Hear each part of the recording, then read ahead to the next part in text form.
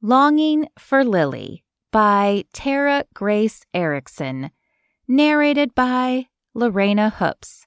Audio copyright 2022. For information about the next book in the series, please visit www.taragraceerickson.com/audio. Prologue. Josh, it's so good to see you. Laura Bloom registered the sharp intake of air behind her as she greeted the newest arrival to their Thanksgiving dinner. Lily, her oldest daughter, was usually calm and collected, but her reaction to Josh Elliot's arrival was interesting. Josh had been hanging around their family since he was a middle schooler, and Laura considered him a second son, or third son, now that Poppy was married to Harrison. This Thanksgiving couldn't be more different from the one a year ago. That day, her husband had suffered a debilitating stroke, and the only guest was Avery, now Hawthorne's wife. This year, Harrison was here, along with Daisy's fiancé Lance and Lavender's new boyfriend Emmett. And Josh, of course. She hugged him and laughed when he squeezed her tight. "Hey, Mama B, it's good to be here. Thanks for the invitation." "Of course, Josh. You know you are always welcome. Can I warm you up some leftovers? There are plenty." Josh patted his flat stomach.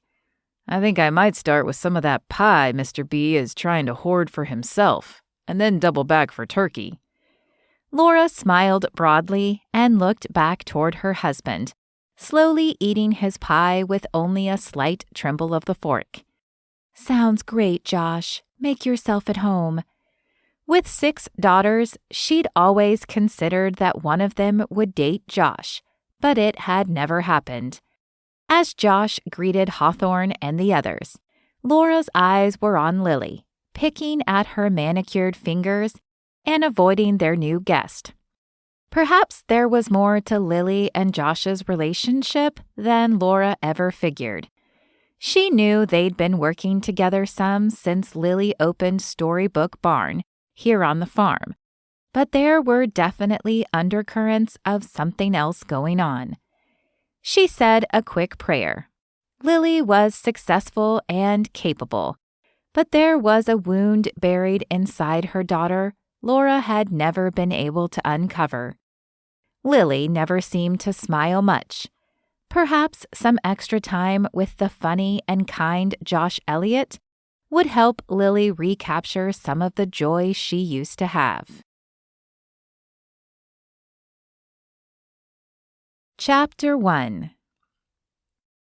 Lily couldn't believe Josh was here. Well, the truth was, Josh had always weaseled his way into their family gatherings.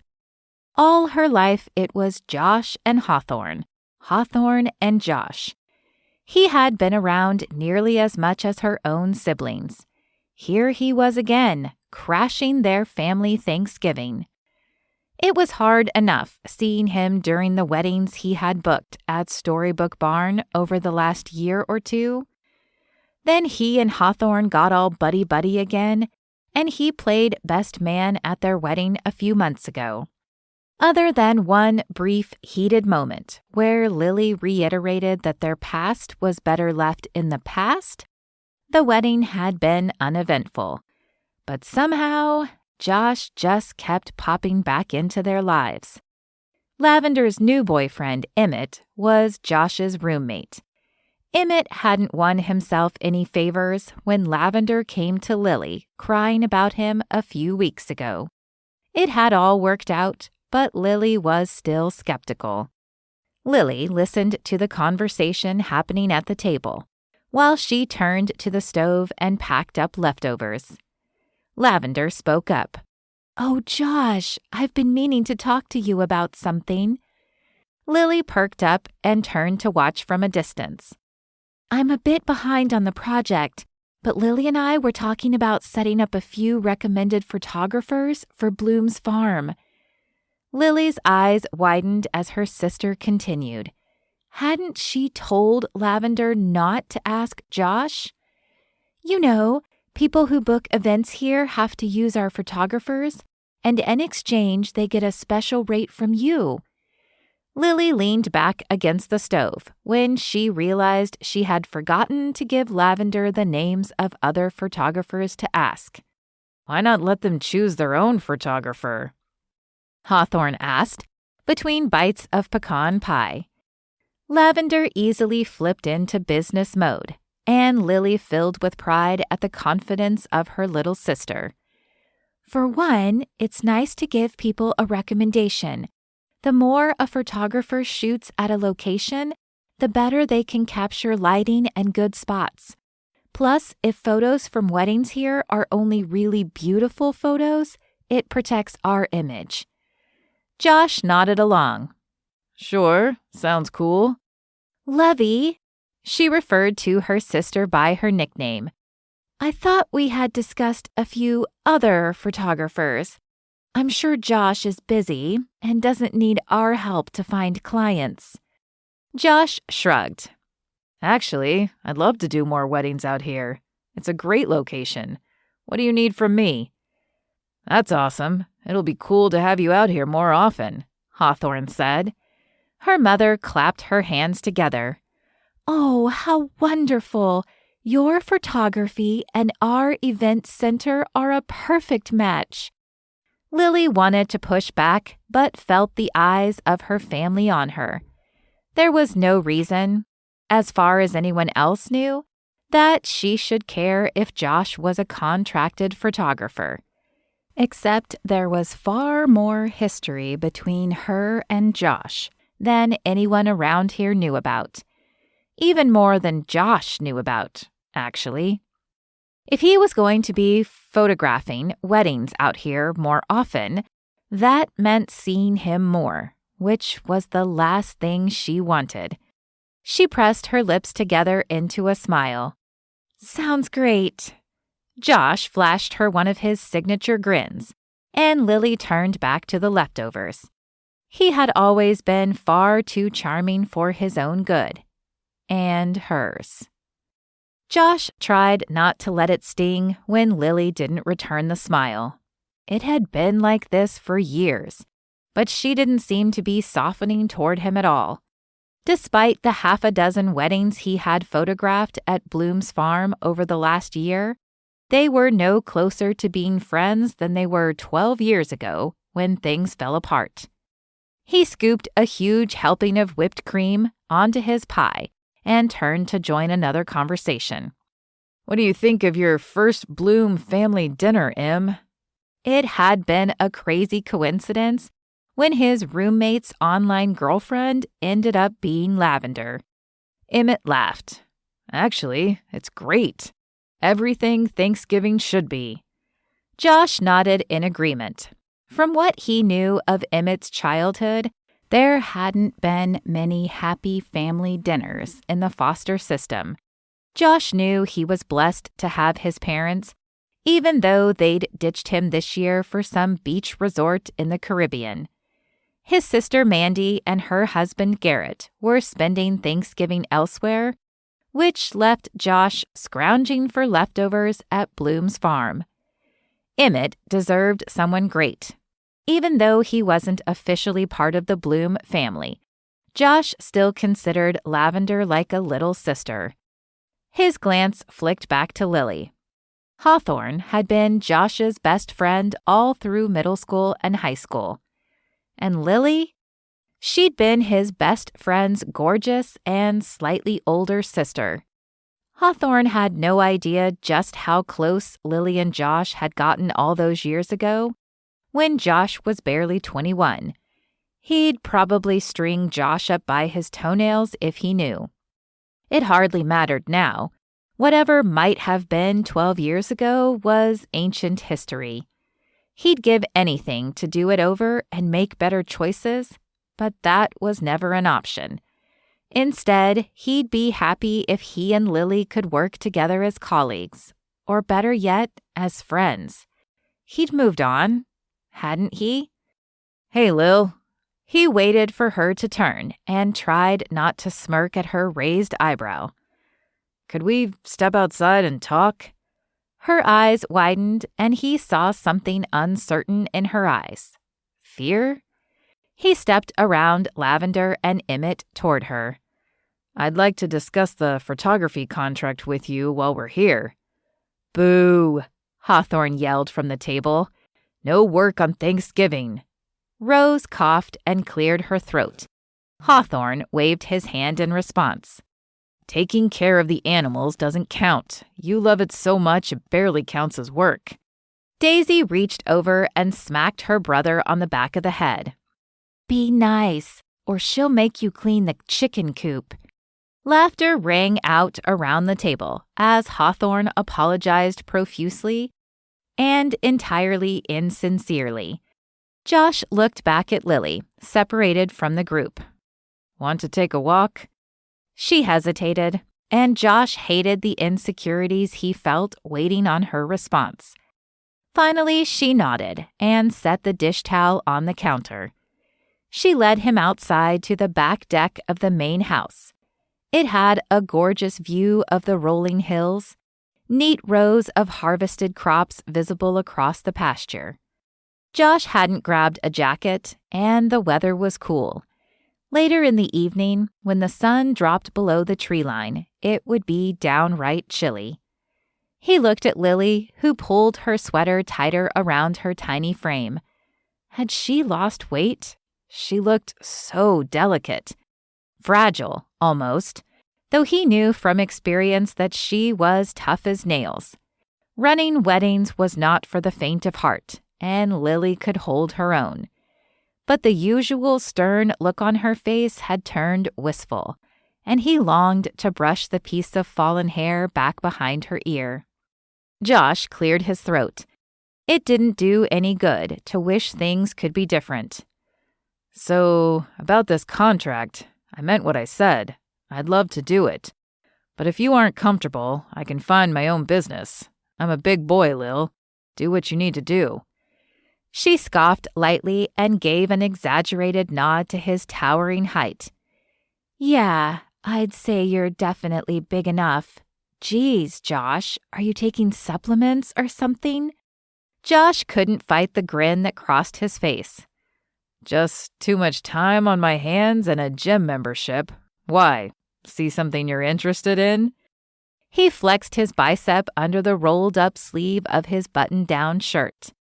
Lily rolled her eyes. Hardly. It's fine if you want to be one of the photographers. I'm sure Lavender can work up some sort of contract. We require our brides to choose from our list of vendors. You give them a discount, yada yada.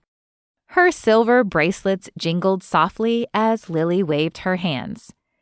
Josh nodded, then gestured for Lily to go ahead of him down the stairs from the deck to the grass. All right, I'm fine with that. I'd like the freedom to bring other couples or families here for photos as well, if that's okay. Lily shrugged. Doesn't bother me. Just check in with Hawthorne so he knows you're on site. We can probably get you a radio so you can be in contact with everyone if you're wandering around. Never know what might happen. That was a good thought.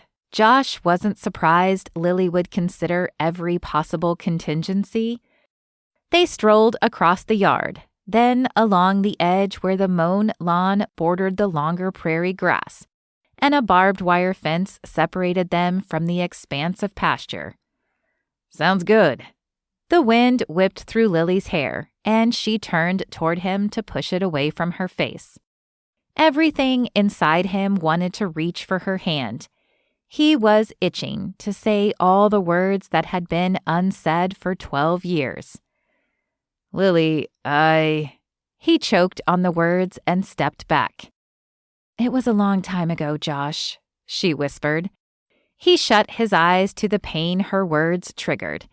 Sometimes he wondered if he imagined their past, because she seemed so unaffected by it. It was difficult, and yet reassuring, to know that she wasn't as cavalier as she seemed. We're not that old yet, he responded. At least I'm not. You, on the other hand?" His attempt at humor fell flat and earned him a pained look from Lily. "Look, all I'm saying is it hasn't been that long. Maybe it isn't too late." It felt like yesterday when they'd tearfully agreed to part ways in the loft of the barn. The mistakes they'd made, mistakes he'd made, seemed insurmountable at the time. Lily turned away, her gaze focused on some distant point across the pasture. He studied her profile, hoping she'd look back at him. She didn't look back, and when she spoke again, her voice was stronger. "If we are going to work together, it has to be as friends, nothing more. Whatever history we have has to stay in the past, Josh." He swallowed the knot in his throat and nodded. "Yeah, okay, it'll be like it never happened." If only that were true. Maybe if it had never happened, he'd actually have a chance to win her over. He'd never questioned that Lily Bloom was the woman for him. It was true 12 years ago, despite their carefree attitude at the time. It was true now, too. But there were consequences of sin, and he would deal with the consequences of his for the rest of his life. He hadn't been the man Lily needed him to be back then, and clearly he wouldn't get the chance to try again. Which meant he'd be working in close proximity to the one woman he could never have. At weddings. Almost every weekend. Maybe this wasn't such a good idea. They'd wandered a fair distance away from the house, down the dirt road toward Storybook Barn, and the Bloom's Farm bed and breakfast run by Lily's sister Daisy. He could see the event barn standing tall on a hill near the entrance to the farm. "You've done an amazing job out here, Lil." "Thanks." She didn't elaborate, and Josh shoved the disappointment back down. Lily rubbed her arms over the sleeves of her sweater, and he realized how far the sun had dropped while they walked. "We should probably head back to the house. It'll be dark soon." They turned around and started the unhurried walk toward the main house. "I'll be back out here in a few weeks for the Anderson smoke wedding on the 23rd.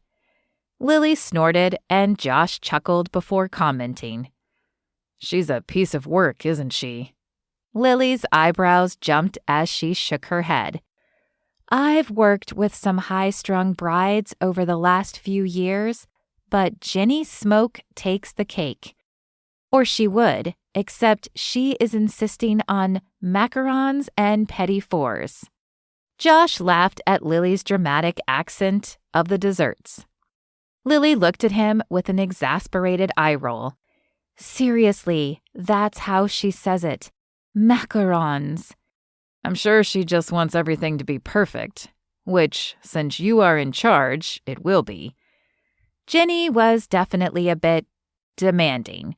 When clients were difficult, he tried to remember the money that was being spent and the memories being made on the special day. Lily sighed. "I know. It'll be fine. It always is." Josh wasn't sure what had happened to the carefree young woman he'd fallen in love with in high school, but compared to his memories, Lily always seemed sad and slightly upset. He stopped in his tracks and turned to her, setting a hand gently on her arm. "Are you happy, Lil?" Were those tears swimming in her eyes, or was he imagining things? Lily stepped back, and he ignored the urge to close the distance again. "I'm fine, Josh. This business is everything I dreamed of. I might complain about a bride every now and then, but this is what I want to be doing." Josh held up his hands in surrender at the defensive tone in her voice. Okay. He ducked slightly to look in her eyes. "I still care about you, and I want you to be happy." "I don't need you to care about me, Josh. We tried that before. I just need you to take pictures, okay?" Josh pressed his lips together and tried to ignore the barb of her words. He took a few steps backward, widening the gap between them. If she didn't want him to be any more than a business colleague, then that's what he would be, even if it killed him to see the pain and shadows in her eyes, even if he'd once been able to make her smile with just a word. That was a long time ago. Clearly, she'd moved on.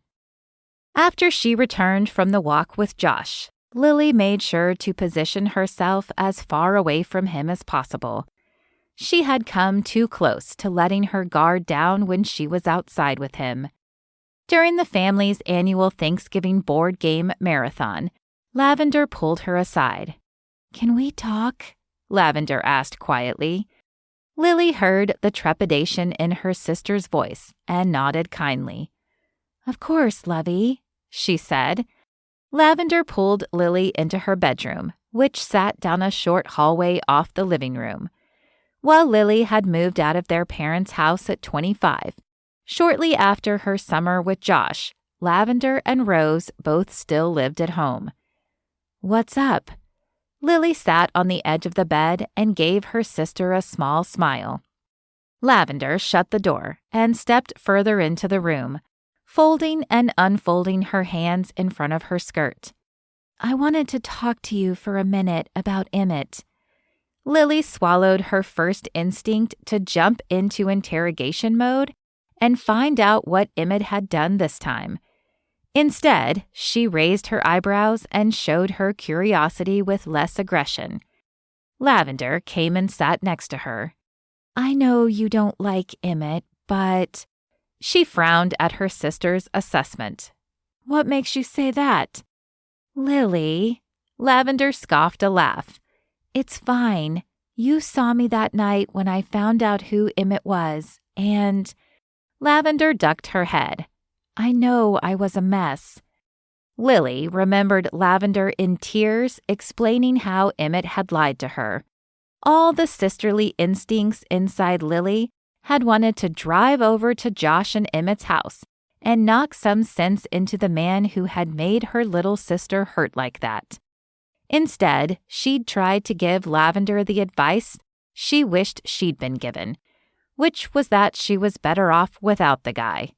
After all, wasn't that the advice Lily had been giving herself for 12 years? Of course, a few weeks later, Lavender and Emmett had worked things out. From what she'd heard, Emmett had wholeheartedly admitted his mistakes. Even Hawthorne seemed to like the guy. Lily would reserve judgment, but she'd do her best to keep her cynical worries to herself. Emmett seemed like a nice man who had a lapse in judgment, and he made Lavender blush with the delightfully shy smile spreading across her face right now. Her most withdrawn sister had been more open and outspoken since Emmett came into the picture as well. Rocky start aside, Lavender and Emmett seemed to have something special. Lily put her arm around her sister. "I was upset with Emmett that night, but only because I want the best for you. I'll always want the best for my sisters. Lavender, I can see that he makes you really happy, and that makes me happy." Lavender smiled widely, and her arms tightened around Lily. "Thanks, Lil." Lily soaked in the hug from her sister. If her sister was able to find happiness, Lily would be the last person to begrudge her for it, even if she thought she'd missed her own chance at love 12 years ago. Chapter 2. Josh stood in the center of the gallery. Large canvases with his photos hung on the walls and were displayed on easels. Jazzy music filled the room as well-dressed couples floated through the space and quiet servers offered hors d'oeuvres and drinks.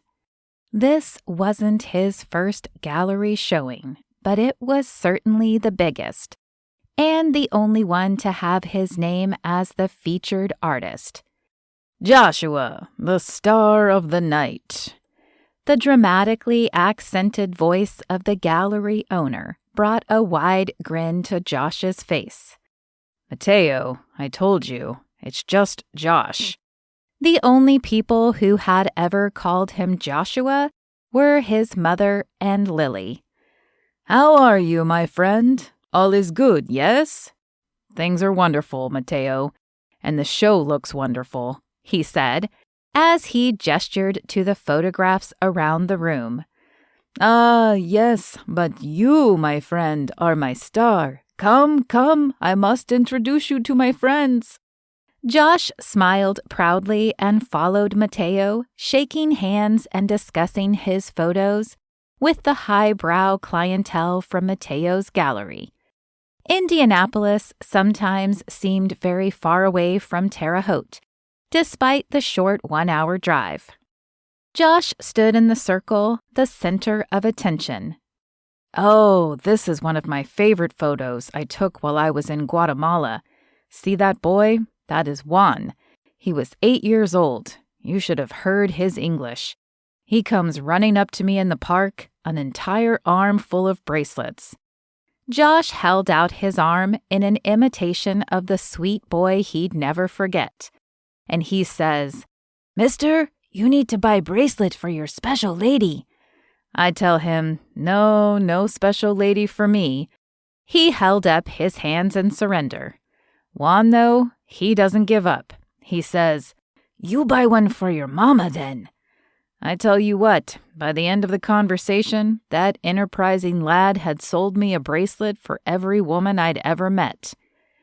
The small group of listeners laughed at his story, and Josh turned at the touch of a hand on his arm.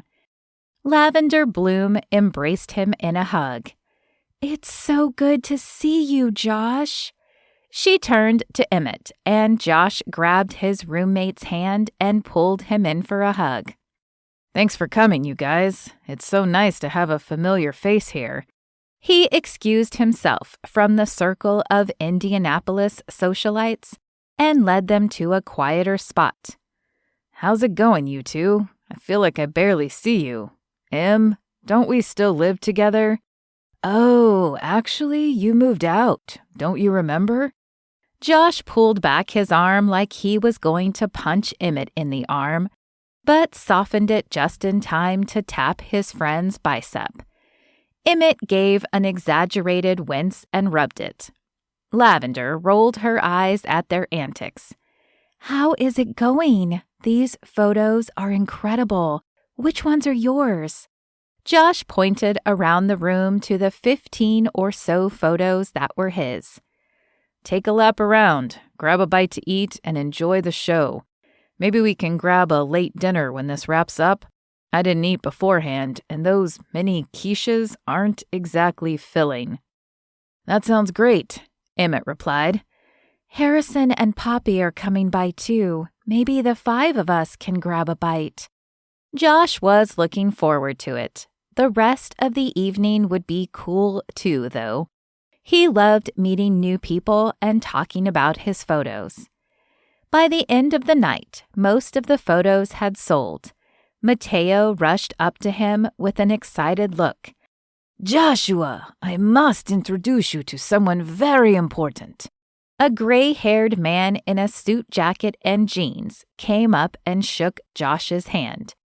"This is Mr. Billings. Mr. Billings, I present to you Mr. Joshua Elliot." "Nice to meet you, Mr. Billings. Call me Josh." "Josh, I'm David. The pleasure is mine, I assure you. Great show tonight." "Thank you. Matteo does an amazing job." David flashed a smile at the host. "Indeed. Well, the photos are spectacular. In fact, I specifically asked Matteo for this introduction because I was so impressed." Josh was flattered and gave one of the standard responses he'd been using all night. "It's all God's creation. I just get to capture it." Mr. Billings grinned. "A man of faith, then, of course. I have a proposal for you, Josh. I am the editor-in-chief at Global View magazine, and I believe we could do some very good work together. Would you be willing to meet with me tomorrow morning before you head home?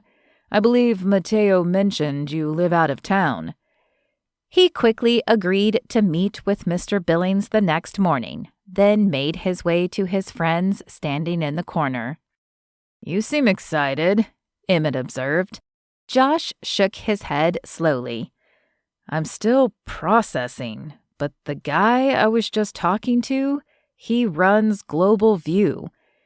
At his friend's blank stares, Josh explained, "You know, the Travel and World News magazine, and he wants to meet with me. I'm kind of in shock, I think. What could he want?" Lavender chimed in excitedly. "Maybe he saw a photo tonight that he wants to print or something. How amazing would that be?" Josh looked around at his photos on the wall. He was beyond proud of the work he did and the gift God had given him, and he tried to express his faith and devotion through his work. The chance to have his photos featured in a world-renowned publication was mind-blowing. "I'm getting ahead of myself. I don't even know what he wants, but we are meeting for breakfast tomorrow morning." Just then, Harrison and Poppy stepped into their small circle, extending handshakes to Josh and Emmett and hugs to Lavender. They were welcomed into the conversation. Josh didn't know Harrison well, but his friend Hawthorne seemed to be warming up to the politician who had secretly married his sister last fall. When Josh's own sister Mandy had brought Garrett home, Josh had enjoyed messing with him a bit. Being a brother carried a certain sense of responsibility. Hawthorne was probably handling it as well as could be expected. Josh certainly wouldn't have responded well to an elopement. Harrison was running for governor of Indiana. He fit in well here at the upper-class gallery in the city. Meanwhile, Josh was wishing he had his leather jacket on instead of the button-down shirt and slacks. He loved his bike, but riding it to the December gallery showing seemed unwise. He never knew when a rain shower would turn into a stretch of black ice on the interstate late at night. Still, the edge of a tattoo peeked above his collar, and he'd seen the eyes of a few patrons drift to the area and linger. They'd be shocked to see the amount of ink hidden under his shirt. When he had on long sleeves, it was mostly undetectable, which was good for working weddings. He knew his tough exterior style made some people question his morals and professionalism. They didn't look at him and see his faith or strong relationships. They only saw a tall man with a leather jacket and assumed he must be a criminal. One of his favorite pastimes was taking his sweet mother out in public and watching the reactions of servers. By the end of the meal, their reserved expressions were friendly and warm. He kind of liked that people had to look a little deeper to really know him, and he definitely liked his bike. And his tattoos, though it had been a while since he'd gotten a new one. The showing drew to an end, and Mateo publicly recognized him one more time. He smiled warmly at the applause. He went with Emmett, Lavender, Poppy, and Harrison to dinner.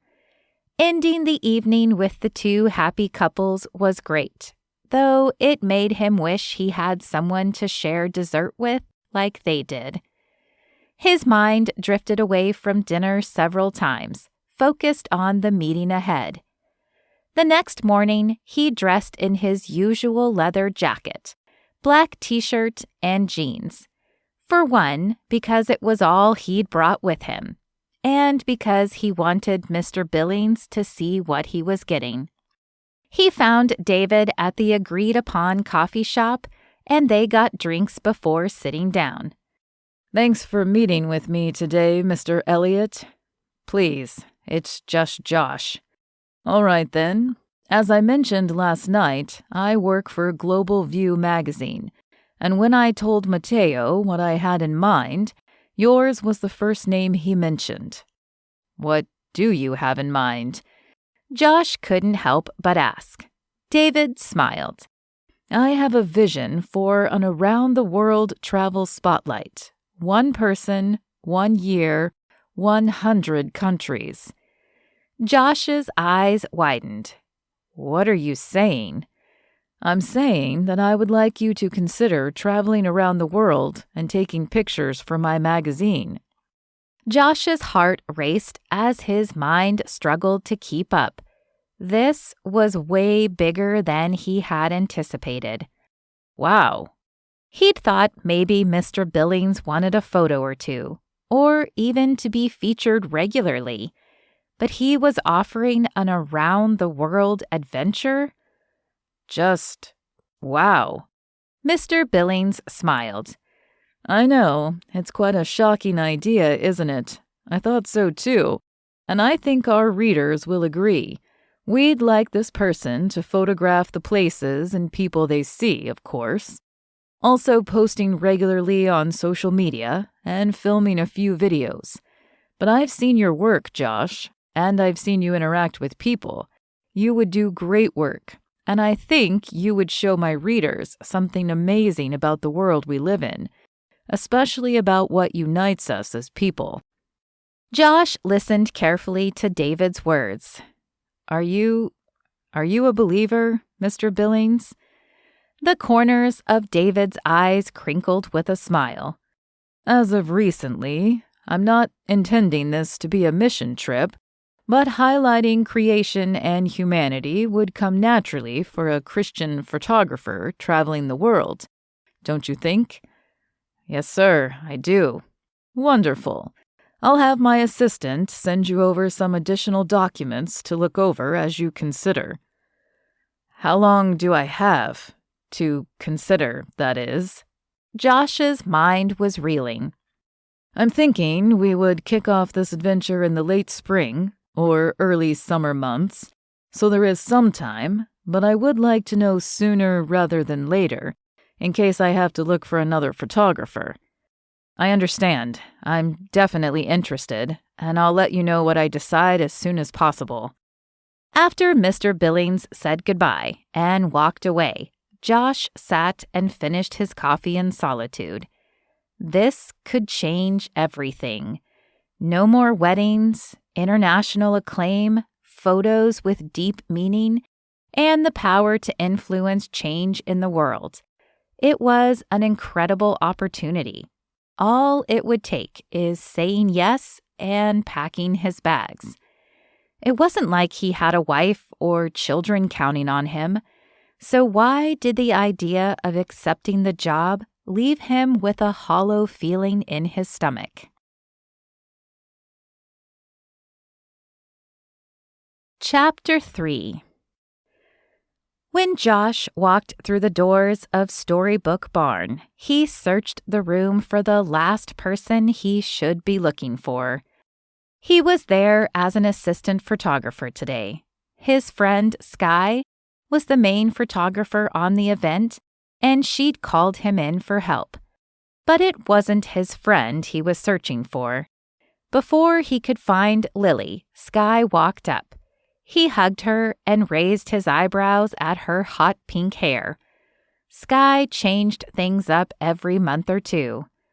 The bride okay with that? Hers is turquoise, so I think we're good. It's probably why I got the job, actually. Josh shook his head. He'd met Sky years ago at a motorcycle club event. Her bike was a work of art, and so was she. Today, her tattoos were covered by lacy sleeves, but he'd seen the intricate full-color work in detail since they'd been friends. Come on, let me introduce you to the couple. Sky led him to the corner of Storybook Barn that was apparently being used as the staging ground for group photos. Did you already do a first look? He asked, referring to a photo setup where the bride and groom would see each other for the first time on their wedding day. Yep, it's almost time to get the formal group shots. I'll let you help with the reflector on this session. Then I'd love for you to take candid shots of the wedding party and family most of the day. This group has super good energy. I think it will make for some awesome non-traditional shots." Sounds good. Sky flagged down the bride and groom. "Sky, you didn't tell me your boyfriend would be helping. You guys are so cute together." Sky laughed. "My boyfriend wouldn't know a portrait from a landscape. This is Josh Elliot, my friend and one of the most amazing photographers I know." Ah, shucks. Thanks, Sky. This couple wasn't the first to assume she and Josh were more than friends, but he'd never looked at Sky that way. Plus, Josh really enjoyed the time he spent with Sky and her boyfriend. They weren't Christians, but he kept praying and trying to set a godly example. Sky gave instructions, and the bridal party rushed to do what she told them. Josh grabbed the camera lighting and followed his friend. "Think we'll have Uncle Bob here today?" She turned back to roll her eyes. "I sure hope not. Did I tell you about the one at my last wedding? He actually stood over my shoulder and took the same photos for an hour before I finally insisted the bride ask him to leave." Josh shook his head and shrugged. "Part of the job, I guess," he replied, as he followed her out of the barn. Lily watched Josh follow Sky out of the barn, gripping the edges of her clipboard tightly.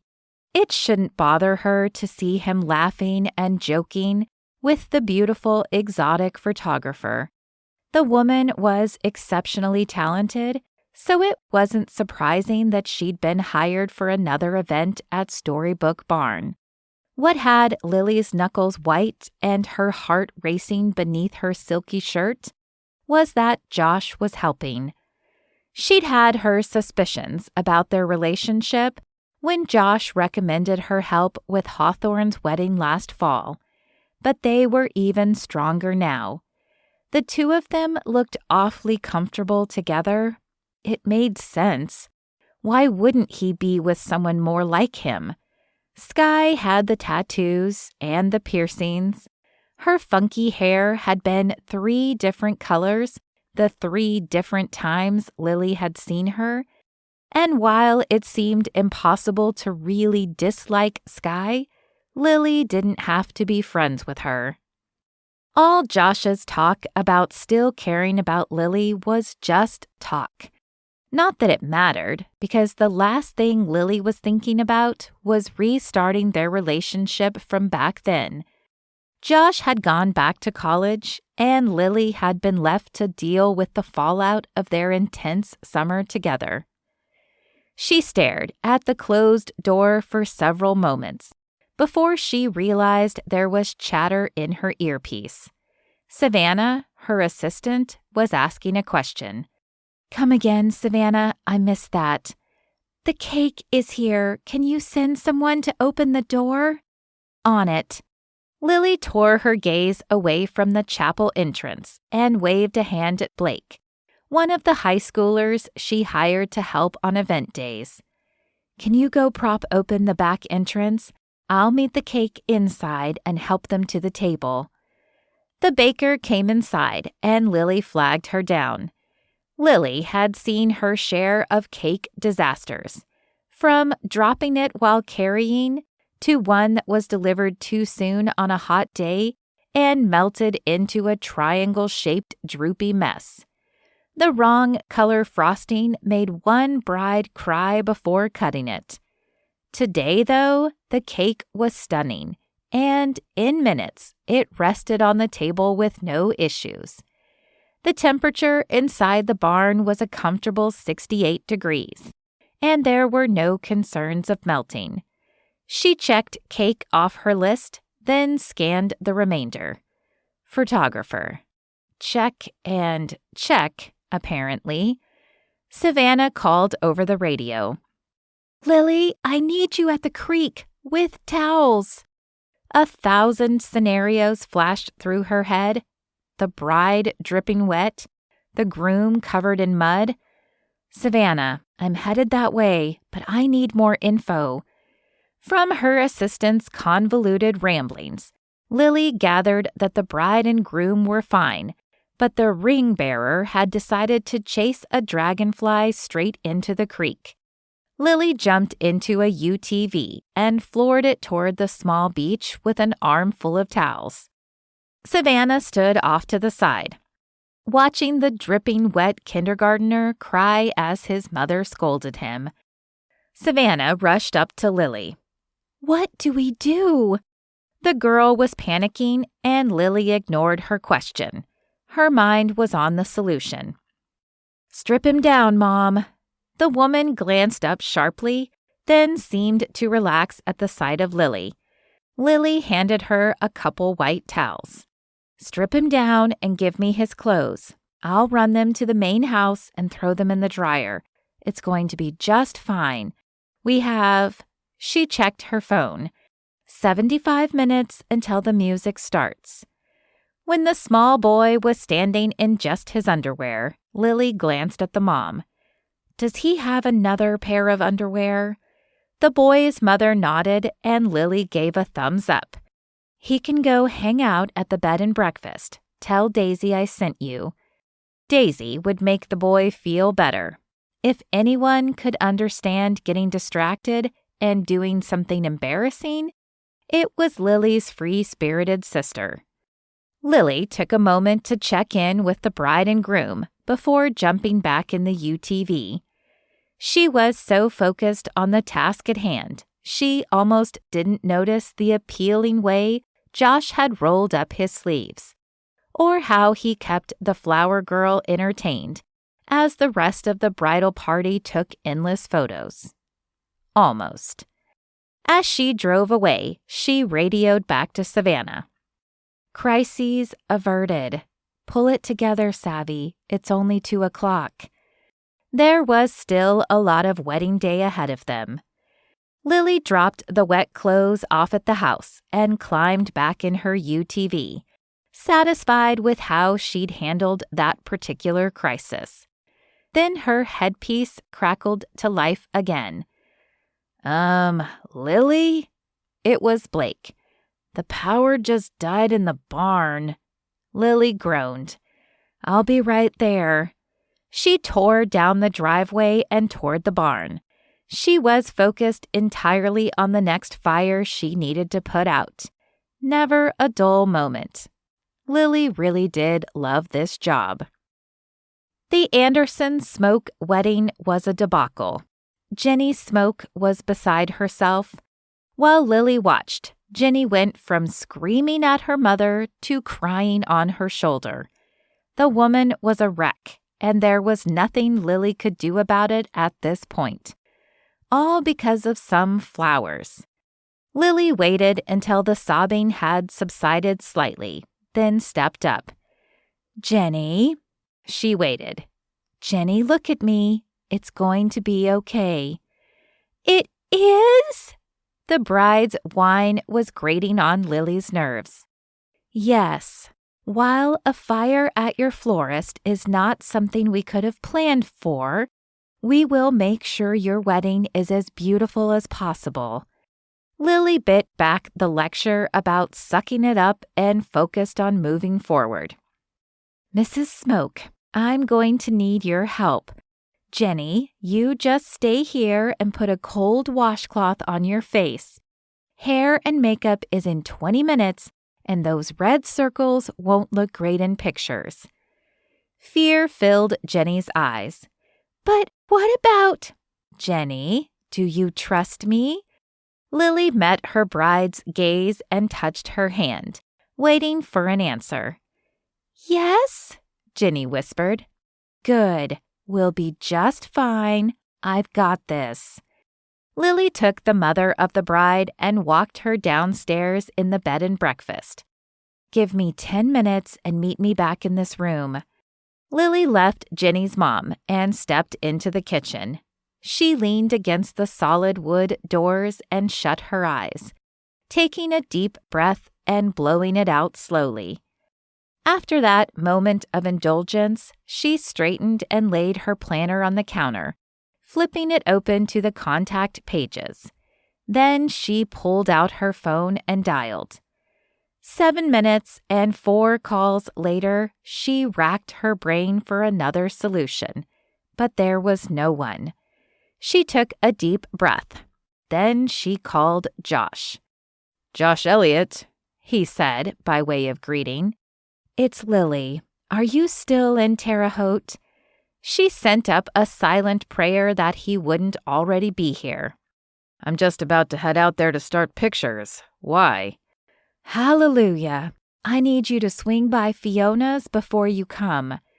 "The flower shop?" He sounded confused. Lily leaned against the counter and pulled her hair off her neck. "It's a long story. Can you do it?" "Yeah, I can do that." "Bless you. Fiona will have what you need. Just tell her I sent you." "Roger that." "Thank you. Oh, and Josh, you'll need your car and not that ridiculous bike." "Don't talk about Matilda like that. You'll hurt her feelings." Lily rolled her eyes. "You actually named it Matilda?" "I promised you, didn't I?" His voice dipped low, and she felt a ripple of awareness in her bones. There it was, the memory of a late night spent laying under the stars, talking about their dreams of the future. Josh had always wanted a motorcycle, and when he said he would name it after Lily, she giggled like an infatuated teenager. Then she made him promise to name it Matilda instead. "I didn't think you'd actually do it." "I know." She could almost hear the shrug she knew would accompany his words. "Give Fiona about 20 minutes to throw something together and then get up here." When Josh arrived, Lily rushed out to his car with 2 bridesmaids trailing behind her. Where was Savannah? Her assistant was supposed to be here today. "This way, ladies. We need to arrange these all over the venue. Josh, can you carry the big ones to the front of the altar and place them on the pillars?" Lily took charge, directing various bouquets and arrangements to wherever flowers were needed. Fiona had worked a veritable miracle, and while the corsages wouldn't be anything special, the men would have a rose on their lapel, and no one would remember this fiasco in the end. After Lily pulled the final bouquet from the back seat of Josh's car, she placed it front and center on the cake table. Then she glanced around at the interior of Storybook Barn. Even with minimal flowers, the barn was elegant and inviting. Sheer white curtains draped the columns, and string lights hung from the ceiling, crisscrossing the space. The white tablecloths and white chairs were classic, but without the floral centerpieces, they looked bare. Lily glanced toward the loft. She thought she had something up there that would work. Gingerly, she climbed the treads of the steep stair ladder to the loft, trying not to trip on her wide-legged dress pants. The loft was full of boxes, extra linens, dishes, string lights, plus countless items of decor left behind by brides too busy being married to worry about picking them up. Lily found the boxes she had been thinking of and dragged them out of the corner.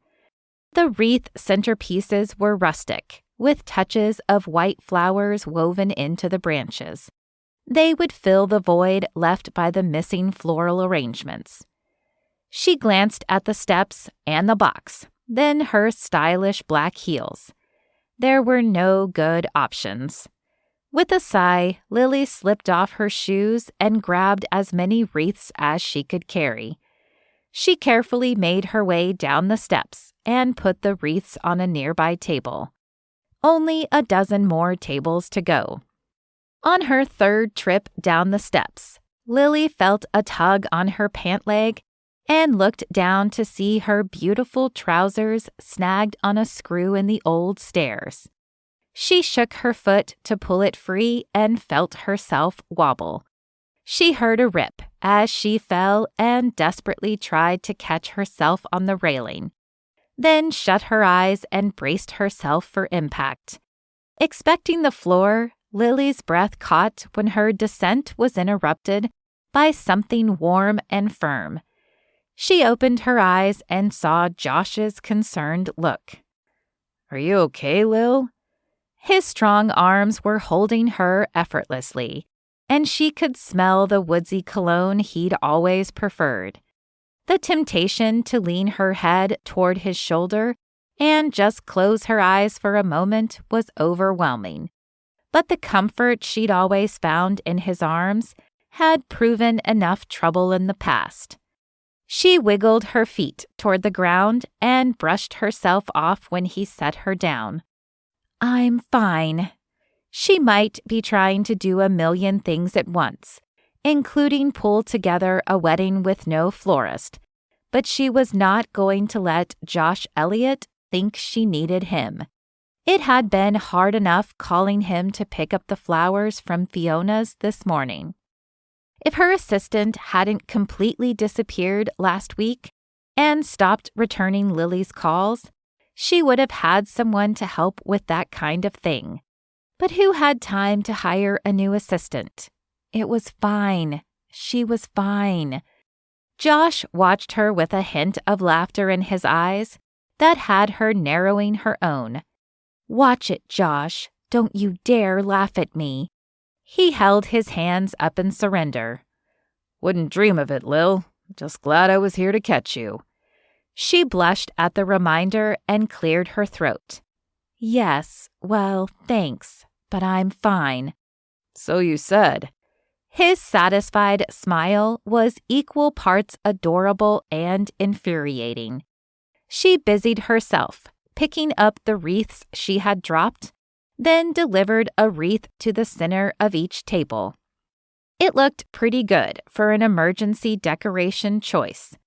Probably not Jennifer Smoke's first, second, or third choice, but Ms. Smoke was out of options at this point, and hopefully halfway through her updo. The low rumble of Josh's voice came from behind her and made her jump. "Need a hand?" "I'm fine." "You keep saying that. I just don't know if I believe you." She turned to him, and the hint of a smile played on his lips. Lily's eyes went to the ceiling. "Josh." "I'll go, Lily. Just know that I'll always be here to catch you, if you'll let me." Lily stood frozen as he walked away, snapping a few pictures of the tables as he went. Her hand went to her necklace, fingering the small green charm she always wore. Steeling herself for the work of the day ahead, Lily straightened her shoulders and took a deep breath. Still barefoot, she rushed around the room, rearranging the centerpieces and tweaking the flowers Fiona had sent. Then she made one last trip up to the loft to grab her shoes before heading back to the old house. Josh scrolled through the images on his camera. There were photos of the rings and the programs, and a few of the groomsmen chowing down on bacon and eggs. Then Lily in the dimly lit barn, completely unaware of his presence, as she fussed with flowers and carried centerpieces from the loft. A determined expression only served to make Lily bloom even more beautiful.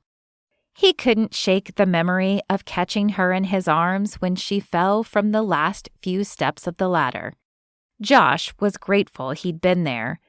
He'd watched from the shadows until finally deciding to make his way over, and had been in exactly the right place to lend a hand. Not that Lily appreciated it. Would they ever extinguish the awkwardness between them? If not, Josh wasn't sure how long he could keep doing this. This was the 6th or 7th wedding he'd shot at Bloom's farm since Lily had opened Storybook Barn. But with the new contract, he would be here a lot more often, and he wasn't sure he could stand to be around Lily so much, knowing her like he did. He'd never stopped loving Lily Bloom, but he'd failed her, and their future together had disappeared before his eyes. Maybe, if it was going to be this painful, he would be better off doing something else. He could be a wedding photographer anywhere. He knew he was good enough to break into any city. Or what if Mr. Billings' offer was actually God opening another door? A door far away from Bloom's farm and Lily Bloom. He'd never considered travel photography as a real option. Sure, he loved adventure as much as the next motorcycle riding bachelor. When he took mission trips with the youth group, he'd captured some amazing photos of people and places that could bring people to tears. But to actually get paid to travel and photograph beautiful places or share the stories of people around the world, it seemed too good to be true. He took one last long look at the photo on his camera screen, a perfect shot of Lily, one he could add to the dozens he'd taken over the years whenever he'd had the chance. He zoomed in on her face. She'd aged gracefully, but he could see the differences the years caused. Above the bridge of her nose was an almost ever-present worry line. On the rare occasion that she smiled, the corners of her eyes crinkled slightly. Her long blonde hair was usually pulled back into a sleek style, instead of loose in the wind like he always loved. For 12 years, he'd been convinced he'd blown the only chance he would ever have. Was it possible that God would give him another chance? That Lily would give him another chance? But every time an opportunity arose and he moved one step closer, he was pushed 2 steps back. If he was going to get another chance, should he have had it by now? They were both in their mid-30s. How much longer did they have? With a frustrated sigh, he closed the photo. It was time to go wrangle bridesmaids for their staged but candid photos of getting ready for the day. Chapter 4. 3 days later, Lily folded tablecloths, thinking about the 100 things she needed to do today. The fabric was still warm in her hands, thankfully, because she definitely did not have time to iron them this week. The next wedding was only 5 days away. It seemed like it was always like this. She had known that when she started Storybook Barn, but she'd always imagined it as this sort of glamorous life that just happened. When she was the one doing most of the work between events, and the one managing anything unexpected during the actual events, it was exhausting. She still took Sundays off, her one blessed day of peace. Church wasn't exactly rejuvenating for her, though she enjoyed the songs and the teaching, as long as it didn't get too emotional. She and God had an understanding. After the way she'd screwed up her life, at the age of 24, she was grateful for any semblance of blessing from him. Lily knew she could never forgive herself for what she'd done, and she didn't expect God to forgive her either. But she would live a good life from here on out. She was a good person. She tithed and gave her time volunteering at the Pregnancy Resource Center.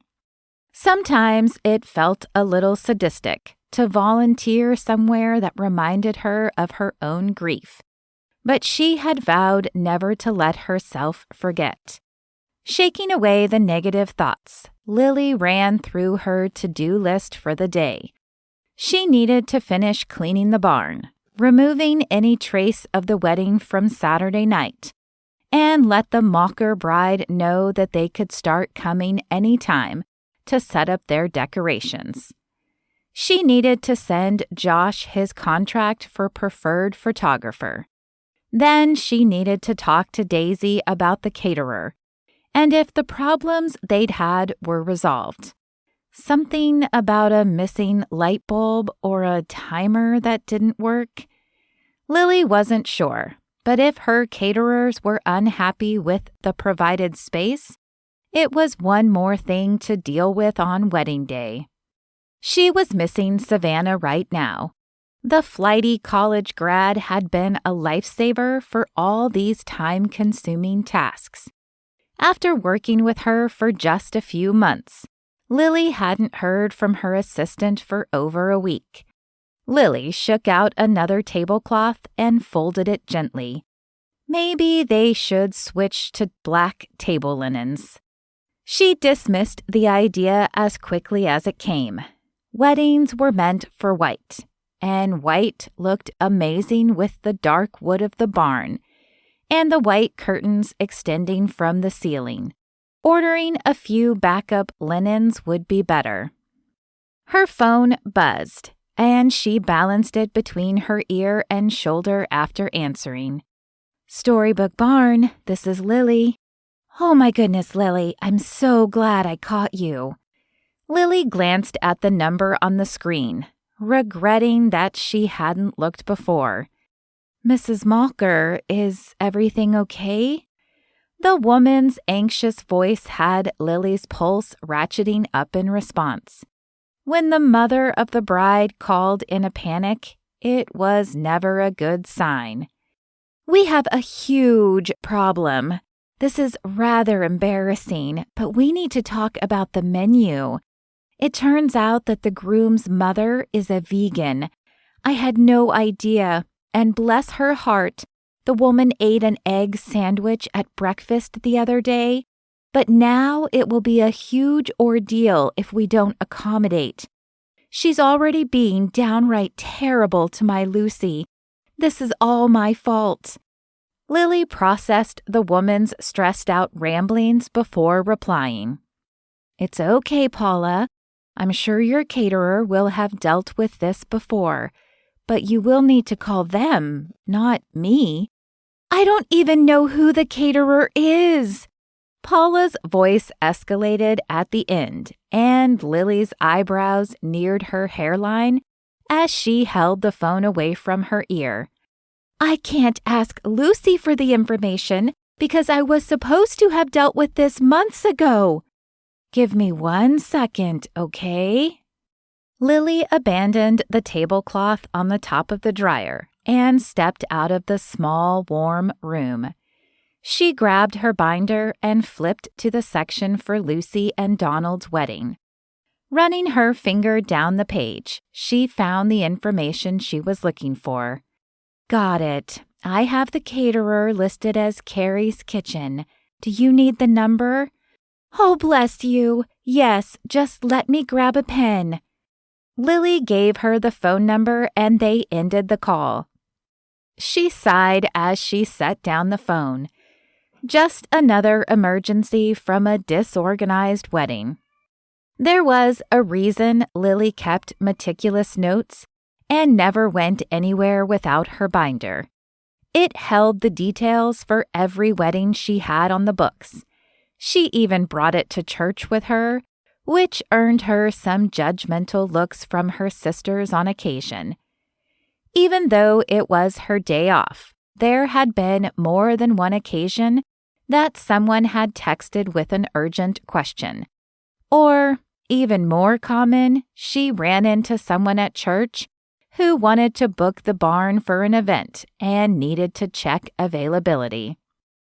It was like she could never truly be off duty, which was probably a blessing, because the less time she had to think about other things, the less she thought about other things. Things like how she didn't have a husband, or children, or a best friend other than her sisters. Sometimes it felt like she barely had a life outside of the barn. Lily stared at the edge of the round table and fingered the green charm on her necklace. She'd almost had a life once. Josh had gone back to school at the end of the summer. They'd made their mistakes and decided they were better off apart. But Lily had been heartbroken at his leaving, even if it was the wise decision. Her pain had only been accentuated by the realization that she and Josh had created a life together before he left. Without a doubt, if Josh had known about the baby she carried, he would have proposed. That's just the kind of man he was, even back when he was 21. She'd almost had a husband once. But he was already gone, and Lily had been alone. The last thing she wanted was for him to come back out of guilt. Even if she'd asked him to come back, she couldn't have faced the negative opinions that would have followed both of them. Married so young, married because of their child, a child out of wedlock. She'd seen her fair share of shotgun weddings since she started managing events, both at Storybook Barn and at the hotel where she'd worked before. Pregnant brides with little baby bumps or not so little bumps. And of course, she'd seen weddings where the couple already had children together. But she didn't want that to be her, and so she'd prayed for God to take the baby away. And he had. There had been no bigger sense of loss or regret in her life, bigger than that terrifying moment when she realized the bleeding meant she was no longer pregnant, and she'd never really asked God for anything again. Lily wiped away the tears gathering in her eyes and closed the cover of the binder. Too much to do to spend precious minutes wallowing in her guilt and grief. The door of the barn swung open, and Daisy walked through. "Hey, Lil." Lily ducked her head and gave one last swipe at her eyes. Hopefully, her sister wouldn't be able to tell she'd been crying, but Daisy was busy looking around the space. "I'm always amazed how quickly this place can go from wedding ready to blank canvas." Lily pasted on a smile. "That's my job. I'm glad you stopped by. The caterer from this weekend said that the kitchen had an issue while they were working." Daisy rolled her eyes. "Have I mentioned how frustrating Louis is to work with? I know for a fact that he caters weddings where he has to do everything out of his van, but he still complains about the gorgeous kitchen we provide. The kitchen is fine. The light above the stove was out, but it was no big deal. Lance already replaced it anyway."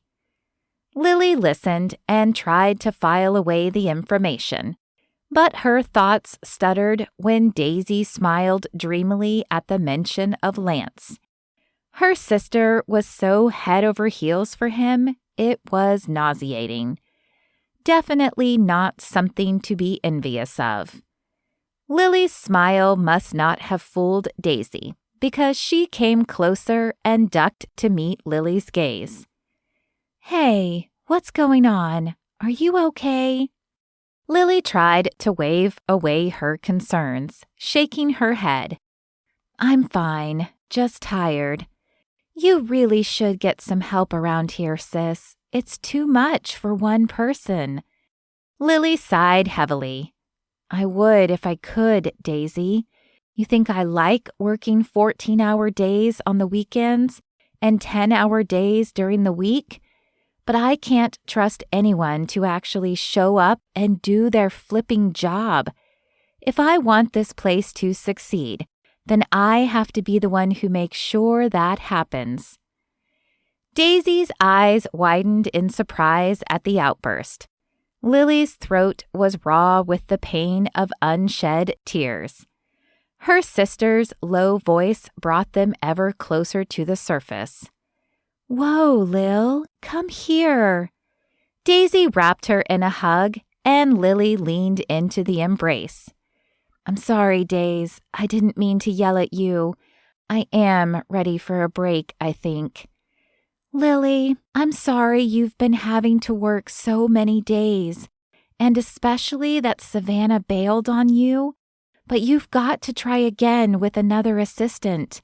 You can't keep killing yourself trying to stay on top of things. It isn't healthy. Daisy's sincere plea cracked the resolve Lily had formed, and she promised to try. She'd put an ad out today and start interviewing. Okay, good. Daisy gave a satisfied smile, then stood with her hands on her hips and looked around the barn.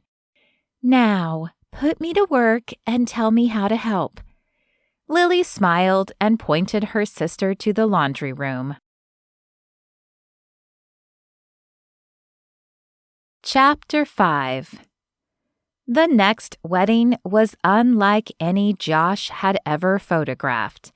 It felt like a ridiculous comedy, with a best man trying to get his best friend, the groom, intoxicated before the ceremony, and bridesmaids literally sabotaging one another's gowns. When Lily came to him, he could tell she was at her wit's end by the way her jaw was clenched and her eyebrows furrowed. Josh, I need a huge favor. I have to borrow your car.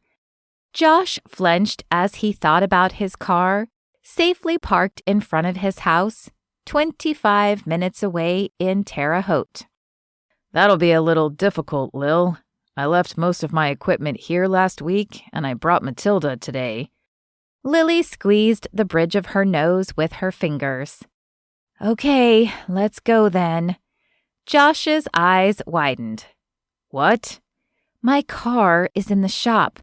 Out of my entire family, there is not a single person here with a vehicle. I left my planner at home when Hawthorne picked me up this morning. He could see how much that admission cost her. Lily, it's going to be okay.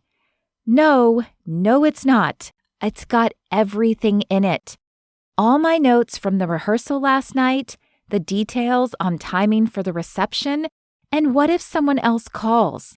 What if someone has a question and I don't have the answer because I forgot my planner? There was panic rising in her voice now, and Josh was hit with a wave of sympathy. Lily carried that binder with her everywhere, and now he knew why. Okay, let's go. She practically sagged in relief. Josh found his camera bag and loosely packed it up, stowing it in an out-of-the-way corner of the bed and breakfast. They went outside to his motorcycle, parked behind the barn. He pulled the shiny black helmet off the handlebars and handed it to her. He hadn't brought 2 helmets today, and if something was going to happen, he wanted her protected most of all. He pulled his leather riding jacket out of the storage compartment and handed it to her as well. This was a terrible idea. He said a fervent prayer for protection as he climbed onto the bike. Lily's leg brushed his as she settled into the pillion seat. The subtle pressure of her against his back sent his pulse racing. He forced himself to ignore it. It had been years, but Lily remembered just how to tuck herself behind him. She didn't hold on yet, but as he kicked on the engine and started to walk the bike backwards, her arms reached around his waist. Josh kept it slow, determined to deliver Lily safely to her apartment and back to Bloom's farm. He was typically carefree, never usually worried about much, but the idea that something could happen to Lily on the back of his bike was nagging him. He tried to focus on the road and not on the way her legs pressed against his, or the way he heard her laugh in his ear above the whip of the wind and the roar of the engine. How many times had he dreamed this in the years since they'd been together? Back then, how many times had they gone for rides like this one, albeit on a little dirt bike? Maybe here, where words were impossible because of the noise, he could let himself imagine what it could have been like. He could enjoy the tight grip of her arms around his waist and pretend their path had gone a different direction. The roads they might have taken if he'd been able to control himself and treat Lily with the respect she deserved. He pulled into the parking lot of her condo. He parked in front of the sidewalk, despite the yellow painted lines telling him it was off limits. Lily pulled off the helmet and shook out her hair, the fruity scent hitting him like some commercial for shampoo. "I'll be right back."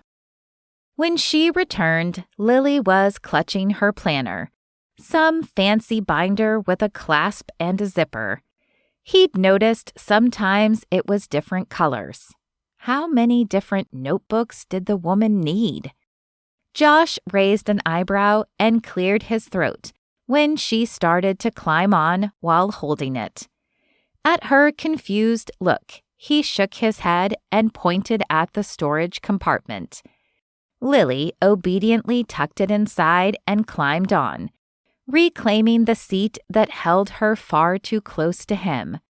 Her arms came around him once again, and Josh looked down at her pink nail polish and delicate fingers. He sighed and said another prayer. Just friends. Just friends. He hadn't had many people on the back of his bike before. Once, he'd taken Emmett for a spin and laughed heartily at the judgmental looks they received in town. Occasionally, he had tried dating, but no woman ever piqued his interest beyond a date or two. He'd certainly never had another woman on his bike. They weren't Lily. The only one he'd ever had on the back of his motorcycle was his sister Mandy, and there had been none of the tumultuous feelings he had now with Lily clinging to him. This was unlikely to happen ever again, judging by the way it had pained Lily to ask him. Hoping to hear that same laugh of exhilaration from the woman behind him, Josh punched the gas when he hit a straight stretch of open highway. It was unseasonably warm for February, but without his jacket, Josh could feel the sting in the air. Despite the chill, the joyous sound of Lily's laughter in his ear felt like a sunny spring afternoon. Lily couldn't help the squeal of laughter that escaped when Josh accelerated. It was exhilarating. The feel of the open air, the speed, the man. Soaking in the moment, she ducked her head behind him, resting her cheek on the soft space between his shoulder blades. Why did she fight this so much? She hadn't been this close to Josh in 12 years. Her legs rested against the back of his thighs. Her stomach pressed against his back. Everything about being with Josh felt right. Except the guilt of the past. She couldn't move past it. Even though she knew, without question, that she could always count on Josh. After all, she'd known he would help. Whatever it was, with the flowers or as an emergency chauffeur, Josh would step up. That's the kind of man he'd always been. They came to a slow stop behind the barn, in the small stretch of gravel where the extra staff parked during events. Reluctantly, she untangled her arms from around him and reached her toes to the ground. The helmet tugged lightly on an earring and she straightened it. When she was done, Josh was already handing her the planner, exchanging it for his helmet. "Thanks for the lift, Josh." "Any time, Lil." He quirked a smile. Maybe next time I'll have my helmet too, and we can have some real fun." She raised her eyebrow. "Were you going easy on me?" The twinkle in Josh's eyes when he got playful would be her undoing. "Guess you'll have to find out." He tugged on the front of the jacket she still wore. It dwarfed her small frame, and she was reluctant to take it off. It smelled like Josh, and it was surprisingly soft. His fingers lingered on the zipper, and he looked up at her, suddenly serious. "I'd never let anything happen to you, Lily. I hope you know that." Her breath caught in her throat, and she couldn't speak. She nodded lamely, then shrugged out of his jacket. He finally looked away to tuck it in the storage bin, and she swallowed. "Thanks again." The next time Josh saw Lily, he'd been traipsing around all day, wrangling an increasingly unruly wedding party. When he caught the best man passing around a flask, he understood why. He gritted his teeth and reminded himself to act professional. Josh felt blessed to work mostly with Christian families and couples who appreciated his time and treated the wedding day as a reverent and joyous occasion. He'd give his front tire if the best man in this wedding had ever heard the word reverent.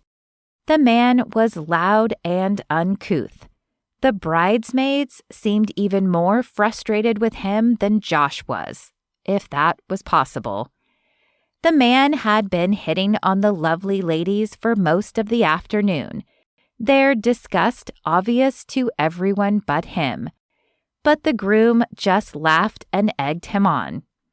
So when Josh found Lily back against the wall, pressing her clipboard up against the chest of the large, sweaty man, Josh didn't hesitate to pull him away with all the force of his carefully chiseled biceps. "Get away from her," he growled. The man spun around, an angry snarl on his face.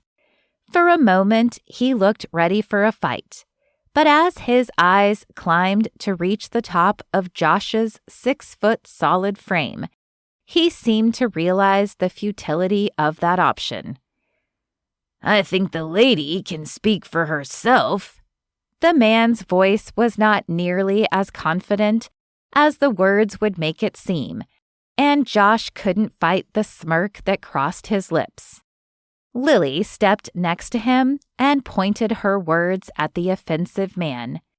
"Get out of here, or you can explain to the mother of the bride why the police had to come to her daughter's wedding and escort the best man off the premises."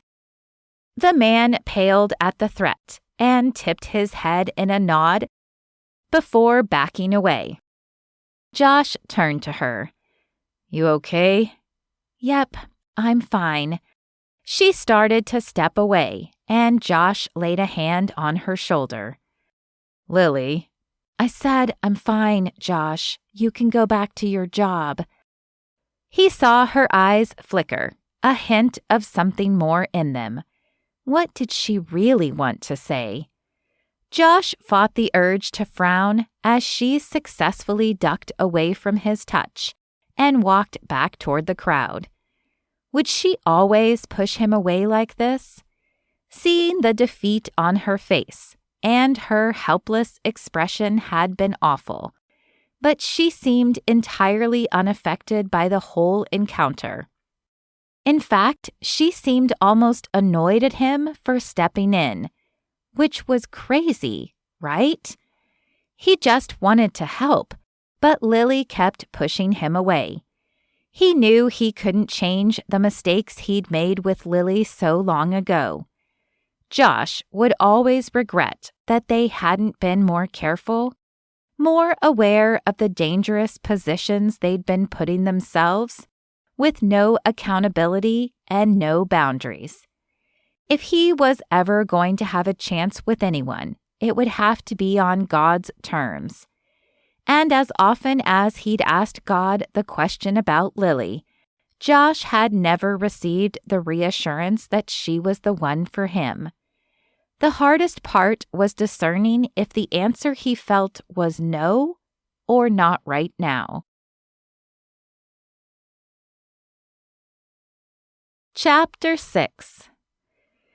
1 week later, the wedding she hosted couldn't be more different from the other recent debacles.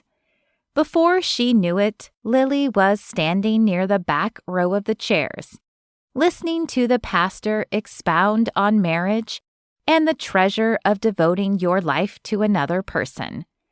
Josh floated silently around the chapel, capturing pictures from all angles.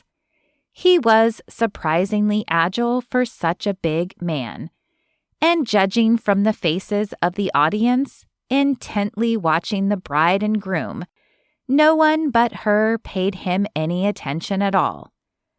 Josh stepped to the side, out of the way, and took a moment to flip through pictures on his camera screen. Lily turned her attention back to the pastor. Marriage isn't 50-50. That's a misconception I hear a lot. No, what God asks of us in marriage is to do exactly what He did for us. He didn't go halfway and stop, waiting for us to meet Him in the middle. Marriage is 100-100. Both people need to be all in. Lily's hand flew to her necklace at his words, echoing words she'd never forget Josh whispering to her under dark skies. I'm all in, Lily. Her eyes found him across the crowd, and her breath caught when she saw his eyes were fixed on her as well. He'd made those promises as a young kid, though. No concept of what he was promising. No idea that they would soon create a life between them that would take all of their plans and crash them into the ground. She hadn't known then either. Their relationship had been the most beautiful, intense season of her life. And while they'd been young, their feelings had been all-consumingly powerful. For most of that time, she'd been happily convinced they would get married and lead the perfect life together. They shared their faith, and no one made her smile like Josh did. I'm all in, Josh. Her response sealed with a kiss. Easy to promise, infinitely harder to keep. After those promises, when they'd slept together, it was a mistake neither of them expected, and it brought everything into question. Were they good for each other, or did they only cause the other to stumble? Josh's green eyes still held hers. She couldn't look away. What was he hoping to see? The pastor finished with a Bible verse, and Lily shut her eyes as she realized what it was. Above all, love each other deeply, because love covers a multitude of sins. The pastor transitioned into the vows, speaking directly to the couple and instructing them to face one another. Lily's thoughts were no longer on the ceremony, though. She looked at Josh one last time, his eyes still on hers, his expression unreadable.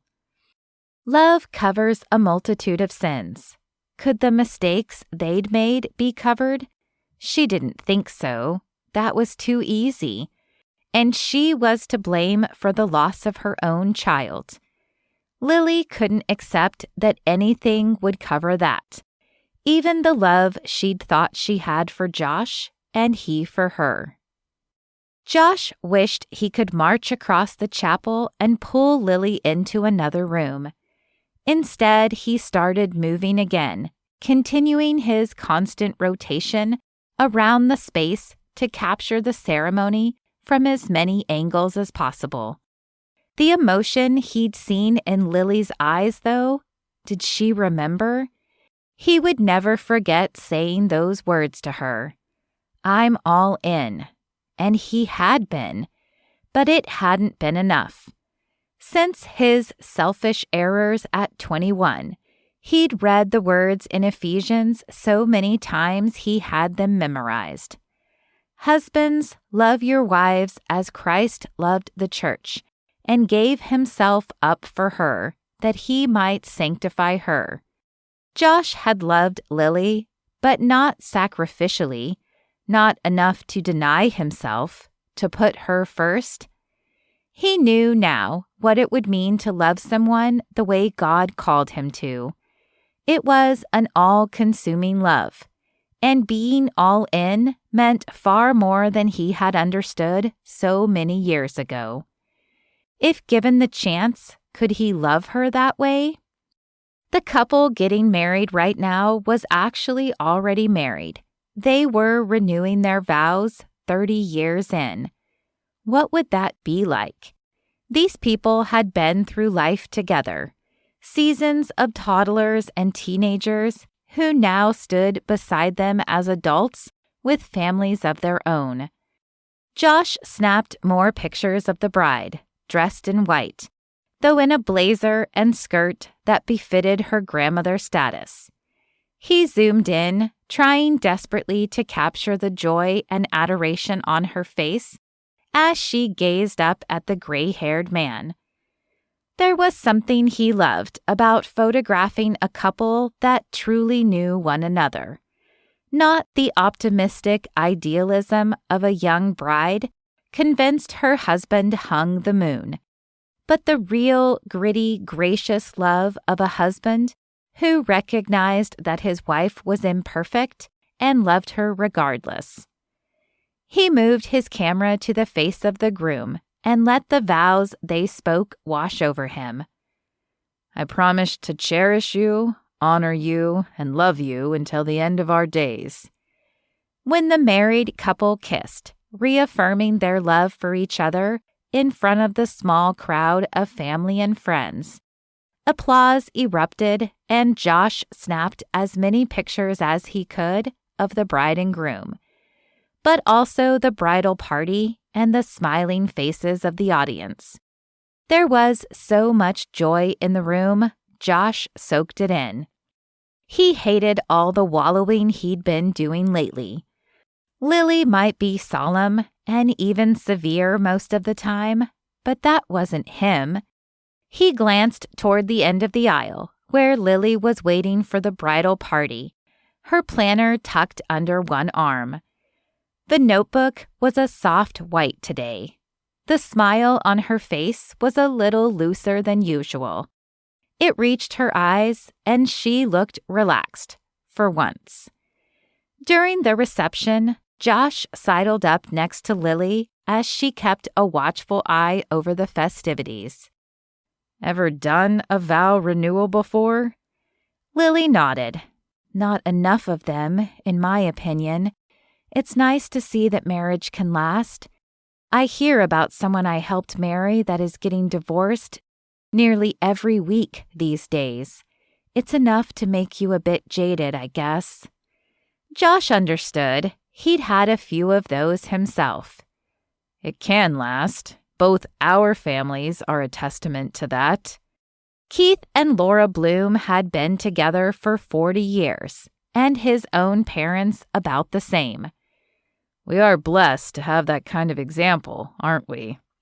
Lily scoffed a laugh. Yes, we are, although it doesn't seem to have made much of a difference. He frowned. What do you mean? She turned to look at him and raised her eyebrow. Josh, both of us are closer to 40 than we are to 30. We had our chance to do it right, and we screwed it up. Josh heard an unspoken accusation in those words. He screwed it up. Was that what she was saying, or just what he heard? We really did, he mused. Do you think that's it, though? God gives us one shot and then nothing else? Lily shrugged, her eyes back on the party in front of them. I don't know, but I've learned to be okay with it. He watched her, waiting for her to turn her head back to him, but she never did. Are you? he asked softly. As tough and resilient as Lily was and always had been, her strength was making her hard-hearted. How he longed to pull her into his arms and love the truth out of her. A truth buried so deep, perhaps she didn't even realize what it was. You might think you are, Lily, Edith, but I know you. I have accepted that God might never give me a second chance with you, but I keep praying he'll give us both someone. Lily pursed her lips and nodded once, her eyes never leaving the dance floor, where the not-so-newlyweds danced to a 10th Avenue North song. Josh turned away with a sigh.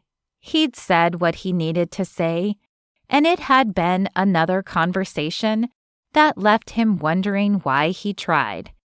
Josh couldn't ignore the desire to reach out more, push her further, but something kept stopping him. He ran a hand over his short hair and stepped further away from Lily. Why did he keep doing this to himself? Why did God keep throwing them into these situations together if there was no future? Another look at Lily, and he saw the look of carefully concealed anguish on her face. He wanted to be in her life, if not as her boyfriend, then as her friend. He took a deep breath and stepped back toward her, one hand extended. Lily, would you dance with me? Her eyes flew to his, the surprise evident. Josh, Just a dance, Lil. She pressed her lips together and blinked slowly. Okay. They didn't go to the dance floor. No, that would be inappropriate since they were both working. But there, near the wood plank walls of Storybook Barn, hidden in the shadows of the loft above, Josh pulled Lily into his arms for the first time in years. Lily held herself stiffly, unable to relax with Josh's arms around her. His strong hands were slightly rough against her own, and she resisted the urge to trace the hint of a tattoo peeking up below his collar. He smelled incredible, spicy and musky, evidence of the day's work hustling around the ongoing party and capturing it. She knew the pictures would be incredible. His photos always were. She wouldn't admit it to anyone, but she'd been furtively following his business online for years. She knew dozens of photographers in the western part of Indiana. But Josh? He had something most of them didn't have. Lavender had mentioned some fancy gallery showing he'd been a part of before Christmas. It wasn't surprising at all, and she was so proud of the man he'd become. In some ways, it validated the choices she'd made back then. Would he have had the chance to become this successful with the weight of a family around his neck? Lavender mentioned the showing in Indianapolis before the holidays. Congratulations. Josh's quiet humming stopped at her words. Thank you, he said, but his smile was small and reserved. It wasn't his usual broad grin. Why didn't you say anything? He arched an eyebrow at her. Was I supposed to tell you? Lily ducked her head, properly admonished. I don't know. I guess I hoped we were still friends or something. She wanted to be someone that he told about his successes. Was that selfish of her? I kind of thought you wanted nothing to do with me. Lily shook her head. I'm sorry. I don't mean to push you away. We can be friends. We should be friends. Our lives intersect and intertwine too much for us not to be. Don't you agree? Josh studied her, and Lily fought the urge to look away. Instead, she carefully held his gaze and ignored the pull of his sharp, questioning green eyes. Yeah, okay. She exhaled the breath she'd been holding. Good. Friends, then. Friends, he confirmed. Josh resumed his nonchalant humming, and Lily closed her eyes, soaking in the low tones and the soft rumble of his chest against hers. As he hummed in her ear, he drew her just a little closer, until she felt his warm breath on her temple. They swayed together, feet moving seamlessly in a dance they should have long forgotten. Her phone vibrated in her pocket, and Lily stumbled slightly, grabbing a fistful of his dress shirt to hold herself up. Perhaps this was too dangerous. It made her long for things far out of reach. She cleared her throat and stepped away from him. She glanced at her phone. It was the caterer. I'm sorry, I have to go. I'll see you around, Josh. She walked away from him, answering her phone and forcing herself not to look back. The phone call was a good reminder that she had too much to do to be wasting time with the wedding photographer. Her responsibility was to her job. That's the choice she'd made a long time ago, and there was no point in trying to unmake it. This is Lily. Josh watched her walk away as he stood completely still, hidden in the shadows of the edge of the barn. When she turned the corner out of view, Josh shook his head and rubbed his face with two hands, as though he could wipe away the memory of holding her in his arms.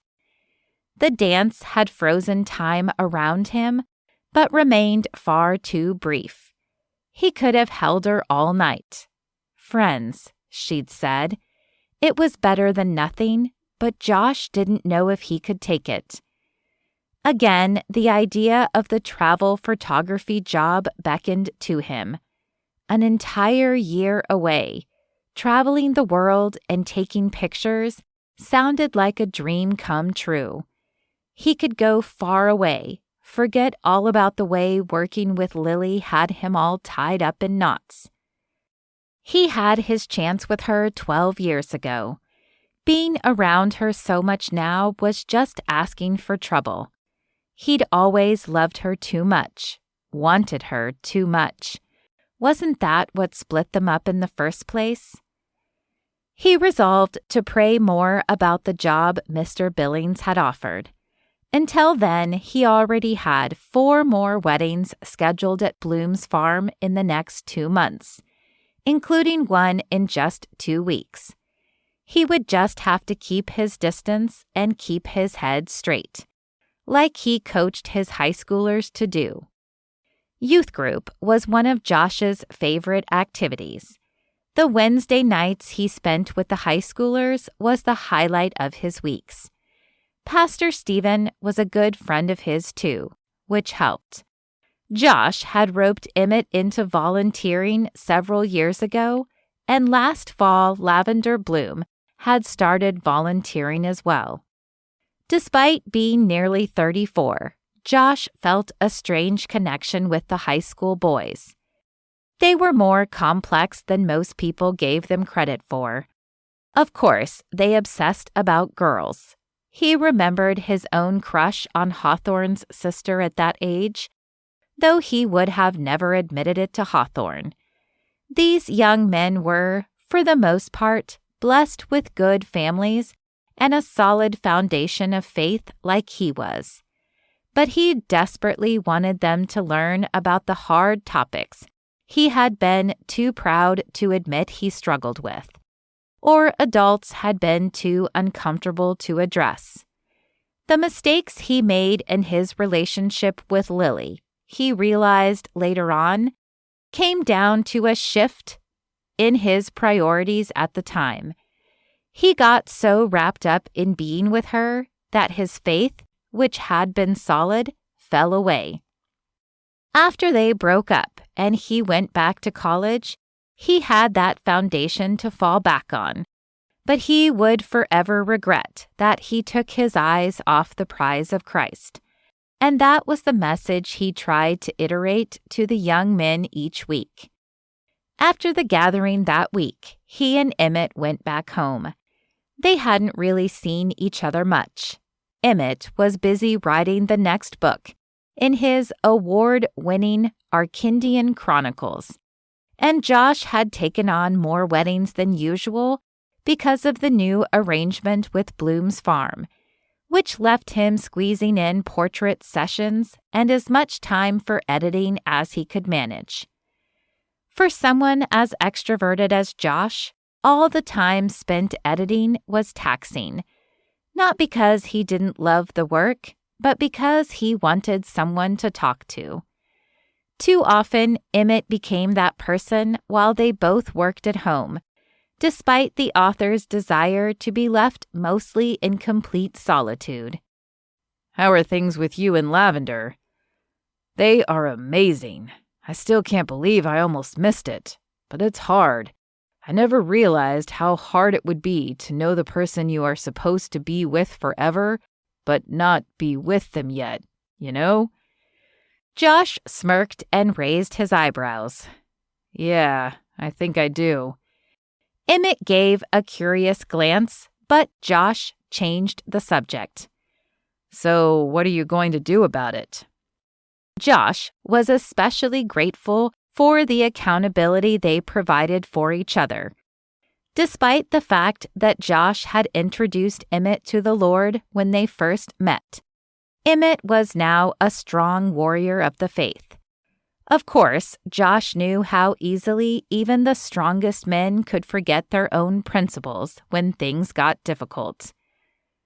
"We're being careful. Hanging out at the farm helps. There are always people around there," Emmett joked. "Ain't that the truth?" Josh agreed.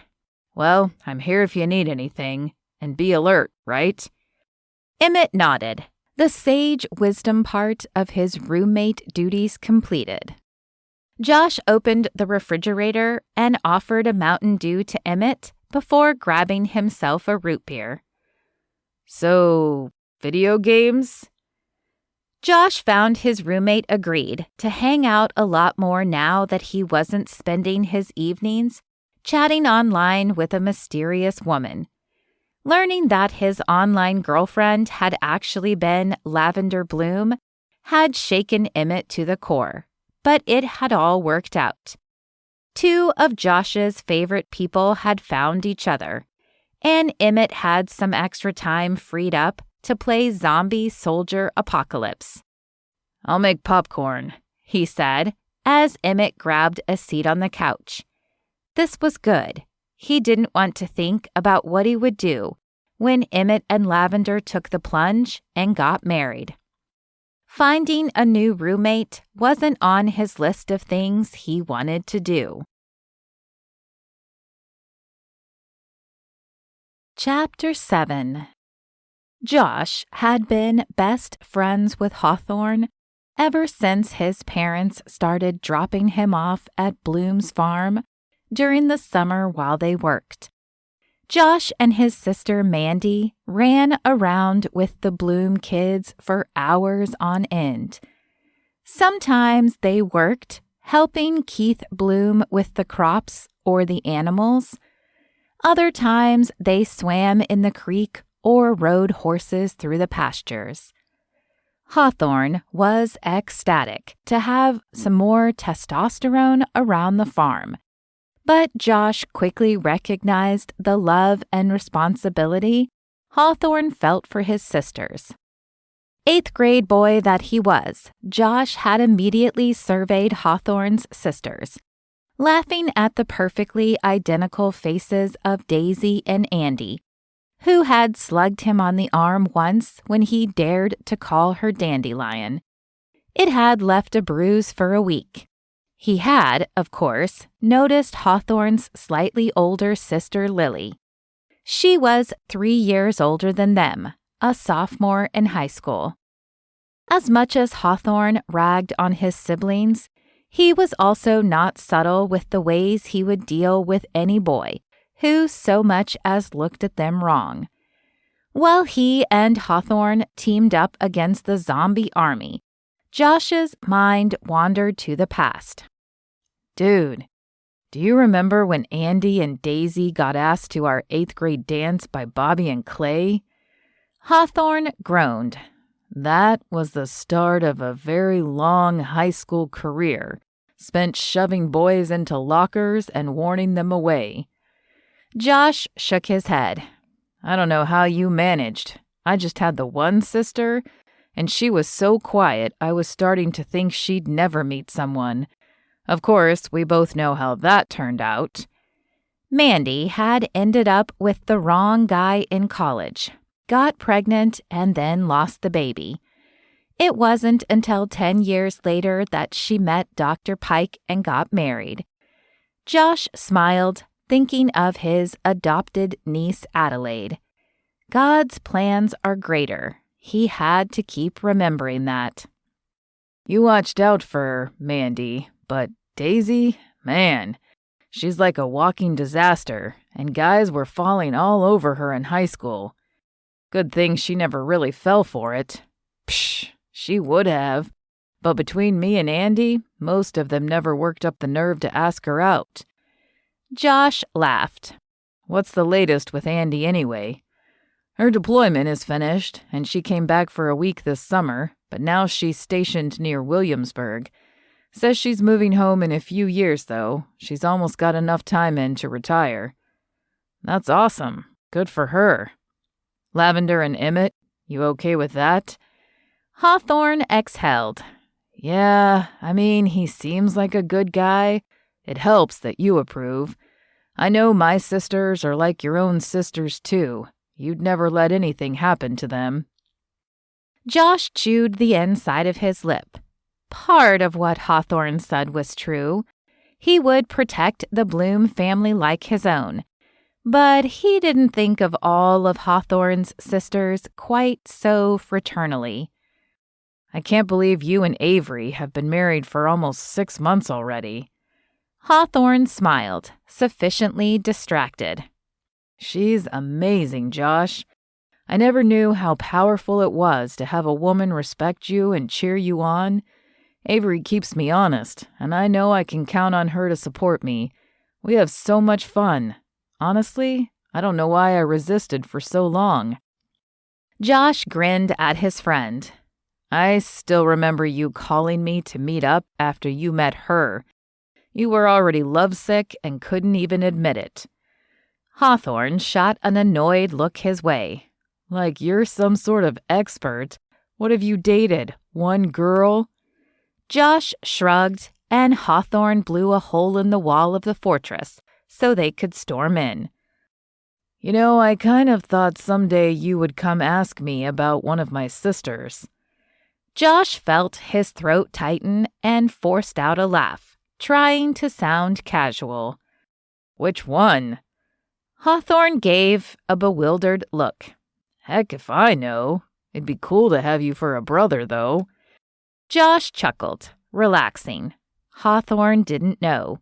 If he did, no doubt Josh would be the one to pay. Someday he needed to come clean. Well, there are still, 3 sisters left?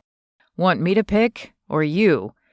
Hawthorne growled, and Josh let out a full-bellied laugh. Cool, but not that cool, eh? Something like that. They finished playing video games, chatting about the past and the future. Emmett came through the door and threw his keys on the table. He'd been on a date with Lavender. Hawthorne made a big show of checking his watch and gave Emmett the universal sign of "I'm watching you" by pointing first to his eyes and then to Emmett with 2 fingers. Josh snickered, and Emmett rolled his eyes, tossing a pillow at Hawthorne while he made himself comfortable on the couch. How was your night? Good. We went to the park, and I took pictures of her for the blog. Josh looked at Hawthorne, pressing his lips together to keep from laughing. But when he saw Hawthorne's confused face, the laughter spilled out. I'm sorry, you what? Emmett's face grew pink as the others mocked him. I took a bunch of pictures for her to use on social media and whatnot." Hawthorne chimed in. "Are you her boyfriend or her personal assistant?" "Look, she needed the help, and I offered. We had fun. What's the big deal? Josh, you get it, right?" Josh raised an eyebrow, unwilling to concede. He did know that photographing people could be a blast, but it had been a long time since he had taken photos of someone he was interested in romantically. His eyes glanced at the picture above the couch, a woman staring into a field as a storm blew in. "Yeah, I guess. Did she at least buy you dinner?" "Whatever. You guys are the worst. I'm going to bed." "Good night, Em," Josh called after his roommate. It was fun to see him and Lavender doing so well, and as hard a time as he gave Emmett, Josh knew that Hawthorne would do the same thing for Avery if she asked. It was just more likely to look like helping her clean out a laboratory at the university instead of taking pictures in the park. His mind went back to the motorcycle ride he'd taken with Lily. He knew he'd do whatever she needed him to do. He'd thought he was just being helpful, but truthfully, he should have been at the wedding, taking pictures for that hour instead of helping her. Saying no hadn't even crossed his mind, though. Hawthorne paused the game and stretched. "I should probably go, too. Tate is planting the early season stuff in the greenhouse this week, and Poppy is insisting I help him." "Why isn't she helping?" "Harrison's got some big legislative push, but she still can't seem to let go on the farm. Tate can handle it, for sure. I'll probably just be in the way. But if Poppy finds out I didn't go, I'll be on her bad side for a month." Josh laughed at Hawthorne's obvious fear of his sister's wrath. Poppy had always been feisty, not as prone to a bruise-inducing punch, but she was sharp-tongued. She had dressed them down on more than one occasion for one offense or another over the years. "Good night, H. Thanks for coming over tonight. It was good to see you one-on-one for a change." "Yeah, it was. It's been good to see you around the farm, too." They walked to the door and Josh opened it. "I'll be out there taking some senior pictures in a few weeks. I'll see if I can catch you while I'm there." Hawthorne left and Josh sat in the recliner. From that chair, he could look again at the picture above the couch. He'd taken it with the brand new camera he bought with his graduation money. Looking at it now, he could spot the imperfections with a more practiced eye. The foreground was slightly unfocused, and if he took it today, he'd place her a little further to the left, revealing the full green tree at the base of the hill below her. But it was still a stunning picture. The clouds were dark and ominous, and wind whipped through the long blonde hair of the woman. She stood tall, strong against the oncoming storm. After they ended their tryst, he'd found that picture on the SD card in his camera. Lily, facing the storm head-on. Perhaps it was masochistic to enlarge the photo and hang it on his living room wall to mock him every day. But in a strange way, the photo was a reminder to him. A reminder of the past he shared with Lily, but also to stand firm in the storm and hold tight to Jesus. The door behind him creaked as it opened, and he heard Emmett's socks shuffle on the wood floors. "You still awake?" his roommate whispered. "Yeah? What's up?" He tore his eyes away from the photo on the wall. Emmett came around and sat on the couch. "I'm going to ask Lavender to marry me." Josh grinned. "That's great, man. Congratulations." Emmett shook his head. "She has to say yes first."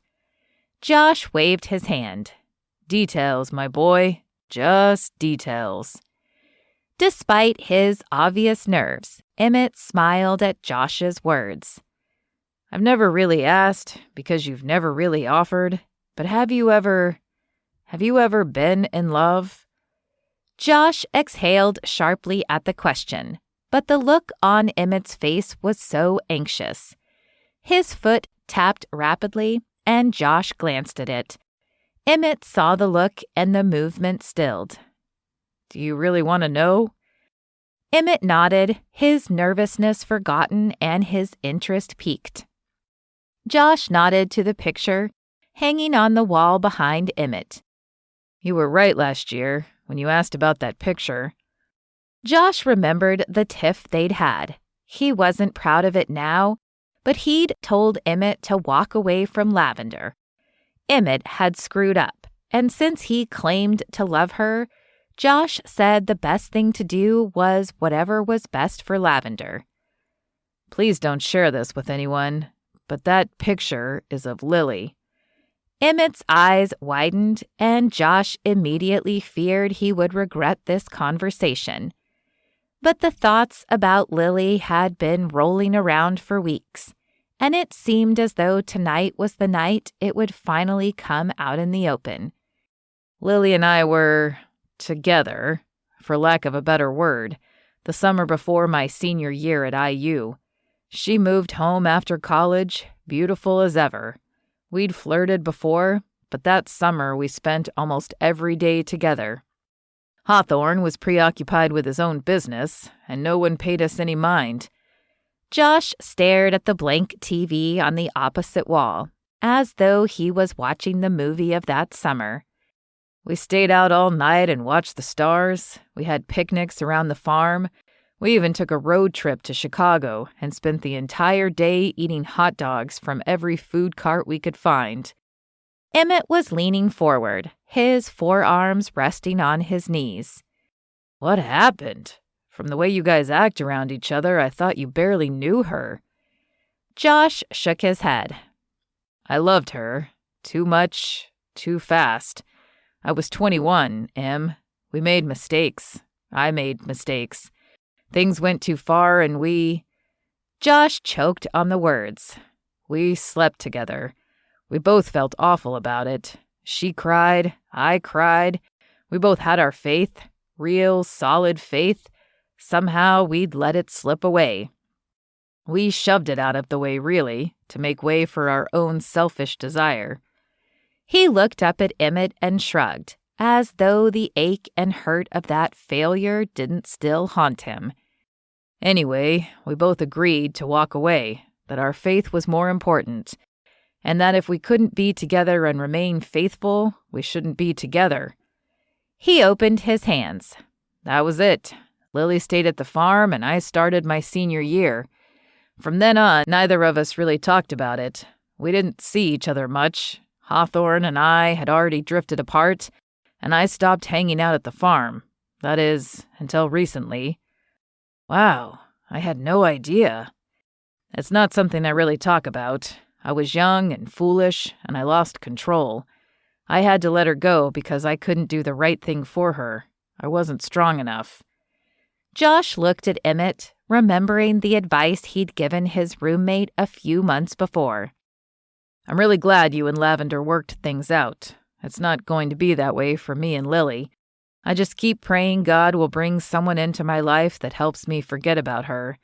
A chance to prove I can be the godly man I'm called to be this time around. Emmett raised an eyebrow. Why can't you prove it this time around with Lily? Before Josh could speak the objections, Emmett raised his hands in surrender. I'm just saying, you and Lily have some sort of chemistry between you. I can see it from across the room. You aren't with anyone. She's not with anyone. Who is to say you can't try again? 12 years is a long time. Yeah, too long. Josh didn't elaborate, and Emmett went back into his bedroom, leaving Josh to ponder his words. He didn't deserve a second chance with Lily. Of course, God had given him a million things he didn't deserve, including thousands of chances when it came to sin in his life. Was he being stubborn to think this particular thing was out of reach? He stared again at the picture of Lily and lifted a prayer. If God wanted Josh and Lily to be together, Josh was going to need to know soon, or he was going to travel the world and try his very best to forget about her once and for all. Chapter 8. Lily flipped through the resumes in front of her and resisted the urge to run her fingers through her hair again. Savannah finally officially quit, claiming the job was too high stress and she decided weddings weren't for her. Lily was nearly resigned to the fact that she would always have to do everything herself. But Daisy's insistence that she hire another assistant convinced her to try one more time. If only she could find one competent person in the stack of applicants. 100 bubbly girls who had visions of what they thought being a wedding coordinator would be like. Not a single one of them had planned anything but their own wedding, and some of them not even that. It was a lot harder to care about the flowers when they weren't for your bouquet. It was a lot harder to push back on the caterer who brought the wrong entree in a way that both landed a discount for the bride and made the caterer want to do more events at your venue. It was exhausting to keep track of the minutiae of details from 15 weddings on the calendar in the next 4 months and have all the answers to problems that didn't even exist yet. That was the job of an event planner, and Lily excelled at all of it. But Storybook Barn's business had exploded over the last 2 years, which was great because it paid her salary and insurance and brought exposure to the farm. But it was also becoming too much. And if she couldn't find an assistant, Lily might have to turn down events. The businesswoman inside her revolted at the thought of turning away business. But what was her other option? A text on her phone stole her attention and she read it quickly. "This is Jennifer, running late because I needed a spray tan. Can we reschedule?" Lily banged the phone against her forehead, then replied, "No need. We won't be needing your services." Lily winced at her snarky words, even though the response she had typed initially was much less kind. She pulled Jennifer's resume out of the stack and ripped it in half. Her next interview was in an hour and a half. The idea of sneaking a nap was tempting her. Lily sighed. Her planner laid on the table next to her, and she opened it. What was on her list? Josh parked at Bloom's farm and texted his clients that he was there. He was excited to be shooting Katrina's senior pictures here. It had been a long time since he was given free range at the farm. He texted Hawthorne that he was there also, then stepped out of the car and began scouting possible locations. The side of the barn was a no-brainer. The rustic wood planks would be the perfect backdrop to the portraits. There were some nice stretches of white fence separating the parking for the barn from the pasture that would work as well. A few minutes later, Hawthorne pulled into the parking lot in a UTV. "Hey, man, good to see you." Hawthorne stepped out of the cab. "You too. Are you working today or just joyriding? Can't a guy do both?" Hawthorne's playful grin made Josh laugh. "When does the kid get here? She and her mom will be here any minute. Got any suggestions for locations?" Hawthorne stared out over the pasture.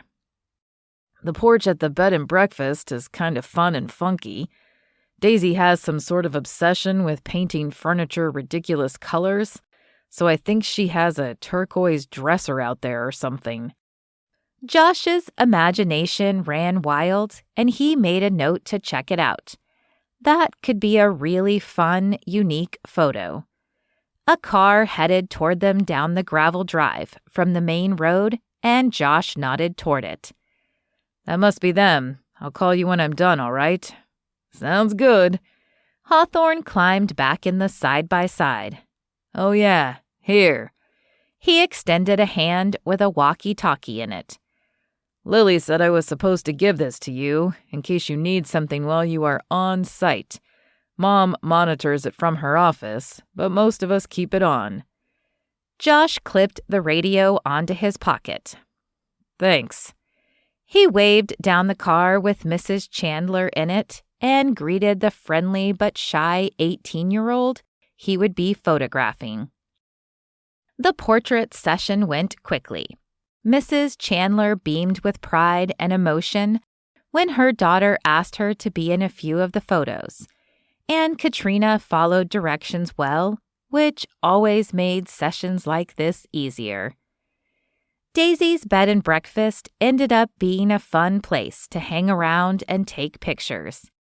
She had a small shed in the rear with the exterior painted a vibrant shade of teal, and there was an old tire swing in the front that made for some amazing action shots of Katrina laughing and swinging.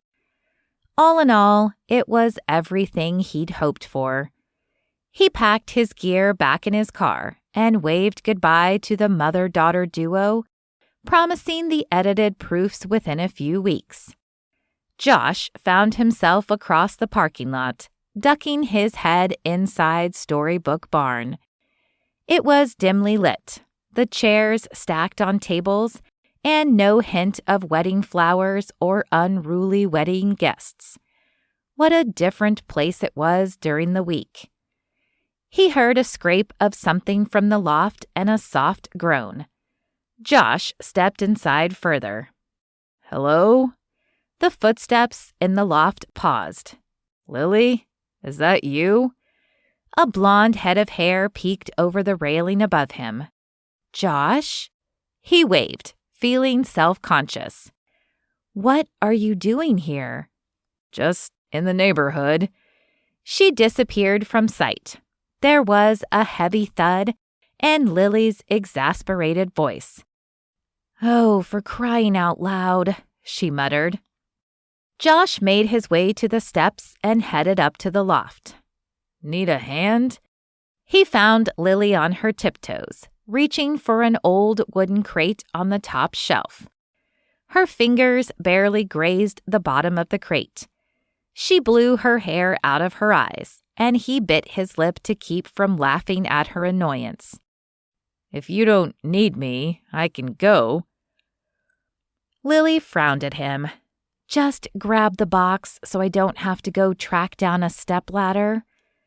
Josh waved a finger for her to get out of the way and easily hefted the box down. He held it, then looked at her. Where to? Lily's eyes were on his biceps, visible for perhaps the first time since they were kids. At weddings, he was always buttoned up. For his portrait session, he was more casually dressed in his usual black t-shirt. The bottom half of his tattoo was visible under the sleeve, where it had ridden up from lifting. What?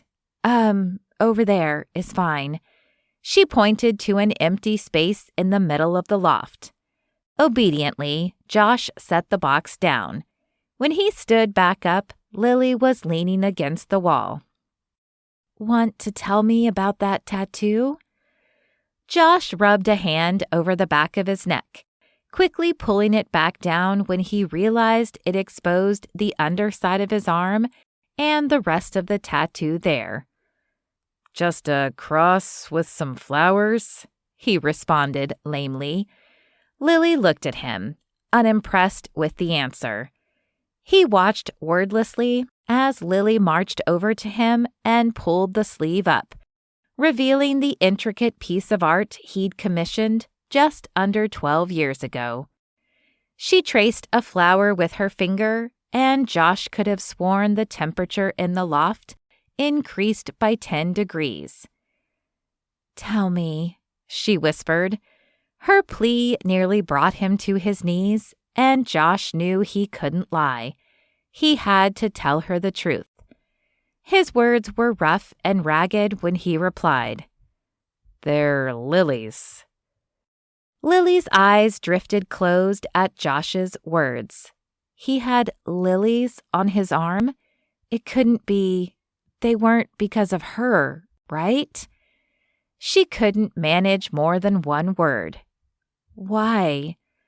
Josh stepped back, her fingertips falling from his arm. "You know why, Lily? Because of you. Because of us. I know you might not think so, but we had something real." She flinched at the accusation. "You think I don't know that?" As though it hadn't meant anything to her. "It was special, Josh. I've always been grateful that my first and only time was with you, but it shouldn't have happened." "I agree." He stepped closer again. "I have this tattoo to remind me of how I failed you, so I never do it again. It's the cross of Jesus wrapped in lilies to remind me what I did. But more importantly, to remind me what he did." He was close now. She could smell his cologne and feel the heat radiating from his body. She tipped her face up to his. "Josh," she breathed. It was a plea. For what exactly, she couldn't be sure. Josh's eyes were on hers, and her eyes fell closed in anticipation. A door banged open downstairs, and Hawthorne's voice called into the mostly empty barn. "Lil, you there? Have you seen Josh?" At his words, Lily jumped away from Josh and let her hair hang like a curtain between them. "He's up here. I put him to work." She offered the joking response, hoping Hawthorne would think nothing of their presence in the loft together. "Almost done doing her heavy lifting, H. I'll be down in a sec." "Need any help?" Lily answered quickly. "Nope, you can stay downstairs." Her breathing was shaky, and Lily fidgeted with her hair. Josh came up next to her, and she shook her head, turning away. Whatever had almost just happened would have been a huge mistake. She should be thanking Hawthorne for the interruption. Josh ducked down to meet her eyes. He raised one eyebrow. "Don't think we're done having this conversation." "There was no conversation. There is nothing to talk about." Lily hissed a whisper. "I'll have to disagree on that." With a wink, Josh leaned in. Lily's breath caught in her throat. Every thought disappeared from her mind at the nearness of him. With barely a whisper of contact, he pressed a kiss to her cheek. "We'll talk later," he said, before turning away. Heat filled her cheeks as she realized what almost happened. 2 minutes alone with Josh, and she was practically throwing herself at him. Lily nodded, dumbstruck, and watched Josh descend the stairs. She was in big trouble. Something about Josh made her throw all her carefully constructed defenses out the window. A tattoo of lilies? How was she supposed to resist that? But she had to. She couldn't let herself get distracted by his goofy sense of humor and his natural charm. It wasn't fair that he was so good-looking and funny and kind. Why exactly was he still single anyway? She had her chance with Josh Elliot years ago. The mistake they had both made had changed everything. They'd both let their convictions take a back seat to their desires, and Josh had quickly decided that was the end of their chance at a future together. Not telling him about the baby had been the right choice. Letting him go back to college had been the right choice. Despite the temptation to pine away for Josh, she'd thrown herself into work and built a successful career. And now she was a successful entrepreneur. Besides, if she was going to end up with anyone, it should be someone like her. Serious and professional. Josh was a jokester. Why would he want to be with her? She rarely told jokes, rarely participated in the sibling banter and needling that took place over family dinners. It simply wouldn't work. Now she just had to convince Josh, because she was pretty sure she'd just convinced him she was very interested in him and his tattoos. At home that night, Josh whistled while he fixed himself a bowl of mac and cheese. It wasn't exactly gourmet, but the classics were classics for a reason.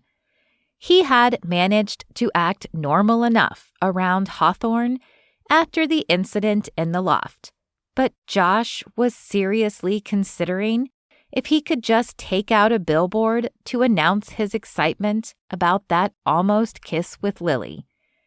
He had no doubt the memories of awkward, clumsy kisses at 21 would pale in comparison to the kisses they would share so many years later. He still felt a little twitchy from the adrenaline. He'd promised Lily they would talk later. He was already itching to call her now. Ignoring his tendency to second-guess himself, Josh pulled out his phone and pulled up her contact. "Hello?" Lily sounded confused. "Hey, it's me, Josh," he added awkwardly. "Yeah, I have you in my phone. What's up?" Josh's heart was racing. He was regretting not doing this in person, where he could see her face and read her reactions. He'd always been able to tell what she was thinking, but the phone was terrible for that. "I figured we should talk." "About what?" A flicker of annoyance sparked within him. "About what? About how Purdue is going to beat Nebraska this weekend, of course." He let sarcasm drip from his words. "About what?" he echoed with an irritated tone. "About that kiss, Lily." "We didn't kiss," she insisted. "Semantics. If your brother didn't have worse timing than a dance troupe of toddlers, we would have." "It's better that he came. It would have been a mistake." "Nope, no way. Lily, you can't push me away after that." "You can't tell me what to do, Josh." Josh ran a hand over his short hair and blew out a frustrated breath. "You're right. I can't. I'm sorry, Lily. Can we just meet up for coffee or something?" "Sorry, Josh. I think we should just pretend it never happened."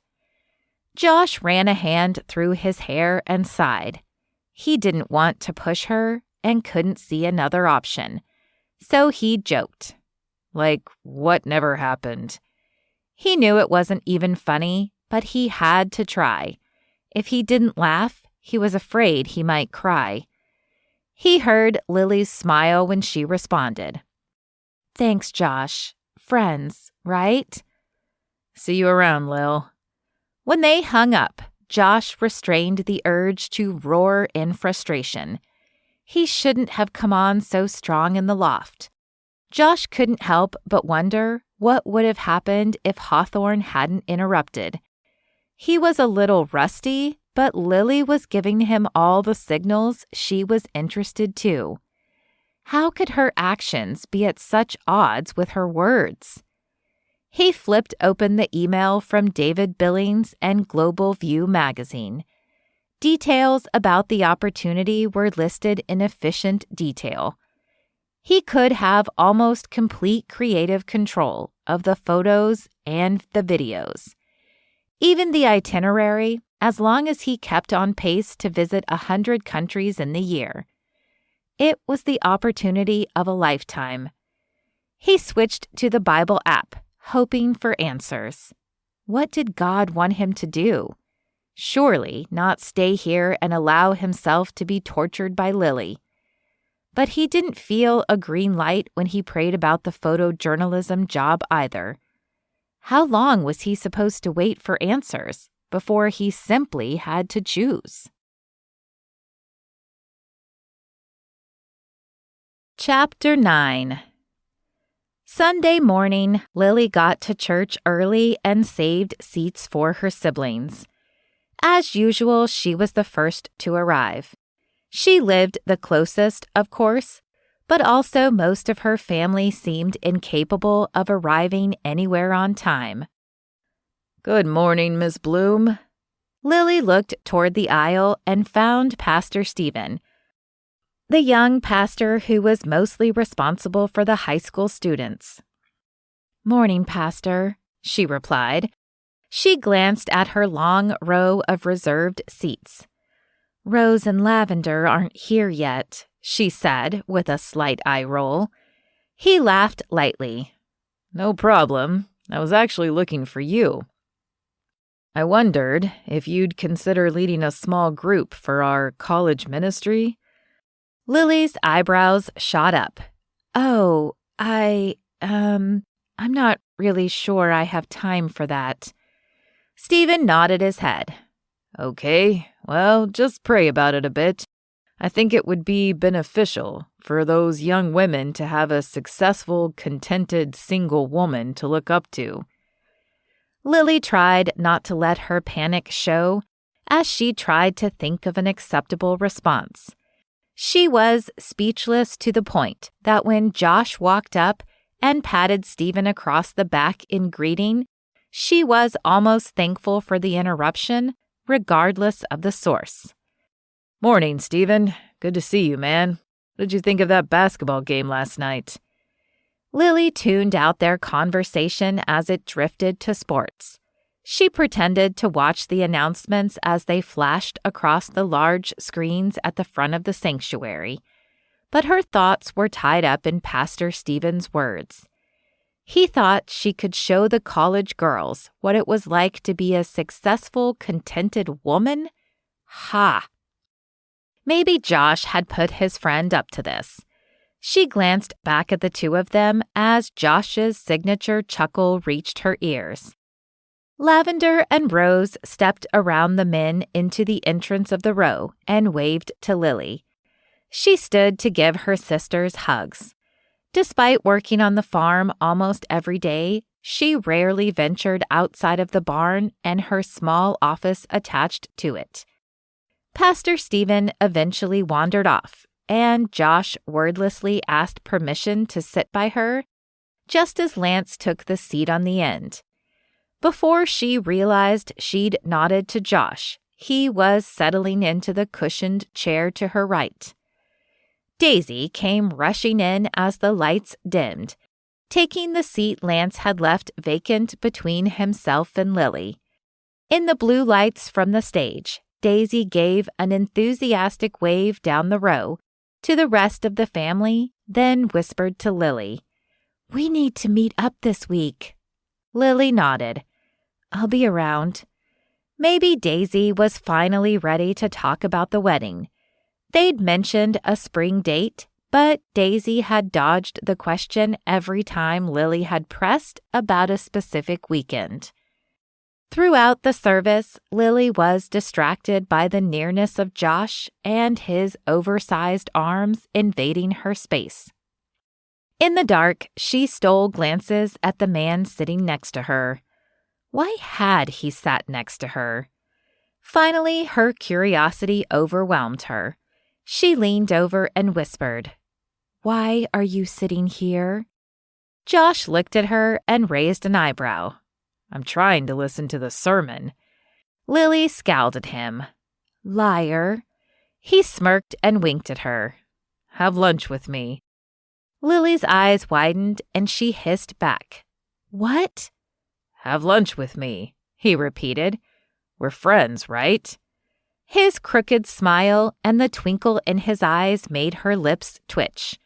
She pressed them together to fight the appearance of the smile threatening to escape. Josh seemed to sense her cracking resolve, though. "It's just lunch," he whispered. He was right. The two of them should be able to have lunch together. No big deal. Okay, now shush. Some of us are trying to listen to the sermon. Josh's shoulders shook with laughter, and Lily turned back to the front of the church, determined to ignore his presence and focus on the service. Josh was determined to keep his word and make sure it was just lunch. They ordered at the counter, and he gestured for Lily to order after him. She shook her head at the cashier. "We're paying separately," she stated. Josh flashed a smile at the young woman. "Can't blame a guy for trying, right?" The young woman smiled and gave him his total. When they found their table, Josh put on the performance of his lifetime. He launched into a story about one of his high school boys and his unfortunate selection in tux color for the homecoming dance. Lily covered her laughter with her hand. "Oh no, did he really?" Josh nodded. "Yep. Never even asked his date what color she was wearing. They looked like a couple of Christmas elves. Just needed red and green striped hats." "You should give him a candy cane the next time you see him," she said with a mischievous smile. Josh's mouth fell open. "Lily Bloom, you are devious." He waggled his eyebrows at her. "It's perfect. I'm totally doing it." Josh knew most people never saw this fun, carefree side of Lily. She'd always been so serious, even as kids. "I remember one time, Hawthorne bought this absolutely hideous shirt. He wore it to Saturday brunch, and the rest of us about died. He ended up trashing it, but Lavender managed to find it on sale. She bought 6 of them, and that Christmas, Hawthorne unwrapped one of those shirts from every single one of us." Josh laughed at the prank. Hawthorne might complain about his sisters sometimes, but Josh knew for a fact that Hawthorne had earned every one of those shirts with a prank of his own. "I never heard about that one." "I'm half convinced Lavender still has one hidden away somewhere, and it will make an appearance when we all least expect it." "Is that what you would do?" "Oh, definitely. I'm infinitely patient. I was born for the long game." Josh grinned. This light-hearted Lily was surprising him. The realization made him inexplicably happy. It shouldn't be surprising that there would be aspects of her personality that he didn't know. It was a good reminder that she wasn't the woman he'd known 12 years ago. She'd grown into a confident, witty woman. He wondered if her sharp tongue ever got her in trouble. "Not me," he said in response. "I'm too eager for the payoff of the joke." Lily leaned in over her plate. "That's the thing, Josh. The payoff is so much sweeter if you wait for the perfect timing." Josh felt his breath catch at the potential double meaning of her words.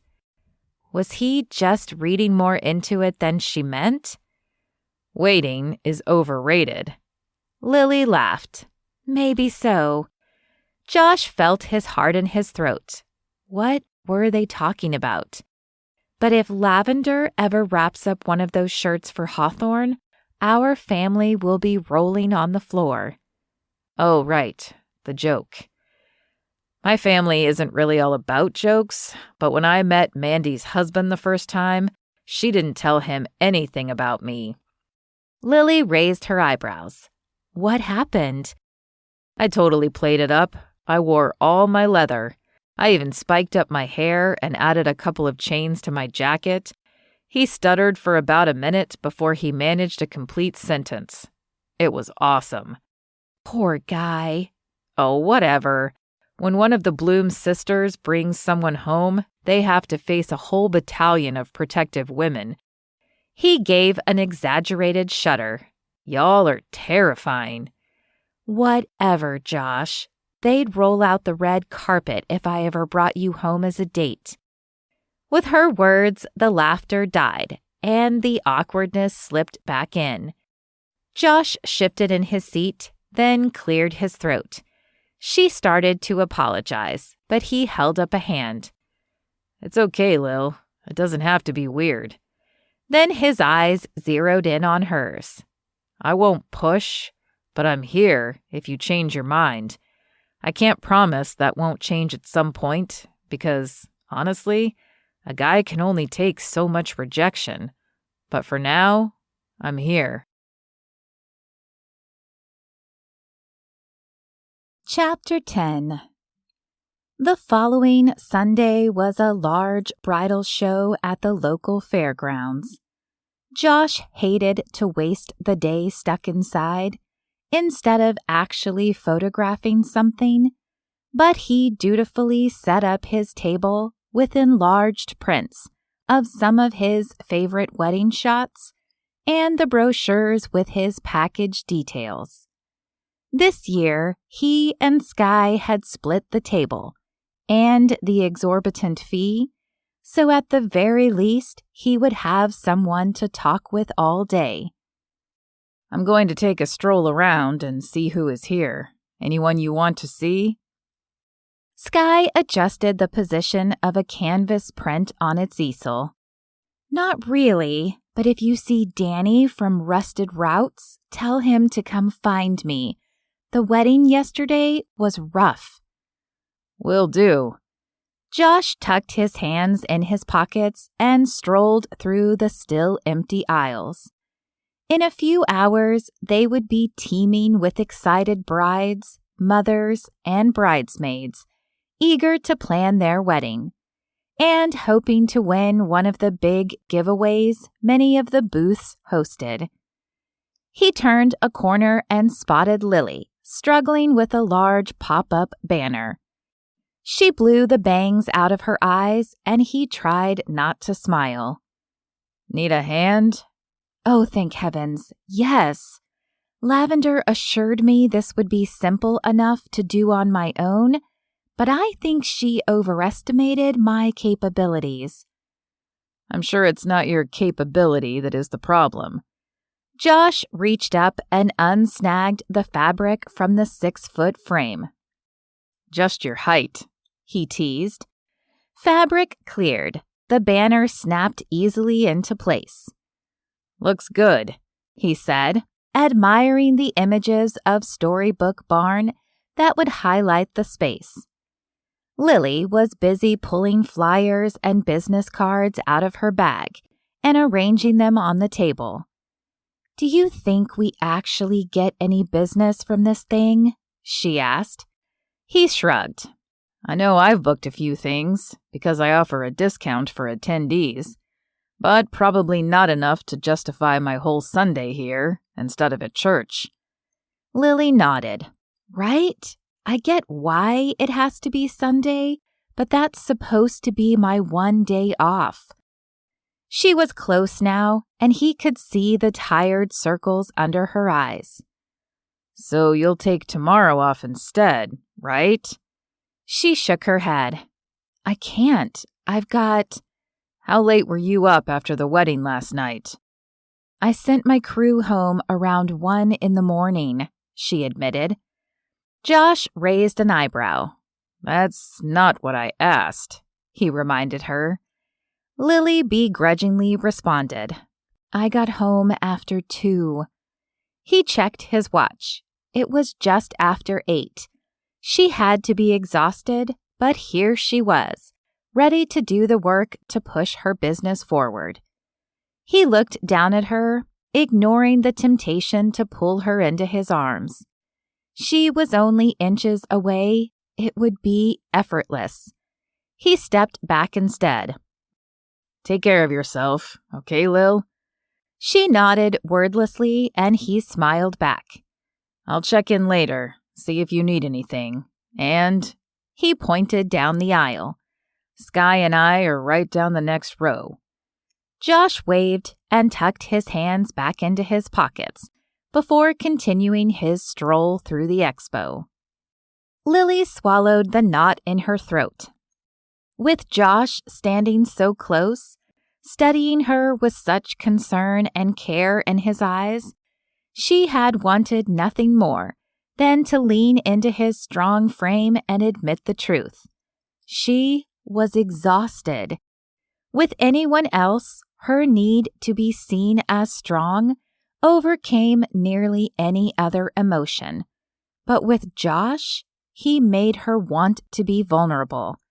Somehow, she knew that she could fall apart in his arms and he would be the strong one. To her, that sounded a bit like heaven, to not have to be the strong one all the time. Lily wiped the moisture from the edges of her eyelashes and turned back to the task at hand.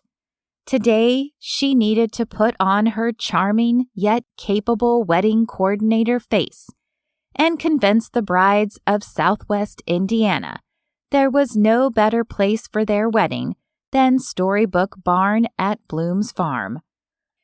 She needed to ignore the fact that she'd hoped Josh would tip his finger under her chin or lay his strong hand on her shoulder. Lily definitely needed to ignore the way her stomach had twisted in disappointment when he'd turned away instead. When Josh came back to her booth 10 minutes later, holding 2 cups of coffee, she tried to convince herself her happiness was because of the coffee he extended instead of the gorgeous smile he wore so well. "Bless you," she said dramatically, before opening the lid and inhaling the aroma. She glanced at the shade of tan and took a hesitant sip. "You remember how I take my coffee?" He smirked. "Lily, I'm at Bloom's farm more than I'm at my own parents' house. You drink the same coffee the morning of every wedding." He stepped closer. "Also, I find that I'm exceptionally observant when it comes to you." His gaze dropped to her lips, and she pulled in a quick breath, waiting, hoping. She remembered just how close to kissing they'd been in the loft. Then there was space, and Josh was backing away, a smile on his unshaven face. "If you ever decide to stop pushing me away, maybe all these years of observation won't have gone to waste." Lily felt the heat rise in her cheeks, and it wasn't from the steaming coffee she held. Josh knew exactly what he was doing to her, and she knew her resolve was slowly crumbling. But if she decided to say yes to Josh, she knew there was no going back. How could she know she was ready? On Wednesday, she and Daisy finally sat down in the living room of the bed and breakfast. Lily admired the beautifully decorated but inviting space. "Looks great in here, Days." "Thanks. We've been keeping really busy, even during the week, which is great." Lily filled with pride at the accomplishments of her younger sister. Daisy had worked tirelessly on every detail of restoring the historic farmstead house to turn it into a bed and breakfast. People love having the option to rent it out for their weddings, too. Daisy beamed. "That's good to hear." Lily patted her binder, currently a pastel purple. "So, are we ready to finally chat about this wedding, or what?" Daisy hung her head in her hands and groaned. "Do we have to?" Lily frowned in confusion. "Come on, Days. What's going on?" Her sister shook her head. "Lance keeps bugging me about it, and Mom does too. It's just stressing me out." Lily could understand that. Weddings were stressful. "That's why I'm here, dork. All you have to do is give me a green light, and I'll make everything happen. Unless..." Lily's eyes widened.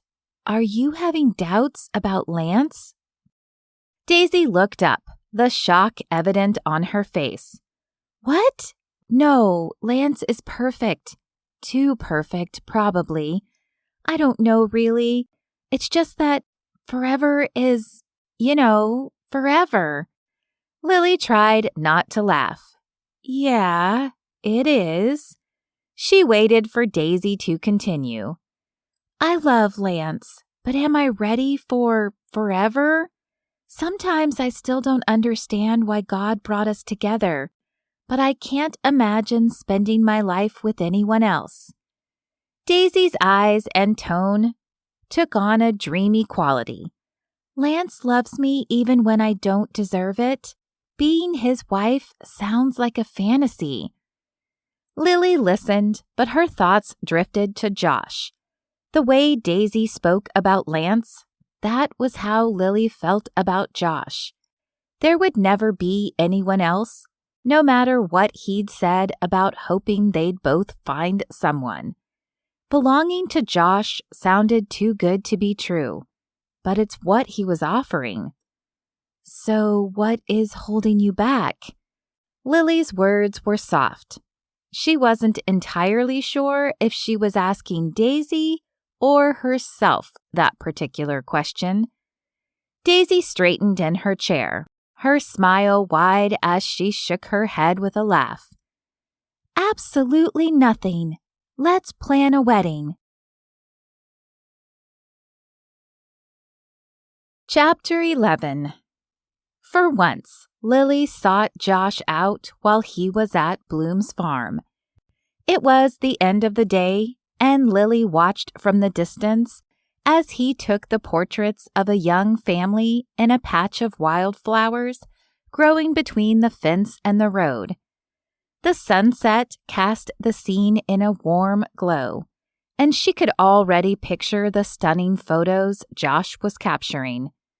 Josh did a goofy dance move, getting the toddler to giggle, and quickly pulled his camera up to capture the joyful faces. Lily smiled with pride. He really was something special. Josh showed them a few pictures on the small screen of his camera, then waved goodbye as they loaded into the minivan parked in front of his sedan.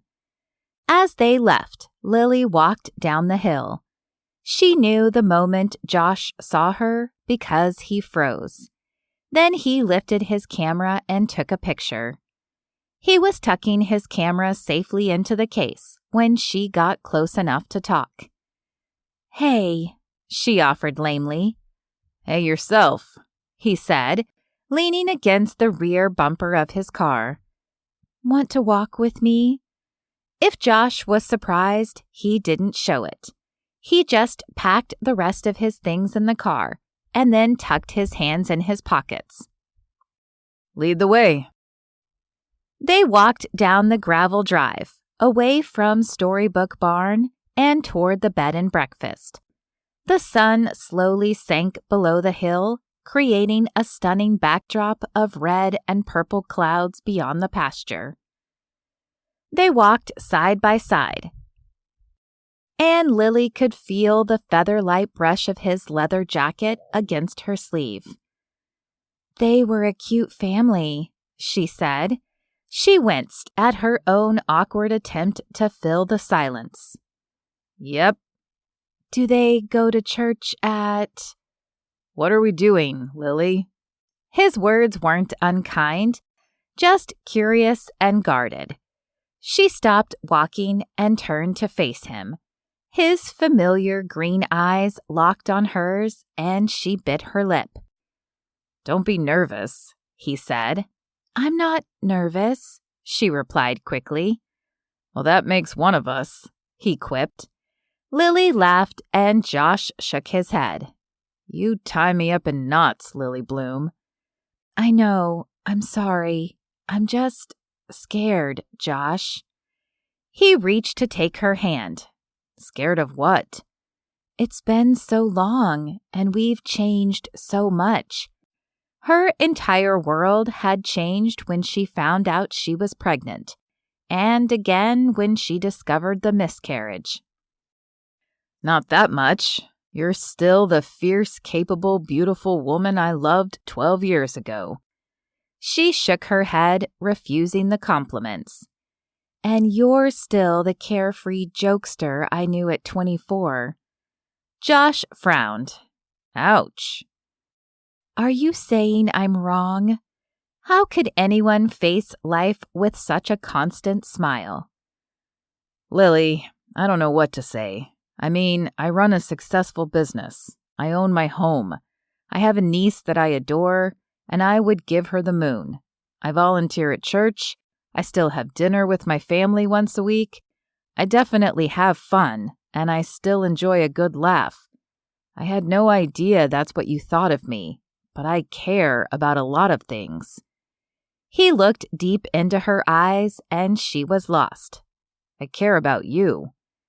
Lily's fingers trembled, and she pressed her lips together. I guess I never looked at it that way. Have you looked at all, Lily? I've thought about us hundreds of times over the last 12 years. Are you saying you haven't wondered what might have been? Lily fingered her necklace.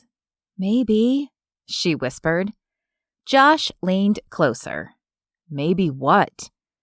I've thought about it. Of course I've thought about it. Every time I would see you at church or see you at a wedding, it all comes flooding back. But Josh, it's too much. Tell me what you want, Lily. If you want me to go, I'll go. But you should know that it means I'm not coming back. Not just to Bloom's farm. It means I'm done with family brunch. I can't be a part of your life if I'm not a part of your life. Lily considered his words. Josh, who had always been there on the periphery of her life. If she said stay, he would. Visions of herself, finally in a white dress like the brides she watched get married week after week, filled her thoughts. If she said go, he would do that too, and so would her faint hopes at a forever. She should say no and tell Josh no, but the phantom memory of their almost kiss in the loft still tingled on her lips. The deep awareness and exhilaration of sitting on Josh's bike and wrapping her arms around him was too strong. She should say no. Tell me what to do, Josh pleaded with her. Stay, she whispered. I'm tired of pushing you away, Josh. It took a moment, but the corner of his lips twitched into a crooked smile. Come again? Typical Josh, to make her linger in this moment of embarrassment. She shook her head. Never mind. He laughed, then reached for her hand. You're not getting away that easily. I believe you said you were tired of pushing me away. He tipped his head and waited for an answer. Okay, yes, that's what Her words were cut off when his lips met hers and every thought disappeared. All the pieces fell into place. Her disjointed life suddenly made sense, like it had all been leading up to this moment. She leaned into his strong frame, pressing up onto her toes to get closer. It felt like hundreds of years had passed since she had known the sensation of a man's lips on hers. Not just any man, this man, the one who her heart seemed destined to love forever. His lips were soft, yielding against her own as she drank in every moment of her surrender.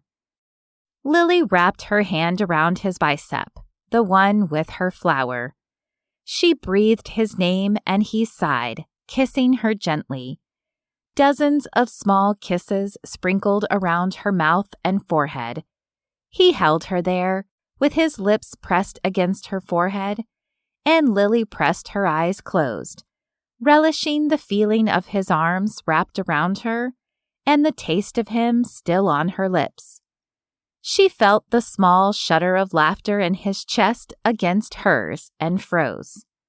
So help me, Josh, if you laugh at me, I'll tell Hawthorne about your secret love of ponies. Josh's laughter became unrestrained at that, and he squeezed her tightly. I'm not laughing at you, sweet Lily. He created space between them and ducked to look in her eyes, a hint of laughter in his own. I'm a little shocked and convinced that I'm going to wake up and find out this was a dream. I can pinch you if you want, Lily said with a hint of teasing. They were really going to do this. One rule, she said. Anything, Josh agreed. We crossed the line once before. This time, we do it right. Nothing unchaperoned. Kisses only, he confirmed. No haylofts, she added with a smirk. No haylofts. Josh's eyes widened at her joke, and he pulled her back in for a hug. Have dinner with me tonight, he said. How do you feel about fancy tacos?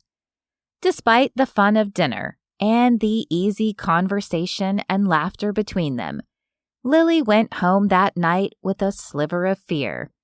If she and Josh had a chance, she needed to tell him the entire truth about what happened 12 years ago. The truth that would reveal her as the heartless, selfish monster that she was. And then his look of adoration would surely be replaced by one of loathing. Lily set her planner on the counter and hung her purse on the hook by the door. She put her shoes back in the empty spot in the entry closet, returning everything to its place. Her watch chimed, and Lily smiled at the message from Andy. I'm going to call you in 5 minutes. I'm assuming you're free. She and Andy talked frequently. It helped that they were both single, and that Lily had little in the way of social obligations to keep her from answering when Andy felt like talking.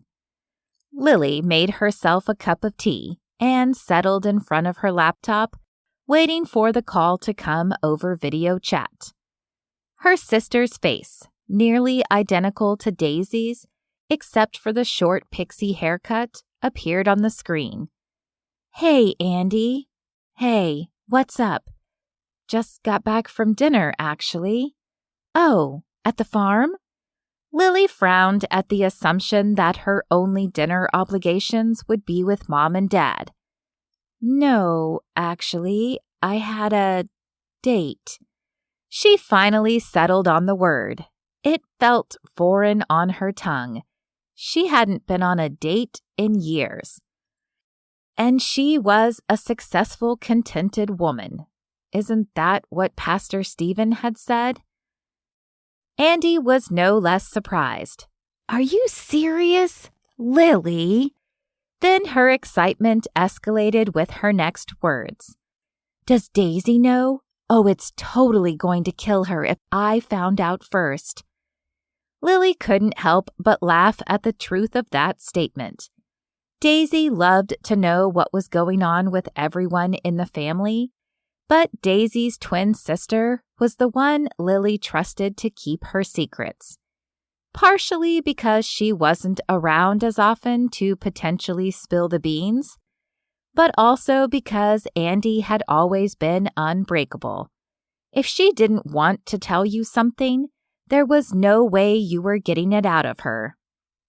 Lily remembered sharing things with Andy on more than one occasion that she hadn't shared with anyone. Of course, she hadn't even told Andy about the truth of what happened with Josh. Andy was still talking and Lily tried to focus. You have to tell me who it is. Is it Stephen? I always thought he was too good-looking for a single youth pastor. Lily smiled. No, it isn't Stephen. It was Josh. She shut one eye and looked at the screen with the other, unable to hide completely from Andy's reaction. Josh Elliot? Her sister's incredulous tone was pretty much exactly what Lily had expected. She nodded, then covered her face with her hands as she felt it growing flush with embarrassment and excitement. It had been a truly excellent date. Andy looked confused. Annoying Josh? Hawthorne's friend? Lily nodded. Yeah, it's pretty crazy, right? I'll say, who would have thought after all these years? We actually dated once before while he was still in college. She didn't mean to tell her sister that, but it still felt a little surreal that they were back together. Seriously? What broke you up back then? Leave it to her sister to cut right to the heart of the matter. It was a long time ago, Andy. We were young. You know how it is. Andy raised an eyebrow. Not exactly. Lily realized her mistake. Andy had joined the Army at 18 and gone straight to boot camp after high school. The Army didn't leave a lot of time for relationships, especially for a woman. I'm just saying, just because it didn't work out when I was 24 doesn't mean it won't work out this time. But why didn't it work last time? I hardly remember, Lily lied, flipping her hair and trying to remain casual. She didn't know if Andy bought her lies, but thankfully her sister moved on. Well, I'm glad you had a good time. It's about time you had a social life. Talk about a black kettle. Lily raised her eyebrow at her sister.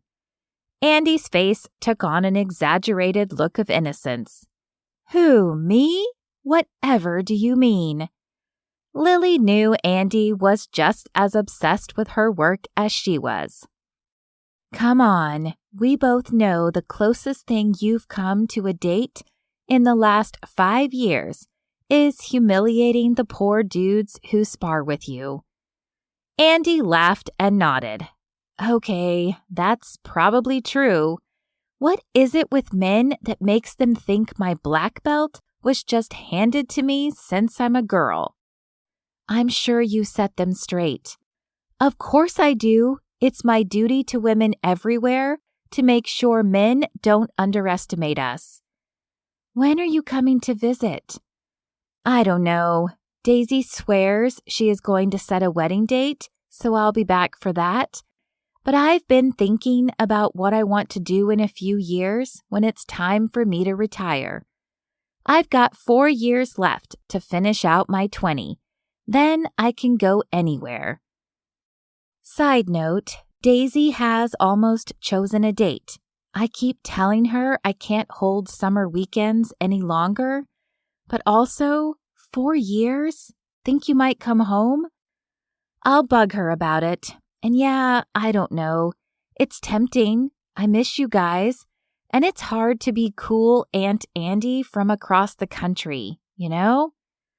Yeah, that makes sense. Well, I've got a room with your name on it at my place whenever you want it. Andy smirked. Yeah, okay. By the time I make it back, you and Josh will be married with a little one on the way. Lily raised her eyebrow. I'm 36, Andy.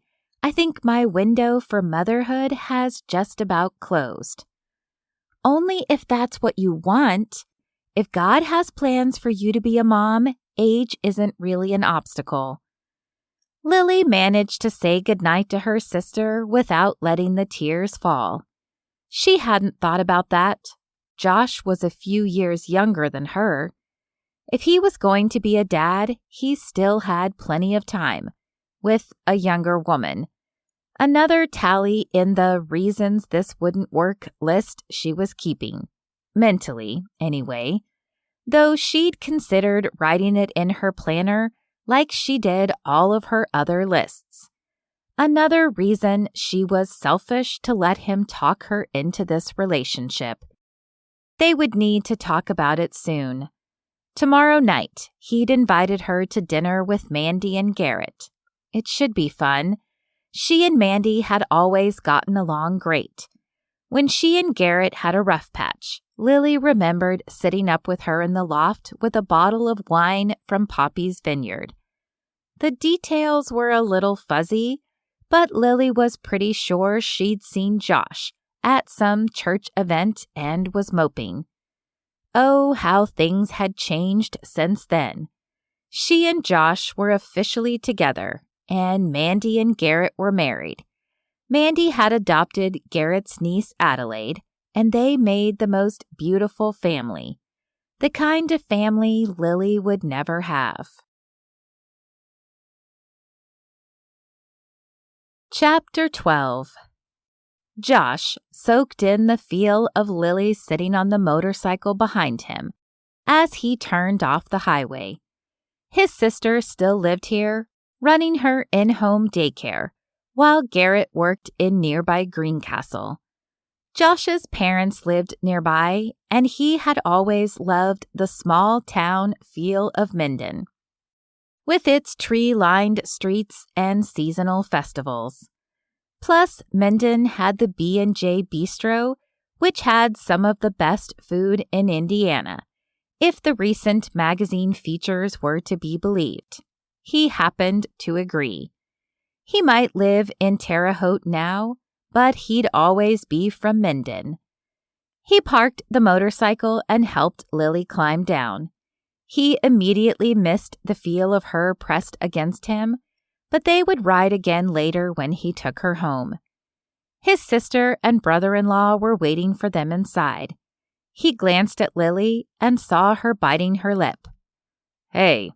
He grabbed her hand. You're not nervous, are you? She shook her head, but he could see the insecurities in her eyes. Mandy loves you. You know that. Where was this coming from? Lily was the most confident woman he knew. It's just a little different now. Well, that's true, but Mandy is going to be thrilled. Lily smiled and they went inside. Josh spotted Adelaide first. Her dark curls and seemingly constant movement caught his eye immediately. He grinned at his niece, then flashed her a silly face. She dissolved into giggles, which caught the attention of his sister. After hugs and introductions, they sat.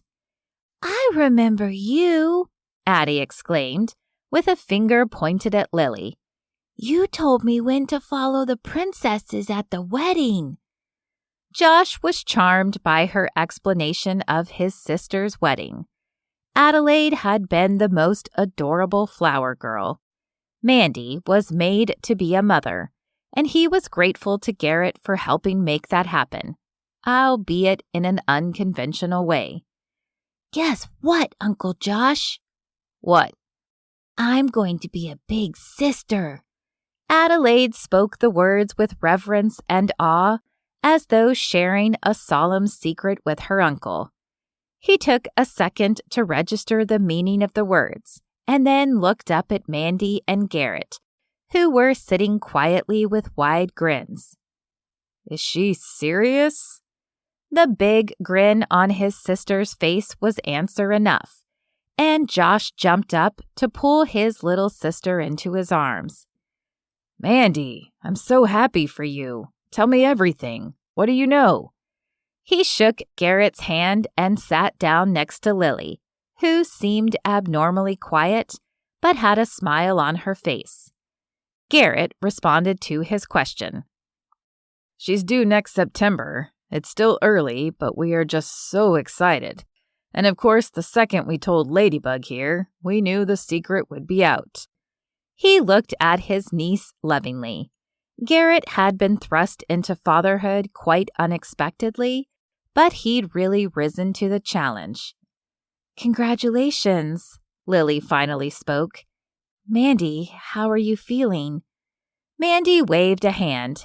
"Oh, you know, mostly like I run a marathon every single day, on an empty stomach." Josh didn't like the sound of that. He looked at Garrett, hoping the doctor would supply some answers. "It's perfectly normal," Garrett assured him. "I'll pray that it passes soon for you, and for a healthy pregnancy," Lily added. "Yes," Josh agreed. "In fact, I'd like to pray now." Mandy wiped a tear from her eye. "Thank you so much. I'll admit, I'll be a bit of an anxious wreck until we see that everything is fine around 5 months. Last time, she shook her head, unable to finish. Josh squeezed her hand across the table. Mandy's unexpected pregnancy in college had ended in a stillbirth, and she had struggled with it for a long time. He held Lily's hand on one side and Adelaide's little hand on the other, and thanked the Lord for the new life growing inside his sister. He couldn't wait for another niece or a nephew to spoil. How cool would that be? Almost as cool as someday having kids of his own. He squeezed Lily's hand and let it go. It seemed he was finally closer to that possibility than he'd ever been before. Lily fought the crushing guilt and tried to focus on dinner. Mandy was pregnant. That was the only thought that kept reverberating through Lily's mind. Mandy was pregnant, and why shouldn't she be? Mandy was a few years younger, the same age as Andy and Daisy, and she was happily married to Dr. Pike for almost a year at this point.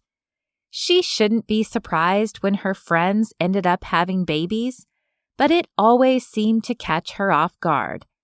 Poppy was pregnant, due in just a few months. She meant what she'd said to Mandy about praying for the pregnancy.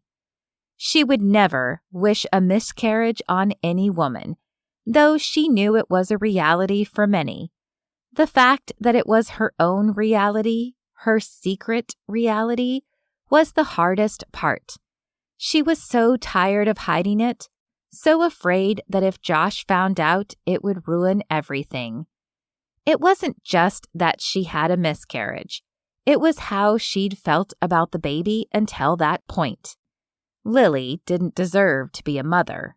Thankfully, Mandy did. Lily turned back into the conversation. Adelaide was talking on and on about her little sister and what she would do with her. Josh tickled the little girl under the chin. What if it's a little brother, Addie? He winked at Lily, and she felt her heart crack a little more. He would make an amazing father. Addie considered it for a second, then shrugged. That'll be fine. I can still paint his nails, right, Mommy? Mandy chuckled and said, We'll see. After dinner, they walked down the road to the Minden Town Park and let Addie run on the playground.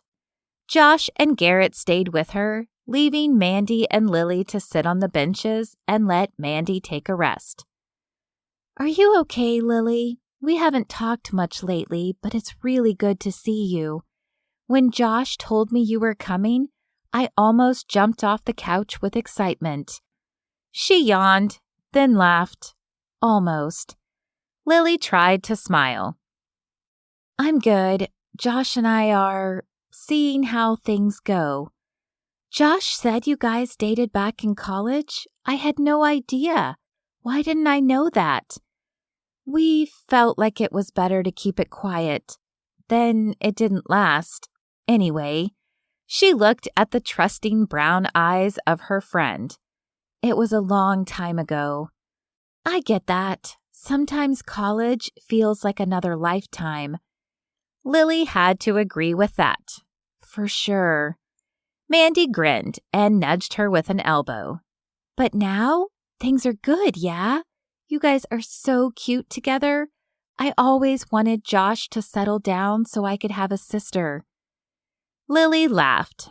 Come on, you were already basically a Bloom sister anyway, with how much you and Josh hung out on the farm. It's not the same, so spill, girl. I won't get any good details from Josh. Lily laughed and turned to watch Josh push Addie high on the swing and run underneath her. It's great, Mandy. Josh is a great guy. But Lily could feel Mandy watching her. She sighed. I don't know if it's going to work, she admitted. Mandy sat up straight. What do you mean? You guys are perfect together. What are you waiting for? Josh is great. You said so yourself. It's not that. Then what is it? I knew Josh was hung up on someone for the last 10 years since I started paying attention. I didn't know it was you, but now that I do, I don't understand why you are pushing back. Lily shook her head. You don't know the whole story, Mandy. No one does. She hung her head, staring at her knees. Not even Josh, she whispered. What does that mean? Lily groaned and leaned back. She checked to be sure the guys were still out of earshot. Her secret had been eating away at her. Right now, she needed to tell Mandy. Josh told you we were together 12 years ago, right? Mandy nodded. Okay, well, he didn't tell you the whole story, why we broke up. I just figured, college. Lily shook her head. It was more than that. We got serious fast. We spent almost every day together, late nights and early mornings. Things got heavy and we were talking about forever. It seemed inevitable. We loved each other so much. Lily swallowed and forced herself to admit what they'd done. We slept together, even though we both knew better, even though we'd both intended to wait. It was too much. We weren't good for each other. We had let each other compromise our faith and our ideals. So we split up. I stayed at the farm, and Josh went back to finish his senior year. Mandy frowned at her. I mean, I get it. That's a big deal, don't get me wrong. But what does that have to do with now? You said yourself that was a long time ago. You are older, more mature. You have more self-control. That's not everything. Lily watched as Josh chased Addie across the monkey bars. His legs bent so they wouldn't drag on the ground. Her squeals of laughter could be heard across the park. I got pregnant. She heard Mandy's sharp intake of breath as she stared across the park. I was terrified. One night together was all we'd shared, and by the time I realized it, he was halfway through the semester and we hadn't talked in months. Lily was fighting back the tears now, and the burning in her throat was agony. I prayed and prayed for God to take that baby away. She pressed her eyes with the palms of her hands. And he did, she finished simply. Mandy's arms wrapped around her, and Lily leaned into her friend. Lily Bloom, your prayers or your wishes did not doom you to a miscarriage. I know it's easy to feel that way. Believe me, I know. There were moments when I wished Rebecca away as well, but her stillbirth wasn't because of those wishes. I can't tell Josh. It would destroy him. You have to tell him, sweetie, when you're ready, but I think he'll surprise you. Lily shook her head. He deserves to be a father. Mandy looked at her. I agree, but I don't think it's too late. Lily scoffed. What is it with you and Andy? I'm 36. We haven't even been dating for that long. What does that matter? You and Josh have known each other for 20 years. Why would God give me another baby? I didn't want the first one. Oh, come on, Lily. God gives us gift after gift after gift. Even when we reject Him again and again and again, He keeps giving. He keeps being good. Lily heard the passionate belief in her friend's voice. I wish I had your faith. You'll find what you search for. Garrett and Josh started to walk their way, swinging Adelaide between them by her arms. Mandy turned to her again. I'm just saying, you need to give Josh a chance, and you need to give yourself one too. Stop punishing yourself for the sins of long ago. God forgave you. Josh will too. You just have to forgive yourself once and for all. Lily discreetly tried to dry her eyes, knowing she probably had red circles around them. Josh would notice. He always noticed the things she didn't want him to. He gave her a concerned look, but she waved him off with a short shake of her head. They said goodbye to Mandy, Garrett, and little Addie, after walking back to the motorcycle parked in front of the bistro. Josh held out the helmet to her, but pulled it back when she reached for it. Are you going to tell me what happened back there? His words were soft and kind, his concern for her showing in his eyes. Lily smiled. I will, but not right now, okay?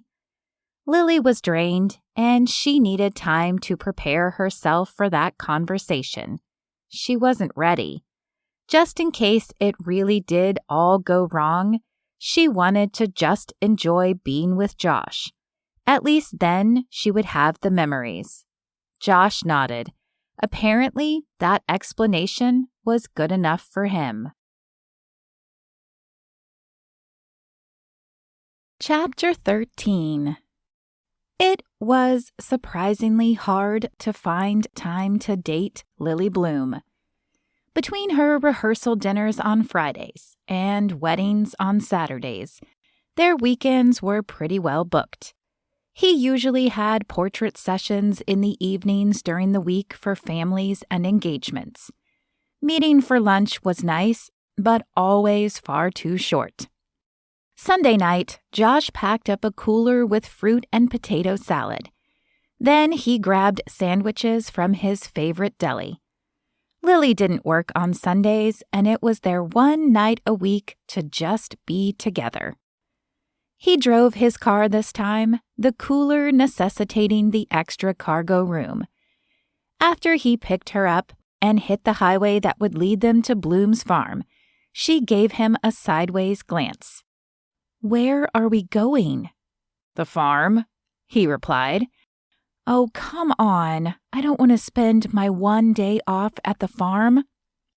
We aren't going to be anywhere near Storybook Barn. I suspect you haven't been down to the creek in ages. Am I right? We're going to the creek? Her interest was piqued, he could tell. Yep. The creek at Bloom's farm had always been the best place to hang out. As teenagers, they swam in the creek all day and roasted marshmallows over a bonfire in the evenings. All you needed was bug spray and some camping chairs. Every so often, Keith would bring in a load of sand for the beach. Oh, all right, but Hawthorne better not show up with a super soaker. Josh laughed at the reference to one of his and Hawthorne's favorite pastimes as kids, torturing the girls. No super soakers, he promised. No snakes either. She was smiling, though. That was a good sign. It was risky, bringing her to the farm. He knew she spent most of her time there, even though she insisted on keeping her place in the city. But it felt right to bring them back to the place where they'd grown so close all those years ago. They made the short walk to the clearing on the other side of the trees. It was a cool spring night, and the creek would be flowing quickly with the recent rains. Josh started a small fire. The Blooms had a larger bonfire circle in the corner of a pasture for large parties, or burning bigger piles of downed trees. But this little circle of stones was perfect for a circle of no more than 10, and even better for just 2. They positioned their chairs so they could see both the fire and the creek, and the crackling wood combined with the gentle babble of the water was the perfect soundtrack to their evening. As they ate the picnic Josh had packed, he asked about her week. The wedding yesterday hadn't been one he was involved with. It went as well as we could have hoped, actually. Believe it or not, we had to check IDs at the door. Josh gave her a confused look. I had to bring in some extra help. We played it off like it was for the bar service, but actually the groom had a restraining order on someone, and he threatened to show up. It was a whole thing. Thankfully, there was no drama. Josh frowned. He didn't like the idea of Lily caught in the crossfire of that kind of situation. He knew firsthand that emotions ran high at family events and that Lily could handle herself, but it was still scary. At least this week we'll both be there, right? She nodded. The Bussy wedding, right? And you'll be at Harrison's event on Tuesday night, right? Josh nodded. Yeah, Lavender asked me. I don't know how you manage so many events at the barn. You'd think weddings would be enough. Lily shrugged. I actually prefer the other events. Nobody cries if the centerpiece is crooked for their annual sales meeting. That made sense. Definitely less pressure. She nodded. Yeah, but weddings are where the money is, and it is kind of nice, I guess. What is? Seeing people get married and all that romantic stuff. Ah, Lily Bloom, you old softy. The blush rose in her cheeks and Lily laughed. I'm just saying, some of them are bound to last. It's nice to see. So you've planned how many weddings now? Oh, I don't know, 100? Maybe more? And what about your own wedding? Saving the best ideas for that? Lily smiled and shook her head. No, if I get married, it will be small. Family only. Potluck dinner. She looked around at the clearing. Right here, maybe. Josh's mind wandered as he surveyed the space. Lily in a white dress, he in a suit, Adelaide as a flower girl, and a few dozen chairs set up for family. That sounds perfect, he agreed. Both he and Lily had done some extravagant weddings, seen tens of thousands of dollars spent in the matter of a few hours. And they'd seen smaller, sweet weddings with a shoestring budget, but no lack of love or laughter. Lily, do you ever think about where we would be now if things had ended differently between us? If we'd kept dating, gotten married, the whole 9 yards? Sometimes. Lily flashed him a cynical smile. Odds are we would be divorced. Josh rolled his eyes at her. Come on, Lil, I'm serious. So am I. Over 50% of marriages end in divorce. Not us, he disagreed. You don't know that. Sure I do. I love you, Lily Bloom. Nothing could ever change that. Lily stared at the fire, easier to see now that the daylight was dimming. Is that really enough? Josh took her hand, leaning forward in his camp chair to get closer to her. Don't underestimate the power of love, Lily. Omnia vincit amor. At her confused look, he translated. It's Latin. Love conquers all. Look at you, all scholarly. Josh stood up and pulled over the collar of his shirt to reveal another tattoo. He couldn't see it, but he knew what Lily would be seeing. A stylized lily outlined with the phrase he'd just repeated to her. Omnia vincit amor. I know why I had to let you go 12 years ago, Lily. We weren't ready, but we're ready now, and I'm all in. I need to know that you are too. Lily inhaled deeply, but didn't open her mouth to speak. Josh continued. It doesn't have to be tonight. I've been waiting for you for 12 years. And maybe I didn't realize that was what I was doing, but it is. And maybe you aren't in the same place. But when you get there, let me know, okay? Lily nodded wordlessly, and Josh stood up, letting his shirt slide back into place to cover his shoulder and collarbone. She was having a hard time breathing as she processed Josh's revelation. Another Lily tattoo, a declaration of love? All this time he'd been waiting for her, because he didn't know the truth. And yet, this was the best night she'd had in a long time, the most cherished she had felt. He loved her, and she desperately wanted to believe that it was enough, like he did. Josh, with all of his eternal optimism. He'd always been a glass-half-full kind of guy, whereas she had analyzed every situation with almost ruthless objectivity.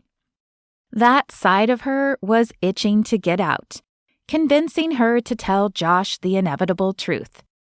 But equally as strong was her heart, reminding her she didn't want to say goodbye yet. And telling him the truth would result in saying goodbye. That was the one thing she didn't doubt, no matter what Mandy had said. Especially with every new piece of information about how Josh carried this idealized version of herself in his memory. He thought if they hadn't broken up, they would still be together. But Lily knew better. She still would have been selfish. She still would have chosen work over him or a family. His tattoos, subtle imprints of his feelings for her, were an homage to the woman he thought she was, not the reality.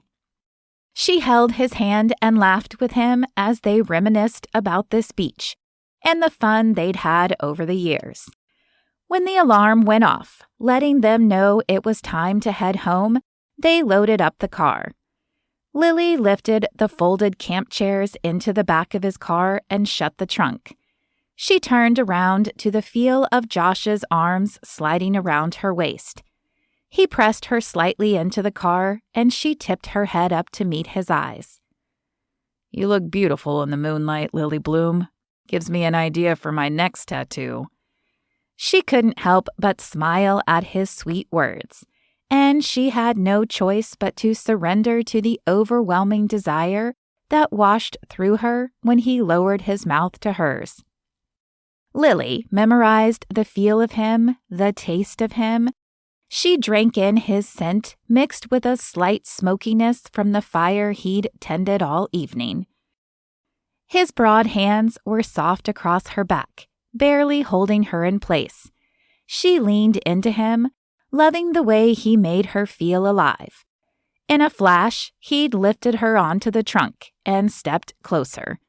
They were eye to eye, and Lily wrapped her arms around his neck as he covered her mouth with his once more. She turned her head, overwhelmed by the heat, and Josh's lips fell softly to her neck. The whisper of a kiss, just there, at the juncture of her shoulder, left her breathless for a moment. Josh stepped back, and Lily sat motionless, waiting for him to speak. He didn't. Not for what seemed like minutes. Lily finally broached the silence. "Josh?" He sighed. "I'm sorry, Lily. I thought it would be easier now." Her head was spinning. "What?" Josh took her hand. "Don't you see? We broke up because I wasn't strong enough to resist my own selfish desires. I should be stronger now." He sounded so frustrated, and Lily reached up to cradle his face in her hand. "You are stronger now," she whispered. "Nothing happened." "But I wanted it to," he said with a tortured groan. "But we didn't." No thanks to her, she realized. It was like her entire brain shut down when he kissed her, and somehow he had the wherewithal to draw the line. "You're going to be the end of me, Lily Bloom." "Back at you, Joshua." He smirked. "No one calls me Joshua but my mom." "I'm sure you've been called worse." She flicked her eyebrows up at him in a challenge. At her retort, he let out a huge belly laugh. "That, my dear, is the truth."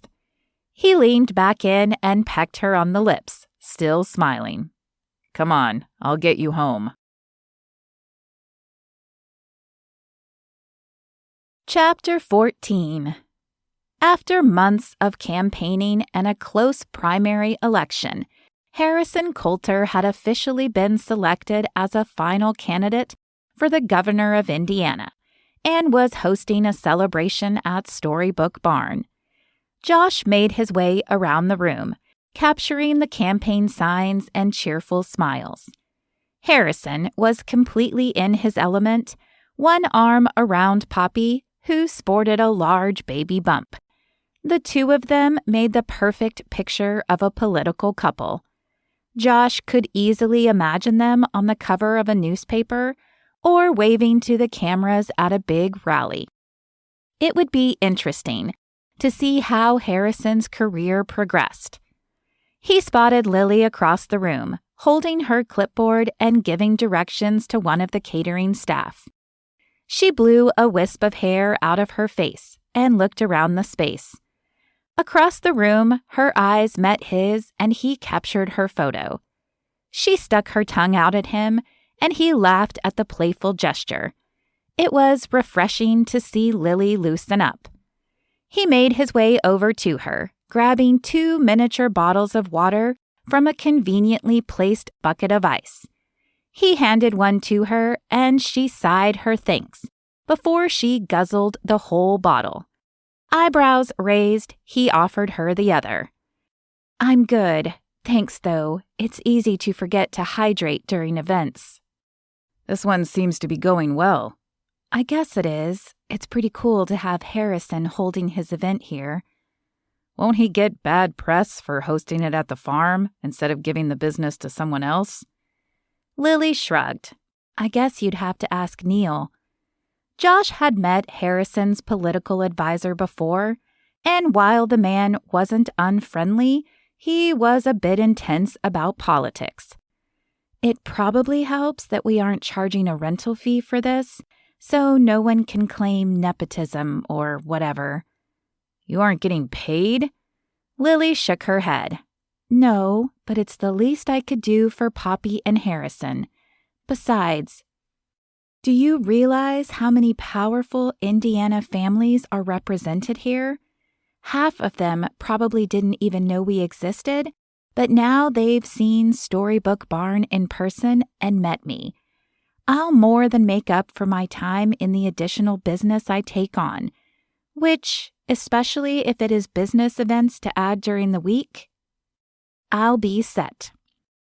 "That makes sense. It's still really nice of you to do this for them." As Josh looked on, Poppy accepted a bottle of water from Harrison, and he kissed her cheek. "They look really happy together," Lily mused. "They really do." "I assume you've heard about how they kept their marriage a secret?" Josh nodded. "Yeah, Hawthorne mentioned that. But at the time, he was looking for permission to take Harrison out to the pasture and knock some sense into him." Lily laughed, and Josh added, "I didn't give it to him." "I wasn't exactly happy myself. I couldn't believe they kept that from us." "I was more impressed that they were able to. Your family doesn't exactly make keeping secrets easy. Too many ears and too many conversations." Lily's smile tightened. "It's definitely a challenge." Josh nudged her with his shoulder. "Oh, come on, Lil. What kind of secrets have you been keeping?" She smiled, but he noticed it didn't reach her eyes. "Wouldn't you like to know?" Josh took her hand. "Lily, I want to know all of your secrets," he said honestly. She rolled her eyes and shook her head at him. "Does your family know about us right now?" Lily shook her head. "No. Well, I told Andy about our date the other night, but I haven't told anyone else." She sighed. "I don't suppose you'd want to come to brunch on Saturday?" "Do I get to hold your hand?" He winked with the question, and Lily blushed. He loved that he could get those reactions out of her. "I'm not sure that's a good idea. Any idea how Hawthorne might take this?" Josh considered. "Hawthorne is either going to be thrilled or threaten to take me out to the pasture. He might even get Harrison to help at this point," he joked. Despite his light tone, the concern was real. Hawthorne had always been like a brother to him, and not knowing how Hawthorne would react to him and Lily would be stressful this week. Maybe I'll try to meet up with him this week and give him a heads up. That way we are only springing the news on a dozen people." Lily smiled. "Pretty soon, the dining room won't be big enough to hold us all." Josh laughed. "I think your mom is so thrilled her children are finding their matches. She'll have Lance build her an addition to make it bigger." Lily laughed merrily, and Josh swelled with pride at how he had lightened her mood. These days, it felt like his entire life was about how he could brighten Lily's day. "You might be right." Lily pressed a small button on the wire of her headset. "I'll be right there." She gave Josh an apologetic smile. "Sorry, duty calls." "Go. I should go take some more photos anyway. After all, one of us is getting paid." He smiled. On Saturday morning, Lily ran around Storybook Barn, making the final adjustments for the wedding that evening. It would be a little easier because the couple wasn't using the chapel and wouldn't arrive until later. But her racing heart wasn't because of the wedding today. It was entirely because Josh would be arriving for brunch in just under a half hour. It shouldn't be a big deal, since over the years, Josh had crashed family gatherings on a fairly routine basis. At least until Hawthorne's dark period. But brunch was different. When Hawthorne's wife Avery had been invited to brunch by their mother a year and a half ago, it had been the first time in ages that Saturday brunch was more than just immediate family. Since then, their family circle had expanded to include Daisy's fiancé Lance, as well as Harrison, and last fall, Josh's roommate Emmett. Bringing someone to brunch seemed to be a pretty good indicator that they would be around for a very long time. Lily wasn't sure how she felt about making that proclamation to her family. They all loved Josh. Sometimes it seemed very possible that they liked Josh more than they liked her. And what wasn't to like? He was funny and boisterous. He was kind and generous and always offered to help. Lily knew she wasn't usually one to take part in the playful banter that always erupted between Rose and Hawthorne or Daisy and Poppy. As the oldest, she'd always felt a little outside, especially since her whole world changed and she began to carry her secret shame. Somehow it felt wrong to laugh and joke when she had robbed her baby of life. But Josh carried none of that same guilt. His light-hearted, outgoing charisma was bound to draw people to him. Working weddings together had revealed that Josh knew far more people than she would have expected. From his active participation at church, he knew years of high school graduates and their parents.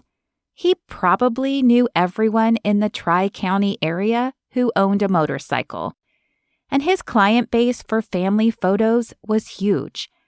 It all resulted in the kind of network that meant when she and Josh sat at a restaurant, their table became a carousel of people stopping to say hello. While Josh was always polite and introduced her, Lily felt a little disjointed. It was another reminder of how different they were and why he would be better with someone else. Some young, bubbly woman who wasn't haunted by shadows of the past. And yet, this morning, Josh was coming to brunch with her. Lily straightened centerpieces and left a note on the back door for the DJ coming later. Then she started the 10-minute walk to the main house. On the way up the road, the familiar roar of a motorcycle grew closer. She turned to see Josh's bike coming up the road, slowing to a crawl as he pulled next to her. He nodded his head to the seat behind him. She pulled the edge of her skirt up with raised eyebrows. He shrugged and pulled ahead to the house. A minute later, Josh walked back down the road to meet her. Lily smiled at his dark jeans and the white, short-sleeved button-down that revealed the tattoos he often kept hidden. Good morning, beautiful. He greeted her with a kiss, and all of Lily's anxiety about the morning flew away with the cool breeze across the pasture. Chapter 15. When Josh broke the kiss, Lily's fingers found her necklace again, and Josh couldn't help but watch her fiddle with the green stone. What's the deal with that necklace anyway? Some other guy give it to you? Lily looked confused, but Josh pointed to her hands. What? Oh, this? She held it out. No one else gave it to me. She gave him a shy smile. Actually, it's kind of embarrassing. Well, now I have to know the story. I bought it for myself after we broke up. Josh frowned. What was she saying? She cleared her throat and her steps faltered. It's the same green as your eyes, okay? Josh thought of all the times he'd seen Lily reach for that necklace, twisting it between her fingers as she listened to the vows of a young couple or lost deep in thought. That's your Josh necklace? He clarified. Look, it's not like a tattoo. I can take it off whenever I want to. But you never do, he stated. She released the necklace and grabbed his hands. No, I never do. Well, now wasn't that an interesting tidbit of information about the woman he loved? Perhaps Lily wasn't as unaffected by him as she had always seemed. Josh held Lily's hand as she led him through the garage door and into the house. They stepped into the kitchen, and the chatter of the morning came to a halt. Laura gasped and broke into a broad smile. Josh tried to meet Hawthorne's eyes, but his friend was staring at the joined hands between him and Lily. Hey, y'all. I thought I would crash the party this morning. Josh resorted to his standard tactic of trying to relieve the tension with a joke.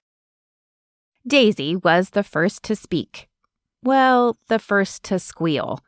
Her high-pitched expression of excitement broke the silence, and she glided across the kitchen to wrap Lily in a hug, then pulled Josh in for one too.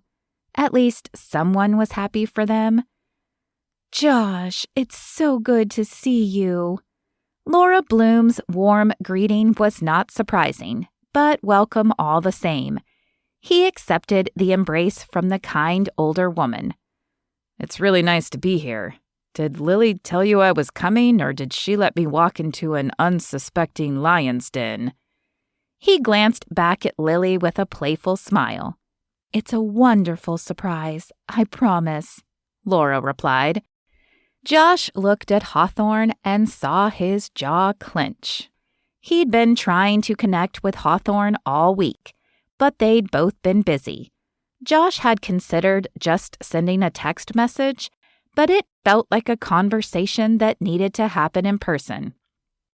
H, could I talk with you for a second? Hawthorne stood from his place at a bar stool and walked wordlessly into the living room. Josh turned to Lily and saw the wrinkle of worry on her brow. He flashed her a reassuring smile and squeezed her hand before following Hawthorne. Hawthorne stood at the entrance to the hallway. There was little privacy to be found in the open-concept living space, but when Josh approached, Hawthorne retreated further into the narrow space. What the heck, man? Josh looked at his friend and kept his words slow and respectful. Hawthorne, I'm sorry to spring this on you. I wanted to tell you, but we just haven't had much time to hang out. How long have you been hung up on my sister? Hawthorne's tone was incredulous. Honestly? Hawthorne nodded, waiting expectantly for an answer. Since I was 16? Hawthorne exhaled as though Josh had punched him in the stomach. Josh hurried to explain further. We tried it once, a long time ago, but the timing wasn't right. Hawthorne, I would never hurt Lily. You know that. Hawthorne shook his head. I know. I just can't believe it. You two barely like each other. Josh laughed. Yeah, I assure you that is not the case. I think it was just easier for both of us to pretend there were no feelings. But I've loved your sister for at least 12 years. And her? Does she feel the same way? Josh pressed his lips together. I don't know. Sometimes I think so, but you know Lily. She's hard to read, and she definitely isn't going to come right out and say it. But the fact that she invited me to brunch is a good sign, don't you think? Hawthorne considered these words and nodded slowly. I see what you mean. His smile grew wider, and he reached out to slap Josh on the shoulder. Dude, we could be brothers. Josh grabbed his hand and gave Hawthorne a hug. We were already brothers. You know that. But I would love nothing more than to marry your sister. Hawthorne pulled back and gave a sharp pfft before retorting, If she'll have your crazy butt. With the tension gone, Josh and Hawthorne walked back to the kitchen, laughing and joking around. Lily was chatting with Rose, and Laura was finishing breakfast with the help of Avery and Lavender. Poppy and Harrison were back in Indianapolis after the campaign event earlier this week. Keith Bloom sat at the table, slowly drinking his coffee and observing the controlled chaos of the large family gathering. Josh poured himself a cup of coffee and took a seat next to Lily's father. Mr. Bloom, how are you this morning? Josh, my boy, don't you think you know me well enough to call me Keith? Keith's speech held a slight stutter, the result of the stroke he'd suffered 18 months ago. Josh smiled warmly.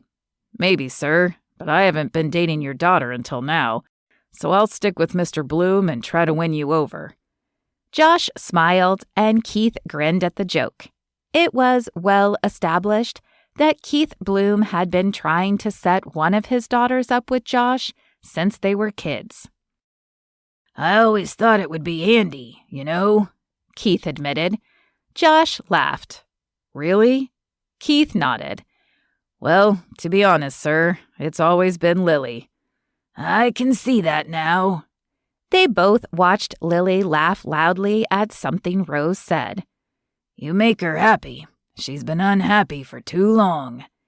Josh couldn't agree more. He'd noticed her permanent scowl over the years, her sharp eyes and furrowed brow. Her eyes deserved to be wrapped in the winking crow's feet that graced them when she smiled, and her delicate features were made for rosy-cheeked smiles. I'll do everything in my power to make her happy for the rest of my life, if she'll let me. Keith patted Josh's hand with a weathered hand of his own. I know you will, Josh. The confidence of Lily's father was reassuring. It seemed natural to find himself amidst the family he loved so much, especially now that he could stand openly beside the woman he loved as well. He took his coffee cup and went to stand beside Lily and Rose. He slid a hand around her waist, and she leaned into him. Satisfied with himself, Josh sipped his coffee and listened to Rose tell a story about Tate, the new farm manager. Lily gave him a look full of questions with a glance at her dad. Josh squeezed her waist. Just checking in with my future father-in-law. He winked. He delivered the line with a confidence he didn't feel. There was still something about the way Lily hadn't expressed the same depth of feelings for him. But he could feel it in the way she kissed him. He could see it in her smile when she didn't overthink things. He noticed it in the way she leaned into him or laughed at his jokes. If Lily would let herself, she would fall just as hard as he had. Could he be patient enough? He'd waited 12 years. Could he wait another few months? Another year? Josh watched Lily walk away as her mother asked for help to set the table. He knew deep in his heart he'd wait as long as it took. It was time to call Mr. Billings and turn down the job. He wasn't going to let Lily go this time. There was a flurry of loud greetings as Emmett came around the corner. Lavender flitted over to him and kissed him on the cheek. Good morning, everyone. I didn't realize my roommate came all the way out here and left without me. Emmett shot Josh a disapproving scowl. Early bird gets the bacon, he replied. There's plenty of bacon for everyone, Laura said with a laugh. Emmett, can I get you some coffee? Josh found an out-of-the-way corner of the room with Lance, Daisy's fiancé. He'd met the man at Thanksgiving, but didn't know him super well. Lance lived in Greencastle, a smaller town not far from Minden. The two men shook hands. Good to see you again. How are things going? Lance talked a little about his business, then raised his voice with a wink. We still don't have a wedding date, but what's the hurry? Everyone laughed, and Daisy glared at him from across the room. I'll get to it. Lance chuckled, then whispered to Josh. Between you and me, I'm going to drag her to the courthouse before too long. This long engagement stuff is for the birds. Josh laughed. I hear Harrison can help with that whole courthouse wedding thing. Lance shook his head. Daisy would kill me, but I've definitely been tempted. Josh looked around the crowded room. Despite the large space, it was growing crowded. Lily and I were joking that Laura was going to need you to add an addition to the kitchen and dining room if we get any more additions to the family. Lance nodded and whispered. Actually, Keith already talked to me about it. A Christmas present for her. That's awesome. Josh watched the family dynamics around him. The artist inside was itching to pick up his camera and capture the laughter and warmth on film. He could see it now, the candid family pictures blown up and hanging on the walls. More art than portraits, but the perfect representation of this family he adored. Next time he was there for brunch, he'd grab his camera bag.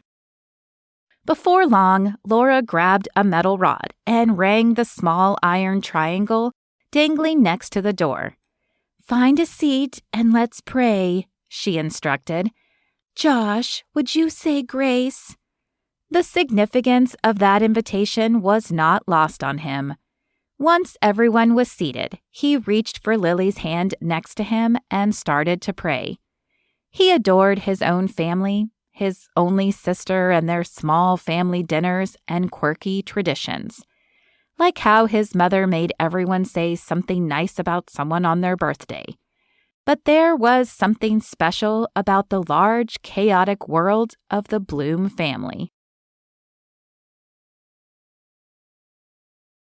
Chapter 16. After brunch, Josh and Lily took a walk back to Storybook Barn. She knew the cake and flowers would be arriving soon, along with the DJ for the wedding tonight. During brunch, her phone had lit up with a half-dozen text messages from the bride, asking anxious questions and giving Lily information she already knew. She'd replied to each one quickly, with reassuring answers or polite acknowledgments. She tucked her phone inside the pocket of her skirt and tucked her hand in Josh's. His bare arm brushed hers, and she reached with her other hand to wrap it around his bicep. The morning fog was burning off as the sun rose, and the sun was streaming through the clouds. Sometimes I forget how beautiful it is out here, Josh said. It was as though he could read her thoughts. I was just thinking the same thing. I think not living here helps me remember to appreciate it. I wish I had remembered my camera. Do you ever get tired of it, taking pictures? Josh shook his head. I suppose it's like any other job, in that it's easy to let it become just a way to earn a living, but I couldn't imagine doing anything else. I look at the world, or I look at a person, and I can't help but think of how they would look if I could capture the perfect image. He looked at her. Like you. I could take 1,000 pictures and never feel like it really captured the nuance. But if I can capture just an inkling of the emotion in a moment or the beauty of creation, it is the best feeling. Lily felt the warm hum of being adored deep within her soul. She could listen to him talk about his photos for hours, and she prodded him along. "What's your favorite thing to photograph?" I don't know. People are the hardest. Emotion is so fleeting, you know? For every perfect picture of a happy couple on their wedding day, with glowing smiles or a perfect kiss, there are 100 discarded shots of awkward expressions or blinking eyelids. God created every person so uniquely, and every photo is the same way, I think. Josh looked at her, then looked away. I've got photos of you, you know. She frowned. What? From before, of course. You remember how I got my new camera that year? But since then, every wedding you've coordinated. I can't help it. I take pictures trying to capture whatever it is about you that draws me in. I felt like if I could capture it in a photo, maybe it would lose its hold on me a little. He stopped their stroll and turned to face her. It never helps, he admitted. Her heart stuttered at the intensity of his gaze. I'm still captivated. Oh, she said. Did he want to be free? She let her gaze drop to the buttons on his shirt. His fingertip found her chin, and he tipped it back up. There is no place I would rather be than under your spell. Lily flushed with pleasure at his words.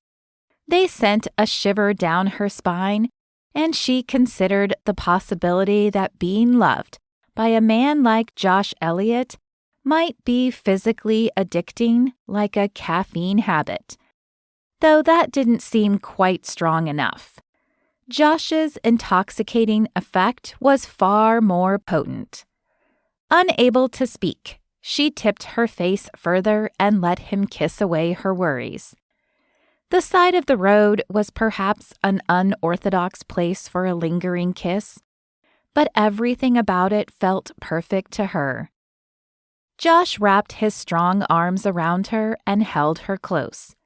Her hands drifted to cup his cheek and wrap around his muscular arm. She leaned into the kiss, deepening it and shutting out the doubts and fears. Josh wanted her. Josh loved her. For some unknown reason, God had given her a second chance. She didn't know how long it would last, but right now the only thing that mattered was Josh's lips on hers. Precious, sweet Lily. Josh whispered her name, and Lily's entire soul hung on the way his lips caressed her name. He pressed another gentle kiss on her waiting lips. When will you see the future I see? Instead of answering, Lily pushed up to her toes and kissed him again. How could she see the same future he saw when she was looking from a different past? Everything within her wanted to ignore the past and simply enjoy the moment. But keeping her secret from Josh was harder with every conversation. Everything would change when he found out, and she would lose her chance for moments like this, tucked safely in his embrace.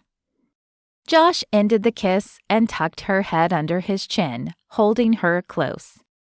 She felt his lips press against the top of her head. She had to tell him, beg his forgiveness. But if he did forgive her, what would it accomplish? If they started now, married quickly, there was a possibility she could have children. If she pleaded with God, would he grant her mercy for the child she'd wished away? No matter what happened, the truth was that her feelings for Josh were as strong as they'd ever been. The words spilled out of her before she could analyze the wisdom of admitting it out loud. "I love you, Josh." She spoke the words into his shoulder as he held her, but she knew he heard her from the way his arms tightened. Another kiss to the crown of her head, and he pushed her back to meet her eyes. His eyes twinkled with joy, and a smile stretched across his face.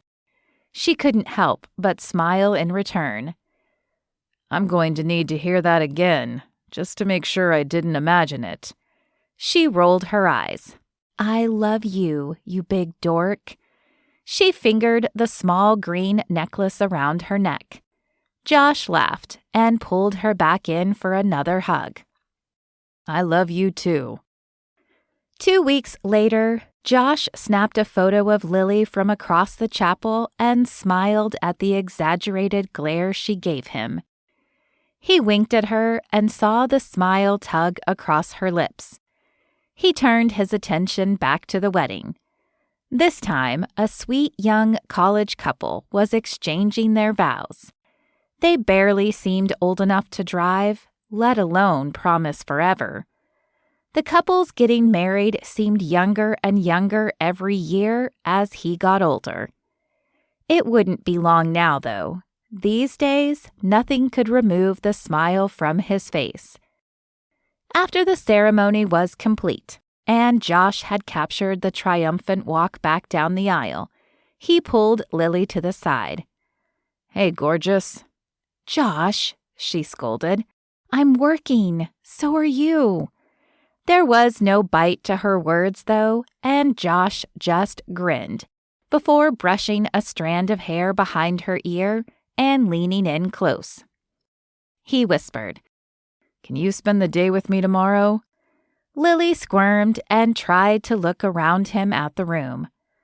No one's watching. What do you say? Lily's eyes finally met his, and a mischievous smile appeared on her face. I'm not sure. I've got this boyfriend, and he can be a bit of a caveman. Not sure how he'd feel about me hanging out with you. Josh chuckled. Caveman, eh? Mm-hmm. Big muscles, kind of demanding. Maybe you've met him. Doesn't ring a bell, but I bet I can take him. I was thinking we'd head up to Turkey Run and do a little hiking. The state park had wonderful hiking with unique gorges and ladders on the trails. It'd be even better if he could convince Lily to let him take the motorcycle. Lily nodded. That sounds nice. Meet you after church? They agreed on plans, and Josh went to corral the wedding party for photos. He was already looking forward to the day ahead, but he needed to focus on this one first. The next day, Josh stopped by Lily's apartment. As she opened the door, he handed her a motorcycle helmet. Her eyes rose, and then the telltale flush of pleasure filled her cheeks, despite her attempt to give him a scowl. The helmet was purple, and though he'd spent a decent amount of money on it, there was nothing more important to him than Lily being safe if she was going to ride on his bike. They walked back to the parking lot, and she tucked her fingers in his. The sun was shining, and there were hints of summer in the early May breeze. Nothing could wipe the smile from Josh's face as Lily climbed behind him, her faded jeans a pleasant change from the formal clothes he was used to seeing her in. Don't forget, he said with a wink, lean into the curves. Lily held tightly to Josh and reminded herself to follow his lead, leaning subtly left and right as he took the gentle curves of the highway, leading them north to the state park. Turkey Run State Park was a short 40-minute drive from Terre Haute and only 30 from Bloom's farm. The farm and the area surrounding Terre Haute, most of western Indiana, in fact, was expansive and flat, but small pockets of hilly, almost mountainous terrain hid near some of the rivers. At the park, Josh parked near a trailhead and pulled waters from the storage bin on his bike, along with a small backpack. He held it up. Gotta have snacks. he smiled. You know me so well, Lily joked in return as they started up the trail. Turkey Run was a hidden gem in Indiana with miles of unique hiking trails featuring bridges and ladders to help visitors cross the surprisingly rough terrain. It left little time for Lily's thoughts to wander back into the past. With each helpful hand from Josh at the bottom of a ladder or across a slippery pile of rocks, it was easier to forget her doubts and enjoy the feeling of having a partner to help during the difficult parts. Wasn't that what it was all about? The hike was more physical activity than Lily had attempted in months, and the twinges of pain in her stomach were an annoyance she could have lived without. With one particularly painful spasm, Josh must have seen her wince. You okay? She tried to laugh it off. Just a cramp, I think. Must be out of shape. Not as much time at the gym as some people, she said, with a pointed look at his muscles. Let's take a quick break, Josh said.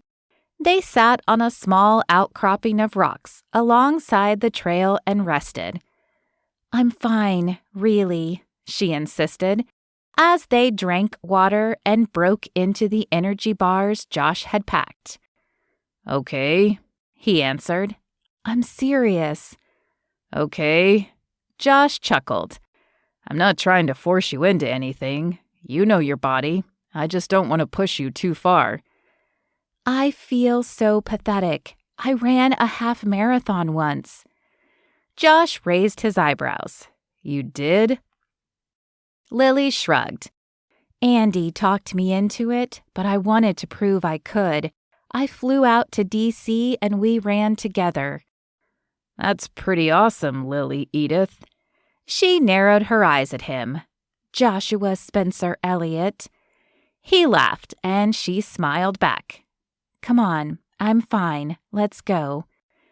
The day ended too soon, and she and Josh fell into an easy rhythm of work, dates, and weddings. Mentally, she started blocking possible wedding dates on her calendar. It was only a matter of time before Josh took the next step, right? She didn't allow herself to focus on the secret she carried, or the fact that hiding it from Josh was purely selfish. In quiet moments, the guilt plagued her. It was all too easy to continue brushing it away and silencing her conscience with rationalizations of her own deception. Lily wasn't ready to face the consequences of the buried past. Chapter 17. Just as she ignored the weight of keeping her secret from Josh, Lily almost ignored the continued painful twinges in her abdomen. When she realized how persistent and strong the pains were becoming, she called her doctor and scheduled an appointment. She prayed about the appointment, but the prayers gave her no peace. Of course, that wasn't unusual. Her faith had always been more intellectual than emotional in the years since her miscarriage. Her faith an act of routine instead of relationship. Why should this be any different? Her anxiety followed her into the doctor's office. The conversation with the doctor wasn't at all like she'd expected. Lily, were you aware you have polycystic ovarian syndrome? Lily shook her head and the doctor continued. I figured as much, since it isn't in your chart. It's often undiagnosed unless it causes fertility problems. I was able to detect several large cysts during your exam, but I'd like to do an ultrasound to be sure. Lily nodded and tried to process what the doctor was saying. Cysts? Lily stared at the ceiling during the ultrasound, trying not to be too obvious about the tears that leaked from her eyes. Okay, Lily, I'm also going to take a biopsy, just to make sure we don't miss anything else that might be contributing to your bleeding and pain. Lily nodded and swallowed the lump in her throat. What else could it be? Well, PCOS on its own is enough to cause the symptoms you mentioned, but I want to cover all our bases and make sure it isn't something more serious. She wished she'd brought someone with her. Lavender, maybe. Her quiet calm would be welcome to the clamor inside Lily right now. She stared at the ceiling and tried not to focus on what was happening. An eternity later, the appointment ended and Lily was sent home to wait for results. The next few weeks dragged endlessly. Josh was his normal, witty, and charming self. If she let herself, Lily could forget the pending test results and pretend their future was as bright as the wedding dresses she saw on brides each weekend. But when she was alone and couldn't pretend it was all okay, Lily worried. Her usually manicured nails were jagged and torn from finding her teeth while she watched television, and there were dark circles under her eyes from lack of sleep. She'd bet everything on the already long shot of still being able to give Josh the family he deserved. And right now, she didn't know if she would be able to do that.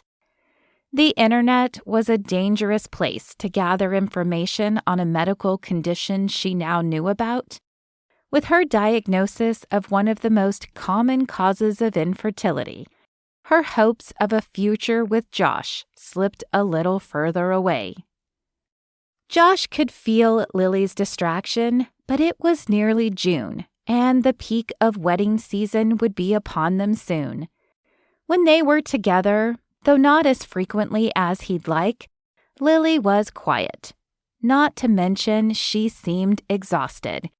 She really needed to hire an assistant, but she just shook her head when he brought it up. But her hand still rested perfectly in his, and when she smiled, everything seemed perfect. He called his sister. "How are you feeling?" "Getting better every day. That first 12 weeks is awful. How are you and Lily?" "Actually, that's what I was calling you about. I wondered if you'd come with me to pick out a ring." He heard Mandy's exclamation of joy and surprise through the phone, and his own smile widened. "Are you serious, Josh? Of course I will." They met at the jewelry store, and Mandy assured him the simply squared diamond was perfectly suited to Lily's no-nonsense style. As they talked over dinner, Mandy asked, "Are you sure you're ready for this?" Josh scoffed. "Of course I am." Mandy looked at him with kind eyes. "I guess a better question would be, are you sure she's ready for this?" Josh tried not to be hurt by the question. It had only been a few months, but he'd never been so sure of anything in his whole life. The idea that Lily could say no was a tough one to swallow. "I'll make sure she is before I ask," he responded. There was no doubt in his mind that Lily would get there, even if it took her longer than it had him. The ring weighed heavily in his pocket, though. 2 weeks later, Lily left the doctor's office in a daze. As calm and collected as she'd been inside, her world fell apart the moment she was safely locked inside her car. She laid her head back against the headrest and let the tears fall. The what-if questions she'd asked her doctor came as easily as breathing for her. She needed to evaluate every possibility, and right now, very few of them were good. The biopsy had revealed cancerous cells. It might mean a hysterectomy. It could mean the end of the already slim possibility that it wasn't too late to give Josh the family he wanted and deserved. It changed everything. Why was God punishing her? Hadn't she paid for her mistakes? 12 years without Josh wasn't enough. Now he was taking away their future as well? And then there was the last what if. What if the treatment wasn't enough? She was too young to die. 36 shouldn't be the end. 36 and alone? 36 and never married? What would be on her gravestone? Lily Bloom. Daughter, sister, friend. Not mother, not loving wife. She sobbed in the car, the warm sunshine leaving the interior warm. The thickness of the air threatened to choke her. Or maybe that was the fear and the grief. Her phone vibrated next to her, and the text message from Josh flashed on the screen. Love you. Dinner at Fancy Tacos tonight? Pure anguish tore from her throat, and she threw the phone at the passenger window. The result was an entirely unsatisfying thud as her phone bounced off the window, onto the seat, and onto the baseboard. Josh's simple, loving text message was a stark reminder of the life she could lose. Cancer.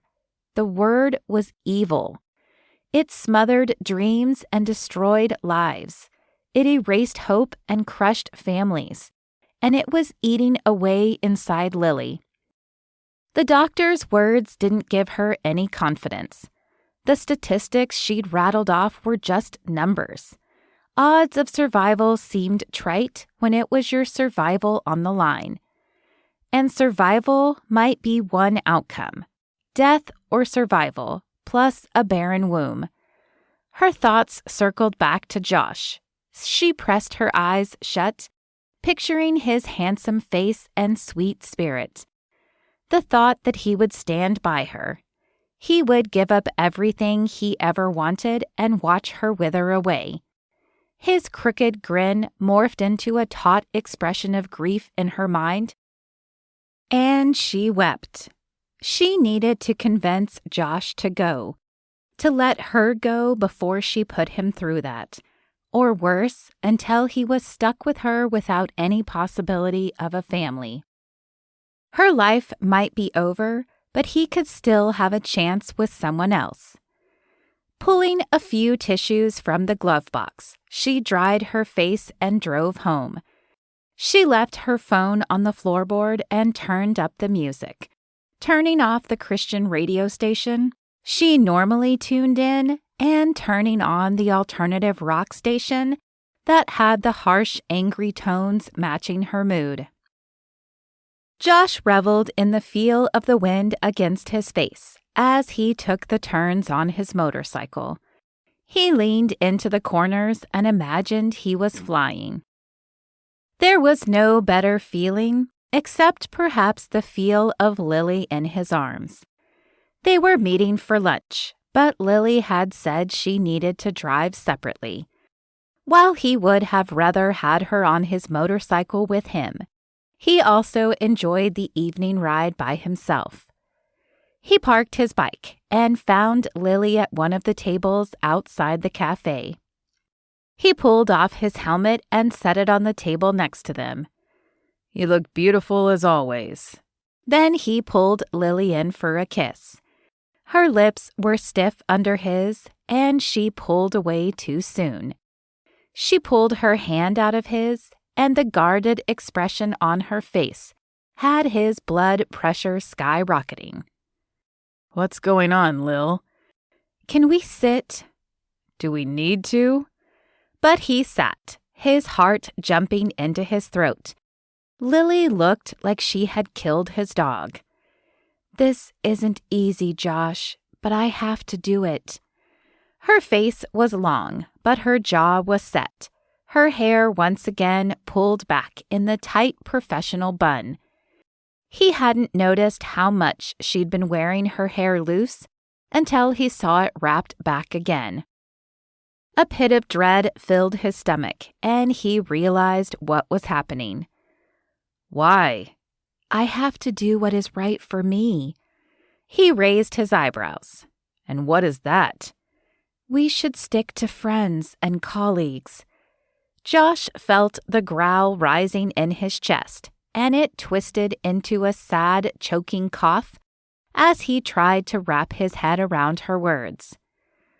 I don't understand, Lily. Everything has been great. We were happy. You were happy for once. What is so wrong with that? Why couldn't she let herself be happy? Don't do this, Josh, she pleaded. I'm not trying to hurt you. This will be the best thing for both of us. You'll see. God has a plan. His eyes squeezed shut at her words. God's plan included them together, didn't it? The best thing for me is to be with you. It always has been, Lily, even if I screwed it up the first time. Lily sat upright on the bench, twisting a bracelet around her thin wrist. The movement caught Josh's eyes and she stopped. I thought maybe we could make it work, but we just can't. You love me, Lily. You said so yourself. Maybe if he could remind her, she wouldn't insist on doing this. I need to move on. Josh, it's not enough that I love you. Josh flinched, and she felt her heart twist. What does that even mean? Omnia vincit amor, right? Grow up, Josh. This isn't a Beatles song. I need more than that, and it isn't you. Lily watched the way Josh's muscles tensed, and he stared over her shoulder. Why are you doing this? It's what I have to do. I'm not the girl who throws everything aside to spend time with her boyfriend. I have a business. I have goals. I don't want to lose myself to you. We've got chemistry, Josh. We've always had that. But we'll burn each other down. I can't do that again. Lily knew she wasn't playing fair. She knew the guilt Josh carried about their tryst 13 years ago. She stood, leaving him behind as she made her way to the parking lot. She gave his motorcycle a loving glance. Keep him safe, Matilda. She knew that was the one thing she couldn't do herself, except by letting him go. A few minutes after she left, Lily pulled over to the side of the road and let the tears fall. It was the right thing to do, but it didn't make it hurt any less. It would still be torture to see Josh at weddings. It would be worse to see him with whoever won his heart and gave him a family. But if it meant Josh, who had always been the best of them, got the happily ever after he deserved, then she would watch, and she would smile and be a chapter in his history, barely a footnote. She knew in her story Josh would be the main event, but it was looking more and more like her story didn't have a happy ending. She knew that not everyone could get one. The cynic inside insisted that maybe no one did, but she squelched it. Josh would. He had to. Chapter 18. Saturday morning brunch was the usual cacophony of teasing and dishes. The banter of siblings and conversations about everything, from the names of the new goats to the thread count of the sheets at the bed and breakfast, swirled around Lily as she huddled in a sweater from her perch on a bar stool. Lily, are you okay? Where's Josh this morning? The casual question from Daisy sent a lance of pain through her, and she attempted to smile. We, decided we were better off as friends. It was like she had dropped a bomb in the middle of the kitchen by the way her family reacted. Shocked expressions stared back at her. Daisy, never at a loss for words, spoke immediately. What did you do, Lily? Lily flinched. Excuse me, why do you assume I did something? Josh has loved you for a decade and a half. If the two of you split up, it was you. Others murmured their agreement, and Lily felt the heavy burden of disapproval from her family. Lily's mom walked up behind her and rested her hands on her shoulders. "Everybody cool it. I know we all love Josh, but we love Lily too, and we will trust her judgment here." At their mother's reprimand, her siblings nodded and apologized for their words. Emboldened by her mother's support, Lily took a deep breath and gathered her courage. "There's more." Quiet fell over the kitchen again. She glanced around the room at the faces of her siblings, and she felt the familiar sting of unshed tears behind her eyes. She swallowed heavily and forced herself to say the words out loud. "I went to the doctor this week, a follow-up appointment after some irregular test results." She saw nothing but love and concern in the familiar faces of her sisters. Her voice cracked as she let them into the reality she'd been trying to accept for days. "I have uterine cancer."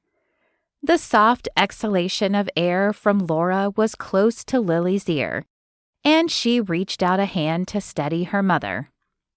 "No," insisted Daisy. "That's not possible." Lance placed a hand on Daisy's arm, and her words trailed off. She ducked herself under his arm.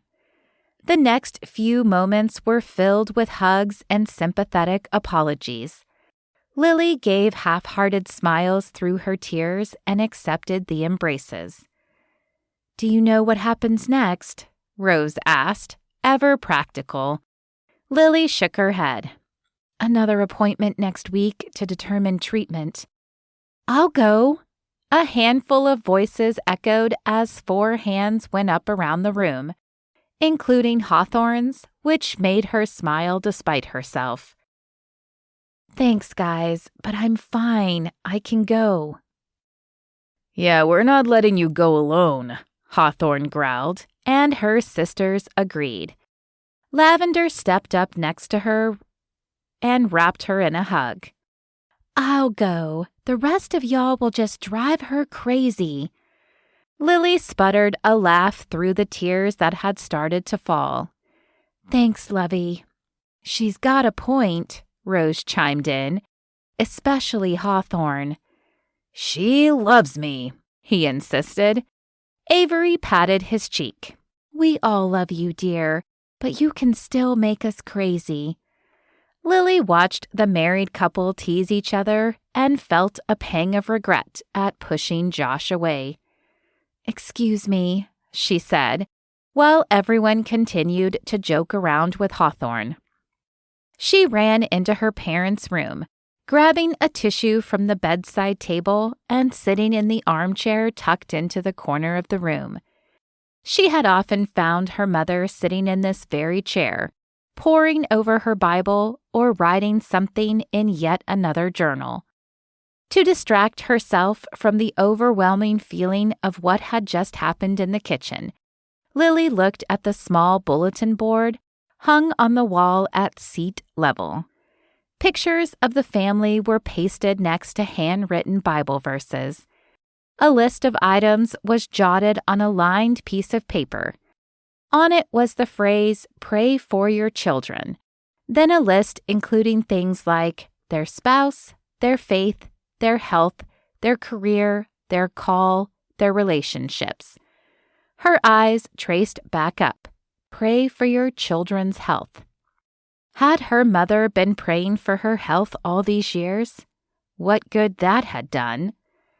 The door to the bedroom opened quietly, and Rose poked her head around the corner. "Can I come in?" Lily nodded, and Rose came to sit on the floor next to the chair. "You okay?" Lily breathed a laugh. "Not really." "What do you need?" Rose's question was genuine and kind, and Lily felt her heart break a little bit at the sweet spirit of her youngest sister. Rose was only 25, her whole life ahead of her. "I don't really know, Rosie," she admitted. It was hard to admit. Lily liked to have all the answers. As the coordinator, she was the one people asked questions because they knew she had the information. She could predict the future. But this? Cancer? She couldn't predict this. I'm scared, Rose. It's going to be okay. How can you say that? I could die. And that would be awful. I can't even imagine this world without you in it. But Lily, don't you remember God's promises? I seem to come up short when I try to think of them. I will never leave or forsake you, even to the end of the age. Lily shook her head. I'm not sure I believe that. Maybe I left God a long time ago, not the other way around.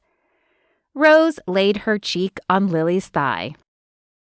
Then maybe it's time to come back. God being in control isn't exactly a reassuring thing for people if God in control still means people get cancer and babies die. Somehow the two were linked in her mind. Rose's face wrinkled in confusion. I think I missed something here. I had a miscarriage, Lily admitted after a shaky breath. She so rarely spoke the words out loud, it was jarring to hear herself say it. You and Josh? Rose's expression and tone made the question obvious. No, Lily clarified. At least, not recently. It was when we were kids. College. Rose sat up. Whoa, so you guys... Lily nodded.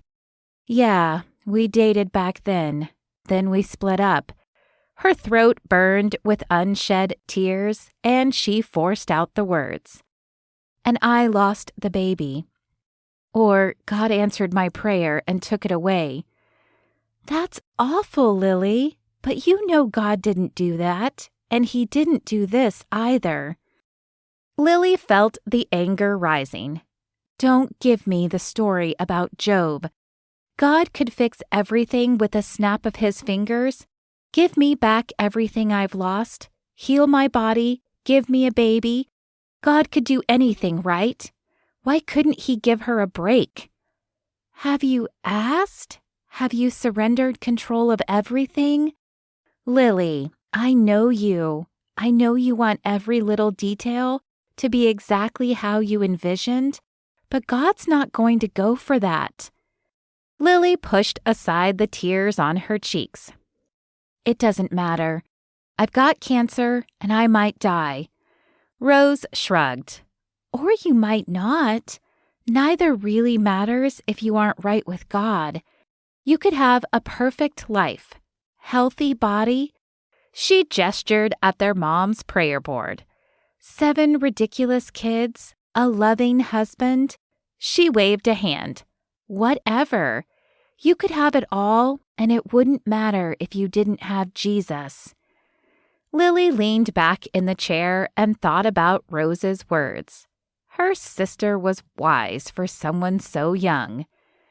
When did you grow up? Aren't you still 16? Rose laughed. Not even.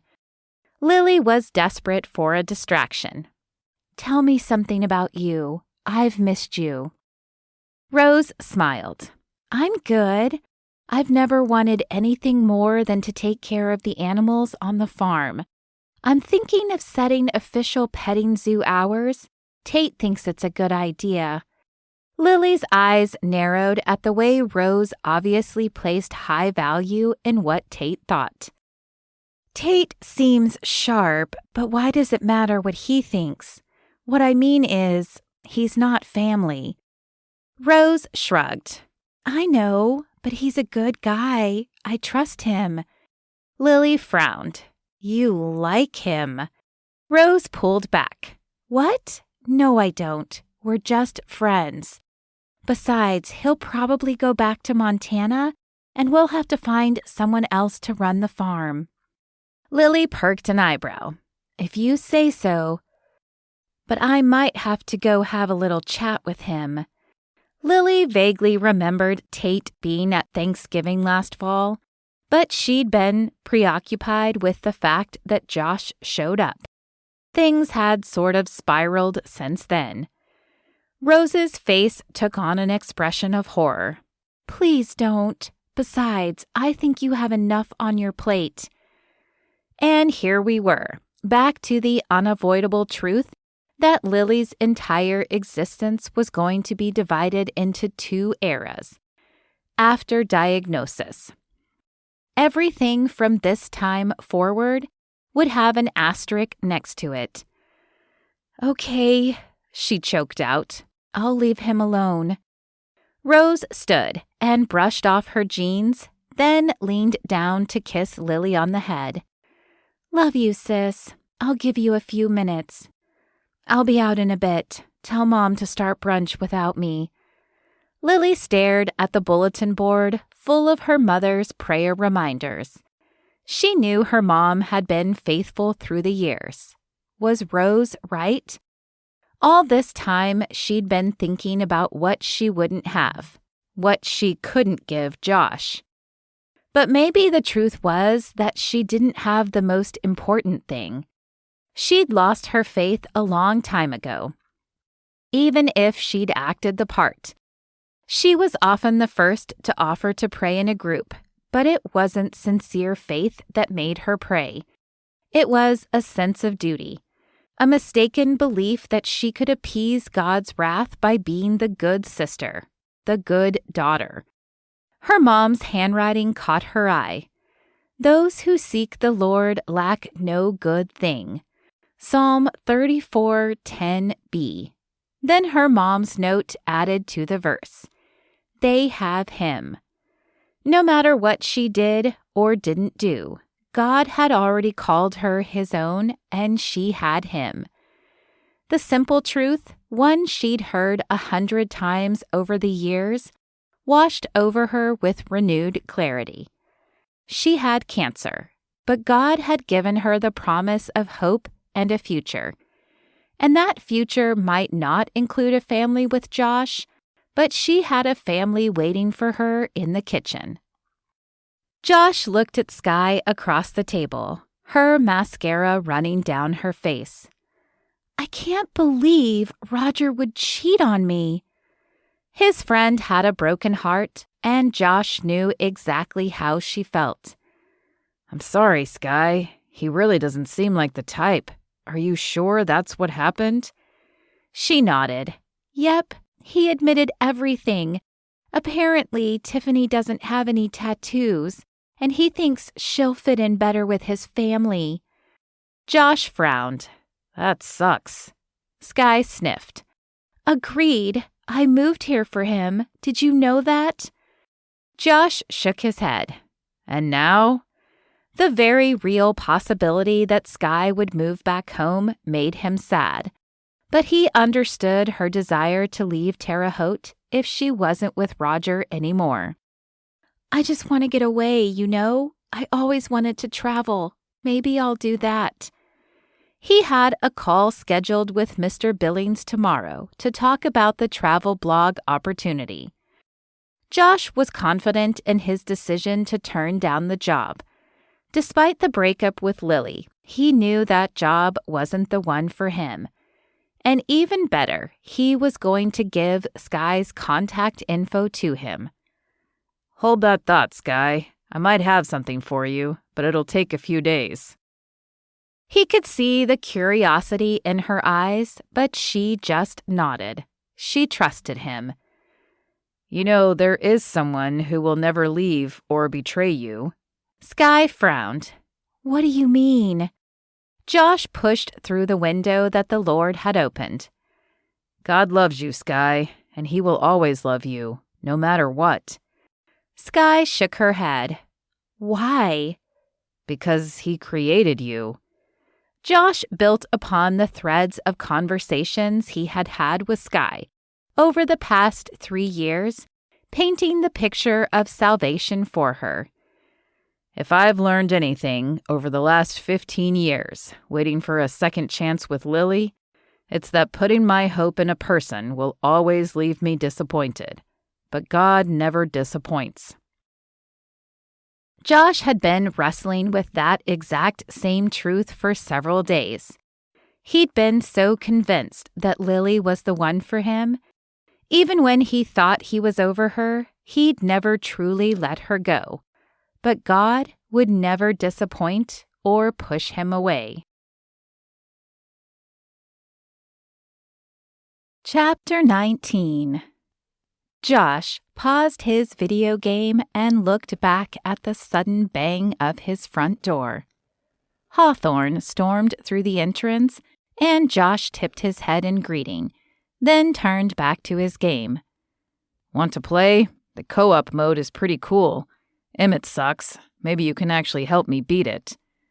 Hawthorne stood in front of the television, effectively blocking Josh's view of the game. Come on, dude. Josh knew why his friend was there. It wasn't rocket science. But Josh knew he hadn't done anything wrong. Lily pushed him away. She'd broken his heart, not the other way around. Don't dude me, Josh. What could you be thinking, breaking up with Lily? I didn't break up with her, Josh replied dully, but Hawthorne didn't even hear him.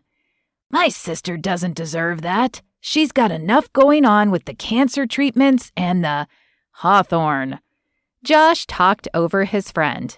I didn't break up with... Hawthorne's words registered, and Josh felt the horror wash over him. Did you say... Surely he'd imagined it. Lily couldn't have... Cancer? Yeah. Josh stared at Hawthorne. He shook his head. No, it couldn't be true. Hawthorne's tirade continued. I honestly can't believe that you would dump her because she is sick. Josh felt the sting of Hawthorne's false accusation and lashed back. That's because I wouldn't, you dummy. As quickly as it came, the wind went out of his sails, and he leaned back against the couch. She broke it off with me. She didn't say anything about the... Josh still couldn't bring himself to say the word. In conjunction with Lily, it seemed completely wrong, impossible for his brain to comprehend. So you didn't leave when you found out? Is that what she told you? Why would she lie? Hawthorne collapsed into the armchair with a sigh. No, I guess not. I just assumed. She seems heartbroken, but I guess it would make sense with the cancer diagnosis. Josh watched his friend and noted the sorrow and tension remaining in his features. If you want to hit something, you can still hit me, Josh offered. He had a pretty good idea what Hawthorne was feeling. Hawthorne would do absolutely anything in his power to protect his sisters and keep them from hurting. But Hawthorne couldn't protect Lily from cancer, and neither could he, especially if she'd decided to push him away. His heart sank at the thought of Lily walking through this alone. Hawthorne offered Josh a weak smile. I might take you up on that, but not tonight. Josh hung his head. Cancer, huh? Uterine, stage 1. I have no idea what that means, Josh admitted. Hawthorne gave a pained look. Don't Google it. Lily is staying pretty tight-lipped about it for now. I've never prayed so hard in my life, man. I'll pray too, Josh said, though he choked on the words. He would give anything to see her. Is this why she pushed him away? She'd told him that his feelings were stronger than her own, and that she didn't see forever. Was it because she was worried her forever was limited? His eyes stung, and he fought back the tears. Josh swallowed painfully. What should I do? Would she see me? I don't know, but you better try, because if she pushed you away because she had cancer, she must not know you very well. There's no way I'm letting her get away with this. Josh would do whatever it took to make Lily see he couldn't be scared away. Good. With that effectively settled, Josh handed Hawthorne a controller and let his friend take out his aggression on the zombie soldiers. Later that night, Josh pulled out his Bible. He wouldn't let Lily push him away, but first he needed to remind himself why he'd been so sure about his future with her. He had waited 12 years. Then, when he'd finally found Lily again, at what seemed like the perfect time, would God take her away? What if he did? Josh pulled the drawer of his nightstand open and flipped open the small black velvet box to study the intricate diamond ring. He'd had it in his pocket the night that Lily walked away.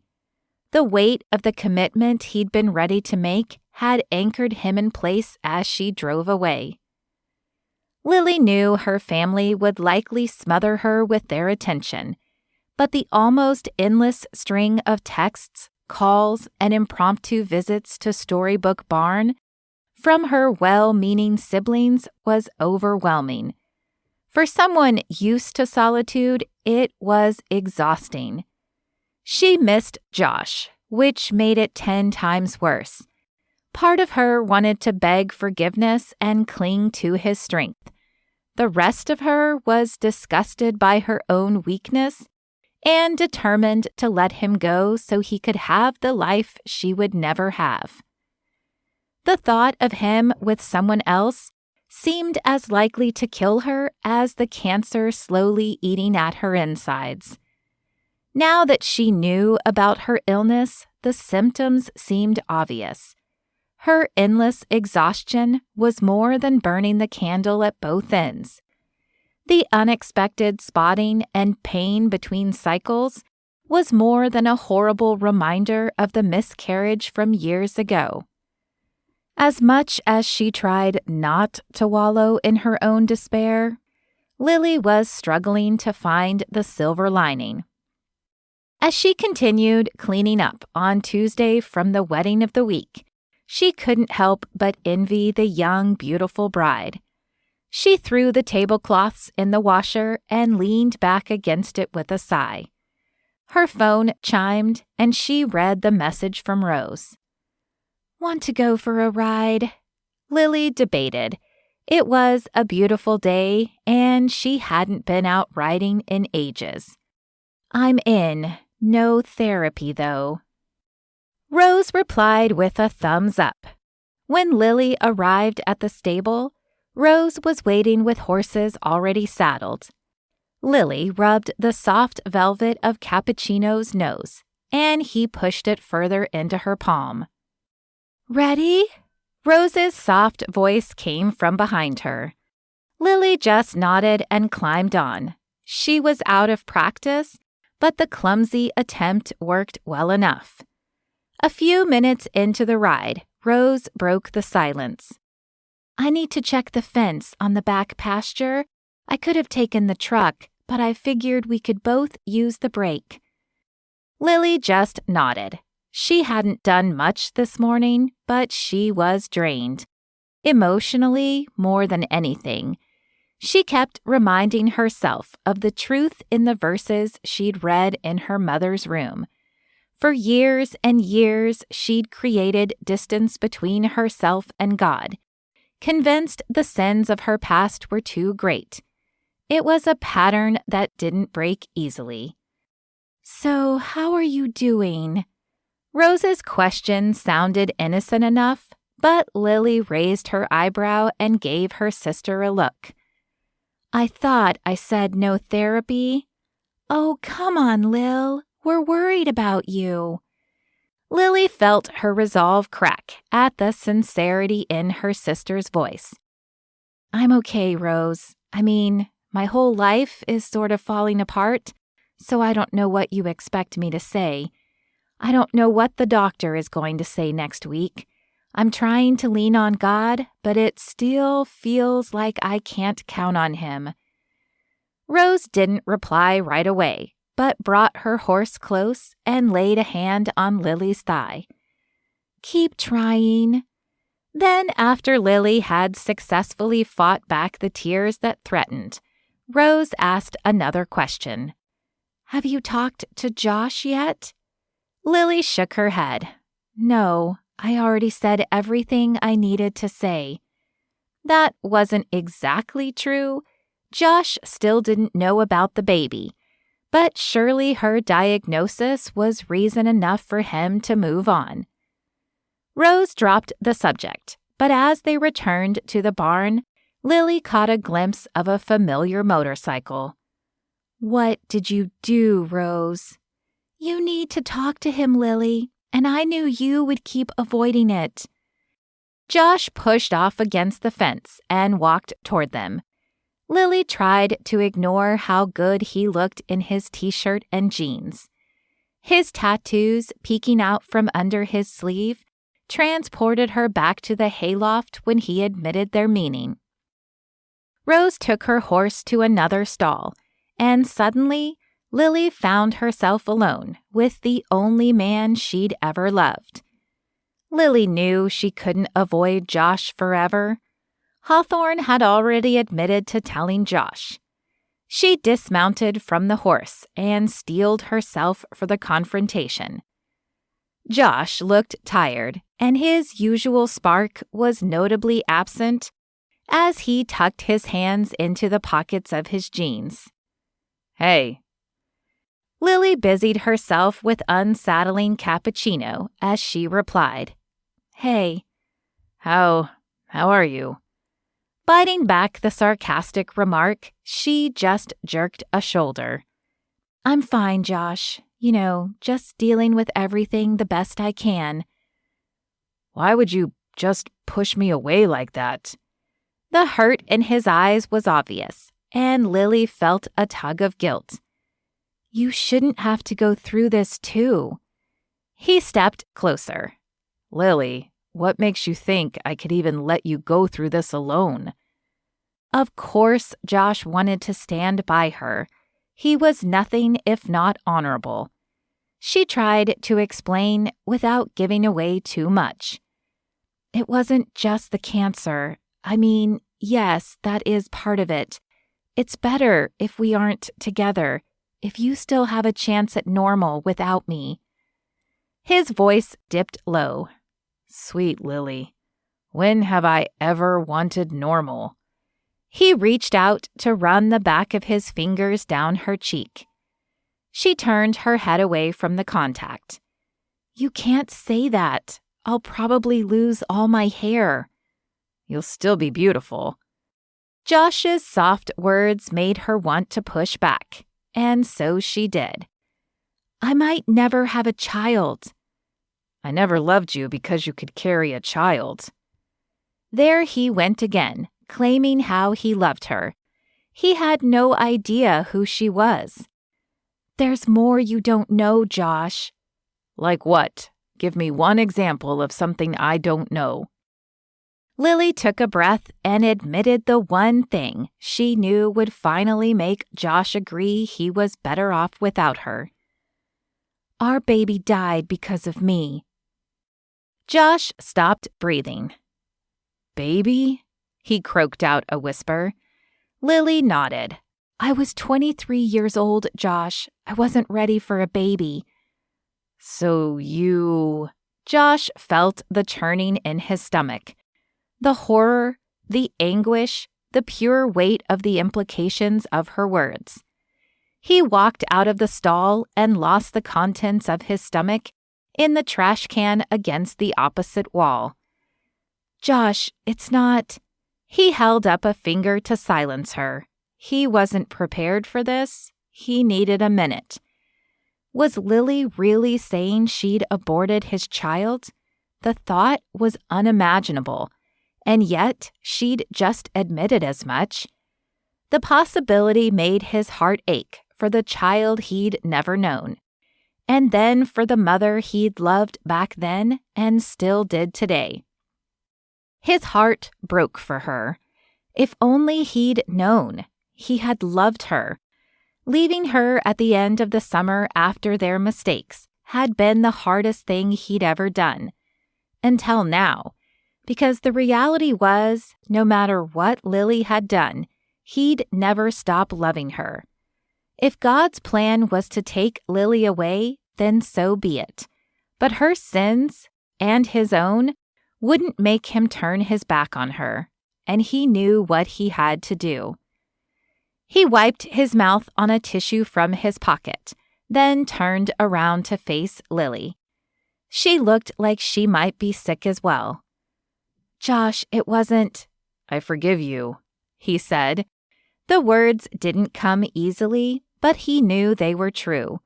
The surprise was evident on her face. "What?" "I wish we could go back and do it over, but I know you thought you were doing the best you could at the time. I'm sorry I wasn't there for you." He might not ever forgive himself for not being there. Everything could have been different if they'd faced the decision together. Tears were streaming down Lily's face. "Oh, Josh, it wasn't. I had a miscarriage. I wished for it to happen, begged God to take it away. Mandy tells me that God wouldn't answer that kind of prayer, but it's still haunted me ever since, especially when I started seeing you more." Josh sagged in relief. "So you didn't choose—" She shook her head. "Well, I'm glad, because I would hate for you to live with that. Mandy is right. God wouldn't answer those prayers, love." Lily smiled through wet eyes. "I know that now. I'm still working on it. But I also still know that you and I had our season back then, and I will always treasure it. But I need to move on." The resolve had returned to her eyes. Josh took a deep breath. The blows just kept coming. "Because of our baby?" He saw a vision of a young girl with blonde, bouncing curls. She was twirling in a pink dress. Beside her was Lily in a similar outfit, twirling alongside her. Was that a vision of the future, or just what might have been in another set of circumstances? "No, it's because of me. It's because of what I want and what I don't want. I'm sorry, Josh. It's just not going to work." Lily walked away, and even though every fiber of his being wanted to run to stop her, he knew it was pointless. Despite his declaration of love, and despite his forgiveness, she didn't want him. Rose stepped out of a nearby stall and gave him a sympathetic smile. "I'm sorry, Josh. She's not thinking clearly." "It's okay, Rose. Thanks for trying." The last thing he wanted to do was go back to his house, so he hit the open road. When the tears blurred his vision, he went to his sister's house. The light was rapidly fading, and the quiet summer evening in Minden was a stark contrast to the turmoil within him. He kept replaying the last few conversations he'd had with Lily. He hated the guilty look he saw on her face when she cried about the miscarriage. He didn't understand the ease with which she'd admitted that she didn't want him and walked away. Addie was still awake, and even she sensed something was wrong, despite his best efforts to pretend it was okay. Mandy asked Garrett to put Addie to bed and made Josh a cup of coffee. "You want to tell me what happened?" He sighed and cupped the warm mug with his hands. "She pushed me away, Mandy." Mandy nodded. "Okay." "She told me about the miscarriage." "Good. I told her she couldn't keep it from you." "At first, I thought she'd had an abortion." He choked on the word, still struggling with the idea. Mandy shut her eyes. "She didn't," Mandy insisted. "I know, but I would have forgiven her anyway," he explained. "I thought she had killed my baby, and I still loved her. Mandy, what is wrong with me?" Mandy smiled and pulled him in for a hug. Nothing at all, bro. You love her like Jesus does. I have to imagine a lot of the time it really hurts to be Jesus." Josh's eyes were watering, and he wiped them on the back of his wrist. "Why doesn't she love me?" Mandy's hug tightened around him, and he tried not to act as pathetic as he felt. Quietly, almost so quietly he couldn't hear, "She does, Josh. She really does." Despite his sister's reassurances, he didn't know if he believed that. If Lily loved him, why would she keep pushing him away? He would do anything for her, and she had pushed him away more times than he could count. Was it time to simply let her go? Nearly 13 years he'd held out hope for a future together. He slept on Mandy's couch that night, though not much sleep was had. His prayers were desperate for wisdom and healing. He vowed to keep praying because right now it was his best plan. He wasn't ready to give up, and even after hours of prayer, he didn't feel like God was telling him to. The next morning at breakfast, Addie offered him a piece of her Pop-Tart. "Mommy says I have to eat eggs if I'm going to eat a Pop-Tart. Do you need some of my eggs too?" "I'm okay, Sweet Pea. I'll have my own eggs later." "I don't want to go to school. I want to stay here and play with Uncle Josh." "Sorry, kiddo. I've got to go to work, but I'll come play this weekend, okay?" He no longer had any social plans to consider. Addie's excitement eased the sting, though. "Will you play house with me? You can be the daddy and I can be the mommy." He bit his lip to stifle the laughter. "Sounds great, Addie." "Perfect. I'll put on makeup and you can take me on a date." "All right, I suppose that's okay. But the only dates you get to go on are with me or your daddy, okay?" "Okay." Mandy handed him a cup of coffee. "Daycare kids will be here any minute. Unless you want me to introduce you to all the kind, willing women who would love to introduce you to their sisters or friends, you might want to jet." "Roger that. I'm out." He kissed Addie on the head. "Later, Pipsqueak."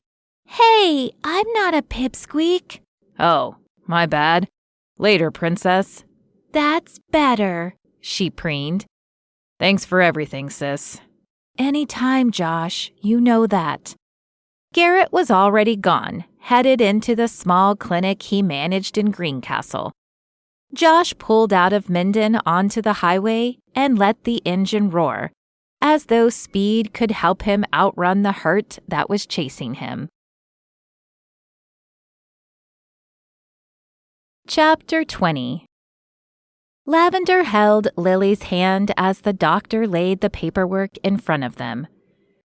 "There are a few options for you to consider. Our first and most effective treatment for uterine cancer is surgery. A complete hysterectomy should ensure the removal of all the cancer, with some potential for follow-up radiation if we find some cancer had spread beyond the uterus." "Do it," Lily said. She had no use of a womb anyway. Lavender laid a hand on Lily's leg and shot a glare at her. "You mentioned other options?" The doctor looked between them.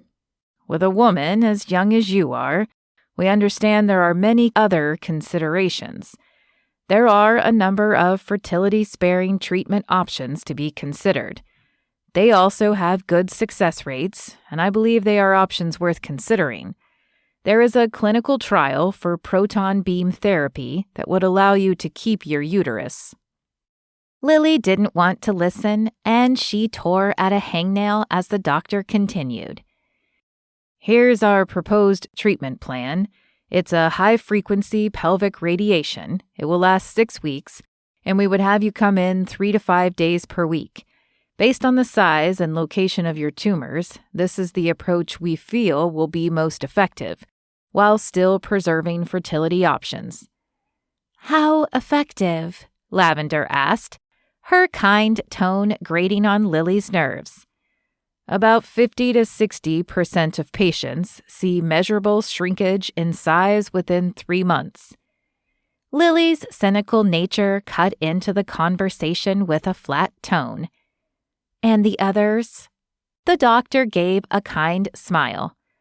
Slowed growth, or no growth at all in 80% of the patients who don't see reduced size.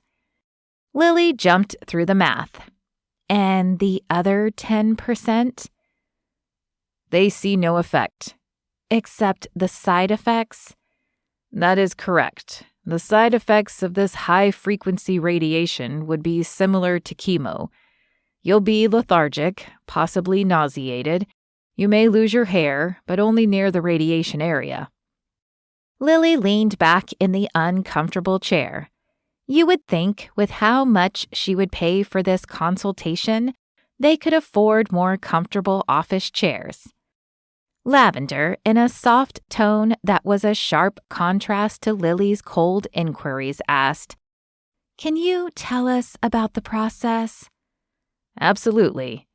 Lily tried to pay attention as the doctor walked through the schedule of treatments and how long they would take. Lavender took notes in a small book she'd pulled from her oversized canvas bag. Lily stared out the window. At this point, we'll scan again and see if there has been any change. Lily pulled herself back to the conversation as Lavender asked, "When do you need an answer?" Lavender must have sensed her confusion and lack of concentration because she continued asking a few more questions before standing and shaking the doctor's hand. The doctor walked around the table and shook Lily's hand before walking them to the door. Miss Bloom, this is what we do here. We fight cancer with everything we have, and we will do everything we know how to do to help you beat it, just like we have thousands of other patients. And what about the ones who didn't beat it? The doctor pressed her lips together and Lavender ushered Lily out of the room. Lily could practically feel her sister mouthing apologies to the doctor for her rudeness. They walked down the quiet, carpeted hallway of the upscale cancer treatment center. "You shouldn't have apologized for me." "It was unnecessary, Lily." "Whatever. I hope you followed all that because I kind of zoned out for a bit." "I got it. We can talk when you are ready." She wanted you to decide in the next 3 or 4 days so they could get you scheduled for your first fraction next week. Fraction? A single dose of radiation is called a fraction, Lily. Did you listen to the doctor at all? It would make more sense to just have the surgery. A hysterectomy is no big deal. Women have them all the time. Not women in their 30s. Lily, don't you dare sabotage your future because you are struggling right now. Women have babies in their 40s. You don't want to make a decision you'll regret 10 years from now. I'm not going to be with anyone, Lovey. Josh and I broke up, and I'm alone. There is no reason for me to go through with all this radiation when I could just as easily have the surgery and almost guaranteed success of beating the cancer. Lavender stopped walking and turned to Lily. I won't tell you what I think about you and Josh because I think you already know that what you are saying is a big fat lie. But anything could happen in the next 10 years that would make you regret not trying this option first. Lavender pulled her in for a hug. There is nothing I want more than for my sister to beat this. And worst case scenario, you have surgery if radiation doesn't work. Lily considered her sister's words. That was true. She had considered the treatments as exclusive options, but there was no reason surgery couldn't be her backup plan. Maybe she wasn't ready to give up on her dreams, but she wasn't going to hold Josh just in case he could fit into them when her treatment was over. Lily's days became a blur of scheduled and canceled appointments. Increasingly, she had to back away from things at Storybook Barn. Most brides were understanding, and when Lily was able to confidently hand them over to her sisters or mother, were more than happy to let her step aside. "Okay, and you know about the door to the storage room. It sticks, but it isn't locked except during events. You'll think it's locked, but you just really have to give it a little muscle."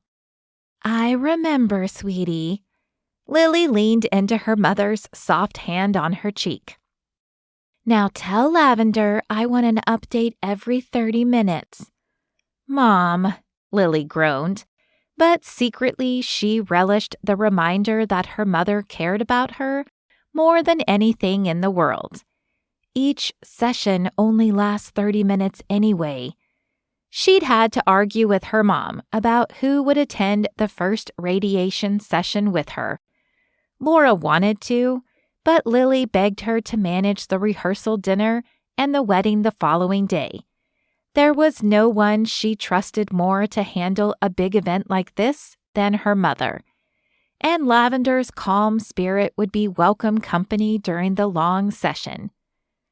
Daisy had given Lily a present this morning, insisting that because cell phones weren't allowed, the rom-com novel was the next best thing.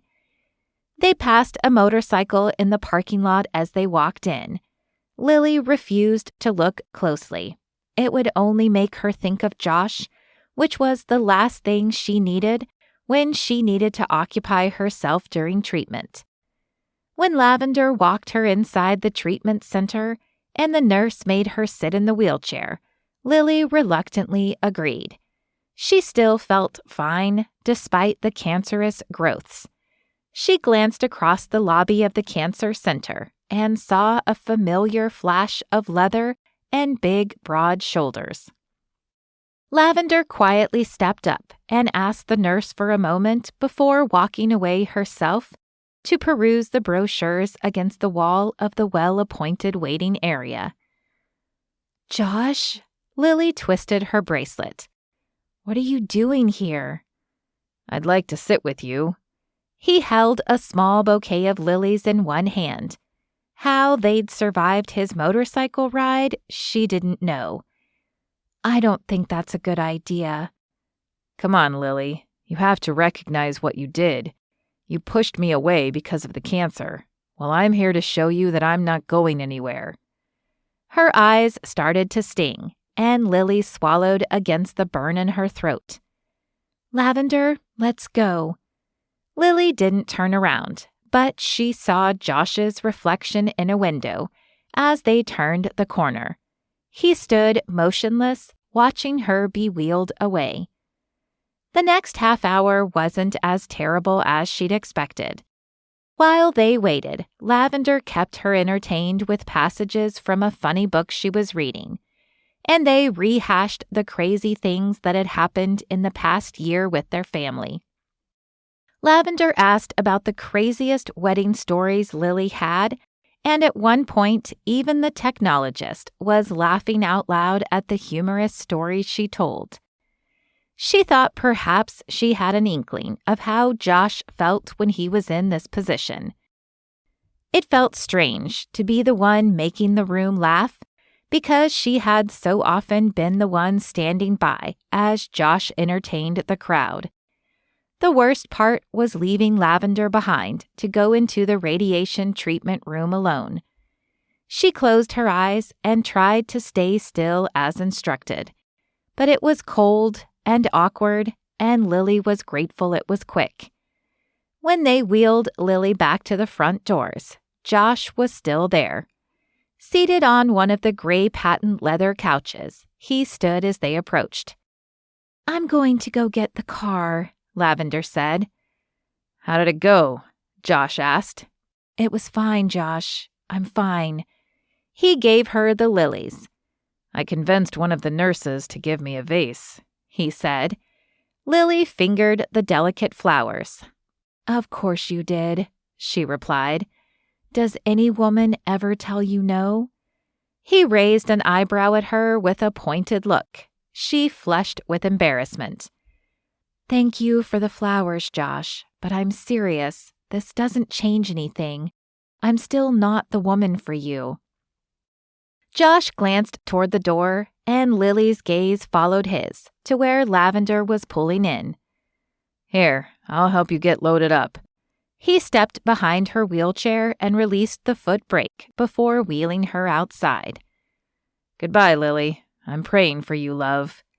Lily's heart skipped at his words, but she sat stiffly in the car, with the small vase of flowers tucked safely between her legs. What man would forgive what he had assumed was an abortion? Josh Elliot would thank God someday for not answering his prayers about Lily. She wiped aside the tears and focused on the road ahead, the road that would lead her away from Josh and back to her family. That was the road she had to take. Chapter 21. 2 days later, Josh once again waited in the lobby of the Cancer Center. When Daisy walked in with Lily, he was relieved to see that she still looked strong and healthy. She had to beat this. He could see no other option. Daisy smiled at him, and he waved before approaching the pair after Lily had been helped into a wheelchair. He was extremely grateful for the help of Lily's family. Hawthorne, Daisy, and Lavender had been keeping him in the loop about the appointment schedule. As best as he could help it, Josh wasn't going to miss a single one. Hey, beautiful, you look good. Lily gave a cynical smile. Figured I might as well look good while they give me radiation poisoning. Josh's gut twisted at her words. Lily had always been sarcastic, but the bite in her words was sharper than ever. He missed the easy way he could make her laugh. It was hard to know if her cynical words were just a coping mechanism or if she was really as pessimistic as she seemed. It was easy to forget what was happening here. The stakes were high, and he knew that while she still seemed strong, the odds that Lily would begin to weaken and suffer the side effects of the treatments were high. I'd like to sit with you today. Despite her attitude, the only thing he wanted was to support her, however she would let him. Go home, Josh. With pressed lips and a nod to Daisy, he watched Lily make her way upstairs to face the treatment with her sister instead of him. As soon as she disappeared around the corner, Josh released a sigh of frustration and took his seat on the uncomfortable lobby couch and pulled the book from his pocket. The hour would feel like a long time. 40 minutes in, Josh was looking at every person who came through the double doors, hoping for a glimpse of the 2 blonde women he was waiting for. The book was good, but not nearly as exciting as the potential of seeing Lily again, if even for a minute. Finally, a nurse wheeled a tired-looking Lily through the lobby as Daisy walked alongside. Josh hurriedly pulled his feet off the coffee table and stood to greet them. How did it go? Daisy gave a tight smile. She's more tired today. The doctor told her to expect the side effects to worsen over the next 24 hours. I'm fine, Josh. Go home. I'm here if she needs anything, he told Daisy, who nodded in response. He watched Daisy help Lily into her car, unable to help. He couldn't do anything but pray.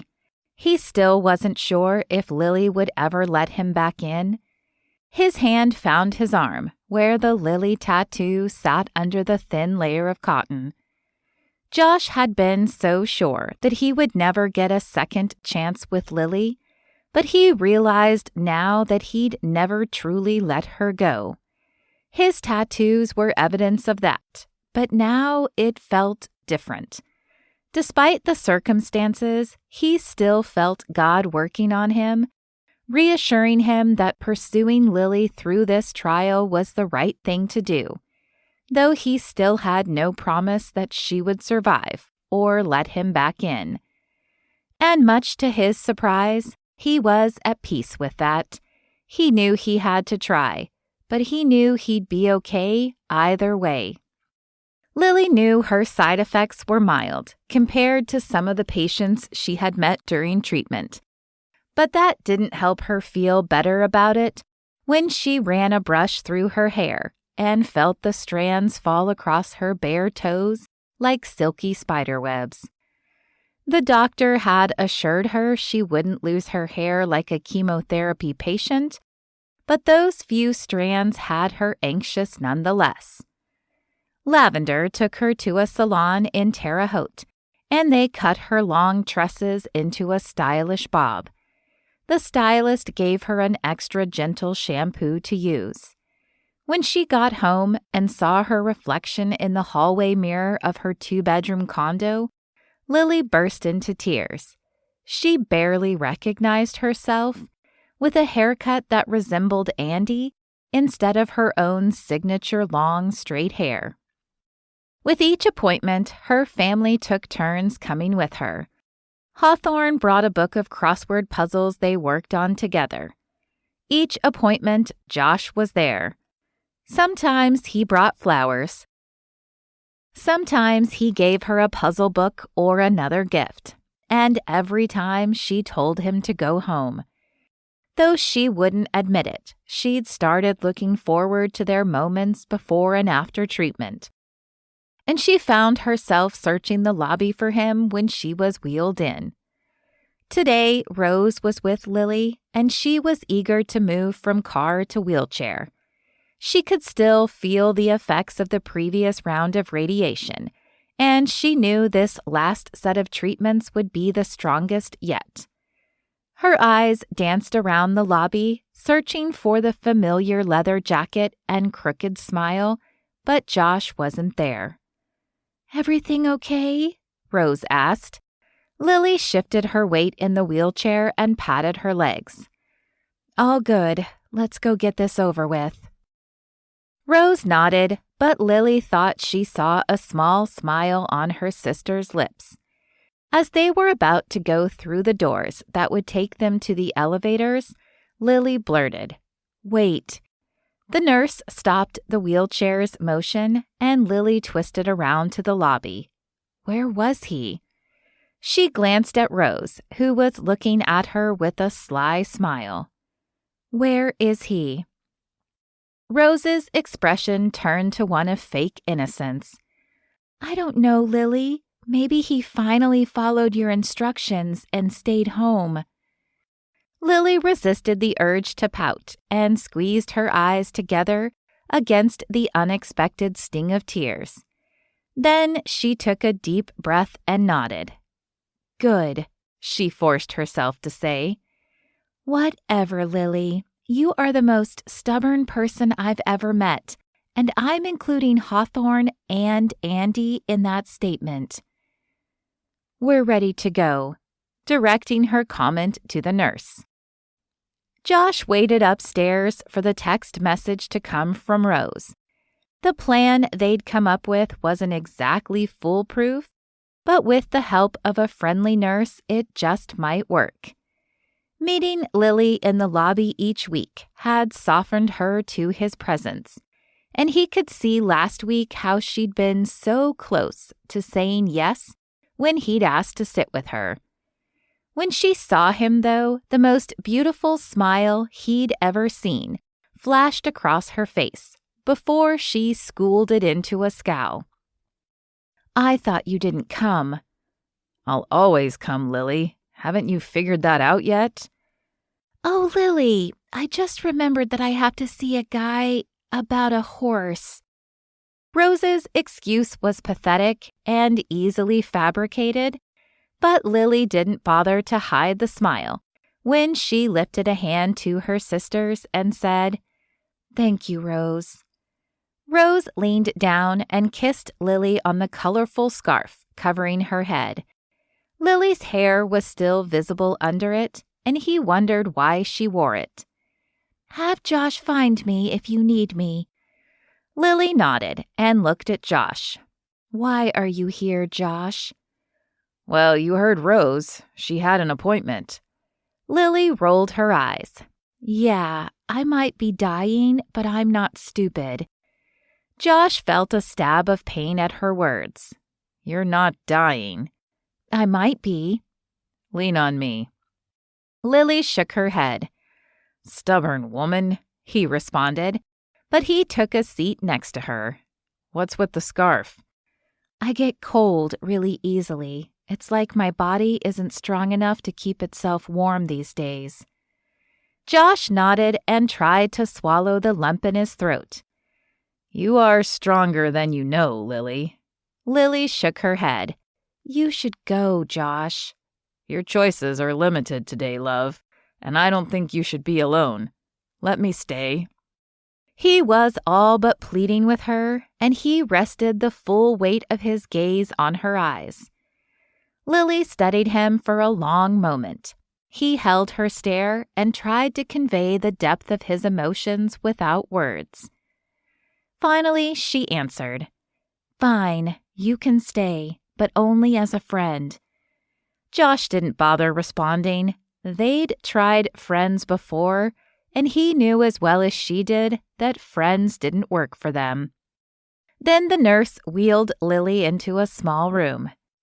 "You know the drill," she said, gesturing to a hospital gown lying on the bed and a bathroom off to the side. Lily sighed and stood. "Do you need help?" Josh cleared his throat and tried not to let his discomfort with the offer show. Lily chuckled and walked to the bathroom. "I think I'll manage." When she returned a few moments later, the shapeless hospital gown hung below her knees. She had belted it around her waist with her scarf. Lily met his gaze, and she jerked her shoulders in a shrug. "How do I look?" Josh heard the vulnerability in her voice and saw the hesitation in her eyes. "You're beautiful, Lily, as ever." She shook her head weakly, but Josh stepped toward her and pulled her into his arms. "So beautiful, so strong." For a moment, Lily leaned into his embrace, and Josh memorized the feeling of her in his arms. Then he helped her back to the wheelchair. A few moments later, there was a knock at the door. "Hi, Lily. How are you doing today?" "I'm tired." "I bet. But today is the last session, isn't it?" The technologist's cheerful voice was kind and patient. "Sure is." "And who is this handsome young man? Another brother?" Lily shook her head, and Josh fought back the laughter. "No, ma'am. This is Josh, my friend," Lily stated firmly. Josh glared at her and then shook the therapist's hand. She's a little stubborn, obviously. I'm Josh Elliot. I'm in love with Lily." The kind woman's smile spread across her face, and she looked back at Lily. "Lily Bloom, you've been keeping secrets from me." Lily's face was flushed, a nice change from the tired, pale color she'd worn for the last 2 weeks. "Joshua Spencer Elliot," she scolded. "What?" he replied innocently. "I'm just telling the truth." With a trill of laughter from the technologist, Lily was wheeled from the room. "We'll be back in about 15 minutes, Romeo." Josh fidgeted with the threads on his jeans as he waited, wishing more than anything he could stay with Lily during the actual radiation. When Lily returned, she smiled gently. "All done. Take good care of her, Josh." He met Lily's eyes and promised he would, as though he had a choice. His heart and soul belonged to Lily Bloom. There was no force on this earth, even cancer, that was going to change that. On the drive home, Josh pulled out his best stories from the past few months, regaling Lily with his retellings of the woman who changed outfits 10 times in a 1-hour session, resulting in approximately 14 finished pictures instead of the usual 40. He kept Lily laughing, and though she often rested her eyes, there was a soft, contented smile on her face that he knew he had brought about. Gently, he reached his hand over to cover hers on the soft fleece blanket covering her lap. A few minutes later, Lily stirred and opened her eyes again. "Good morning, beautiful." Even in her exhausted state, a smile graced her face along with the slightest touch of pink. "Why won't you let me push you away?" she asked. His lips twitched. Josh had asked himself the same question countless times over the last month. "Because I love you." "I can't have children." Lily could be so stubborn, but he could be stubborn too. "I love you." "I wished our child never existed." "I love you." How many times would he need to say it before it sank in for her? She shook her head. "You shouldn't." "But I do. Sorry, not sorry, Lily. I love you. I'll always love you. If you had any mercy at all, you would give in and let me love you." She laughed, but the chuckle died on a wheeze. "I think I have no choice." "That's because you love me too."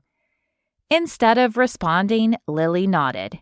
He wanted to jump for joy, but he squeezed her hand. "Rest, love. I'll be here." Lily nodded and closed her eyes again. Josh held her hand and continued to pray the desperate prayers he'd been repeating for 2 months while he drove the familiar road back to Bloom's farm. Chapter 22. Lily lost an entire week recovering from her final days of radiation therapy. She was staying at the main house with her parents, Lavender and Rose, since it wasn't safe for her to stay alone. When she had the energy, she sat outside on the back deck with a blanket tucked around her, watching the farmhands picking vegetables or Hawthorne baling hay in the far pasture. More often than not, Josh was there too. He would bring his laptop and work next to her on the deck or on the living room couch. They binged on seasons of ridiculous sitcoms and dozens of Hallmark Christmas movies that they mostly made fun of. Lily remembered the crushing disappointment she'd felt when she thought Josh had finally given up on her, despite being exactly what she claimed she wanted. The joy she'd felt when he waited for her in the treatment room had broken through her defenses. She was tired. Tired of cancer, of course. Tired of treatment and television, but also tired of fighting the truth. She loved Josh, and if he wanted to be with her and give up the chance for a family, then she would let him. They'd both made mistakes 13 years ago. They both had missed the point at one time or another.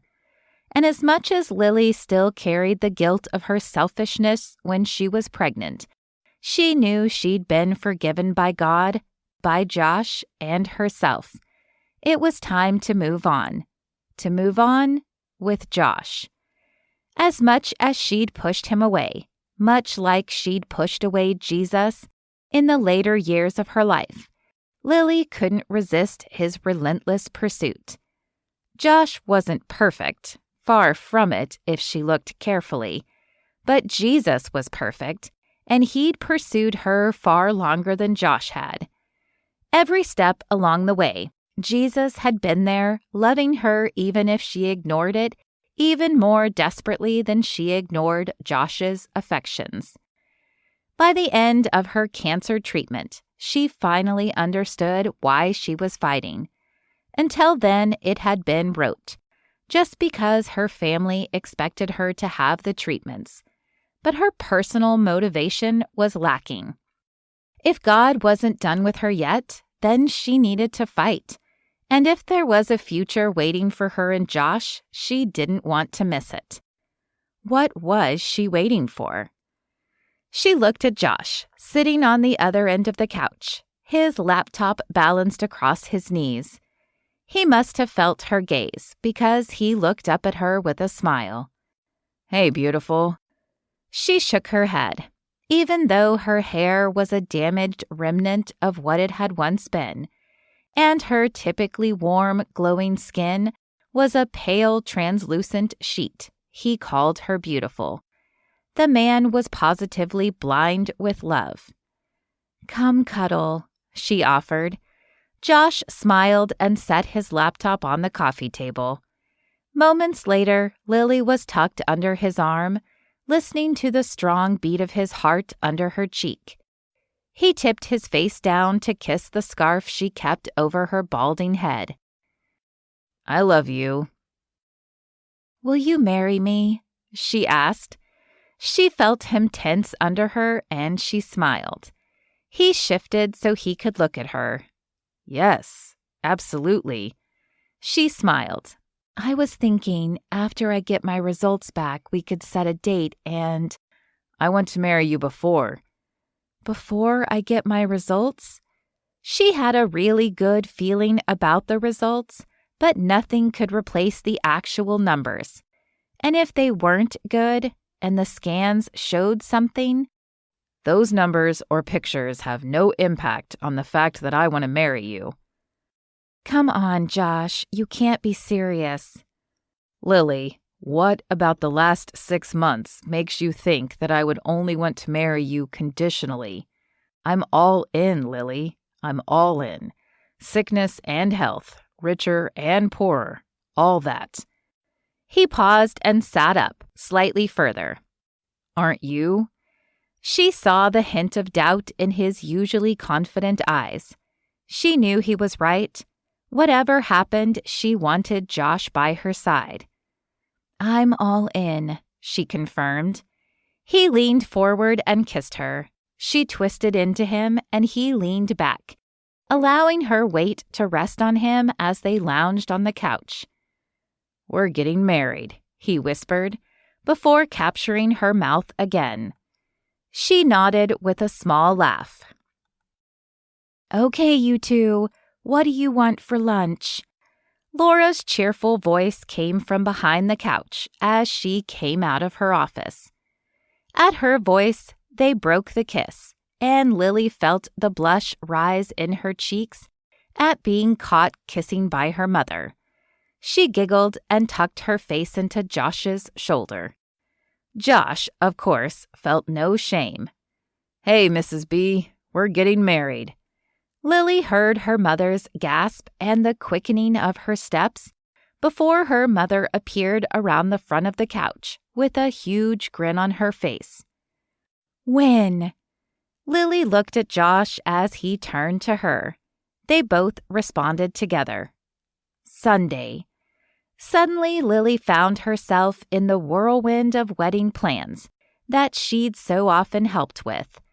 After years of pushing Josh away, she finally accepted the love he so openly offered. After a decade of holding herself back from Jesus, she had surrendered the sins of her past, with no expectation that she could ever deserve the blessings he bestowed. For years, she'd convinced herself that being good enough would somehow ease the burden of her past. But it wasn't until she accepted salvation with no strings that she felt the weight lifted. She would always mourn for the baby she lost, but as her family and friends spoke truth over her, Lily was able to accept that it wasn't her fault. For 13 years, she'd kept the secret and the guilt to herself. She was no longer battling her doubts alone. As each day brought her closer to the wedding, Lily's joy and excitement grew. She was going to be married to Josh. In her wildest dreams, she'd barely allowed herself to imagine these moments. Yet here she was, on the brink of forever with him. Chapter 23. Lily sat stoically while Lavender artfully tied the white scarf around her head. She met her mother's eyes in the mirror. "Are you crying, Mom?" Laura shook her head, but dabbed under her eyes with a tissue. "I'm just so happy for you, sweetheart. You and Josh. I prayed, but I never thought." Her mom's faithful prayers had made all the difference over the years, something Lily was just beginning to understand. Tears welled in her own eyes, and Lily waved at them with her hands. "Don't make me cry, Mom. I've already got my mascara on."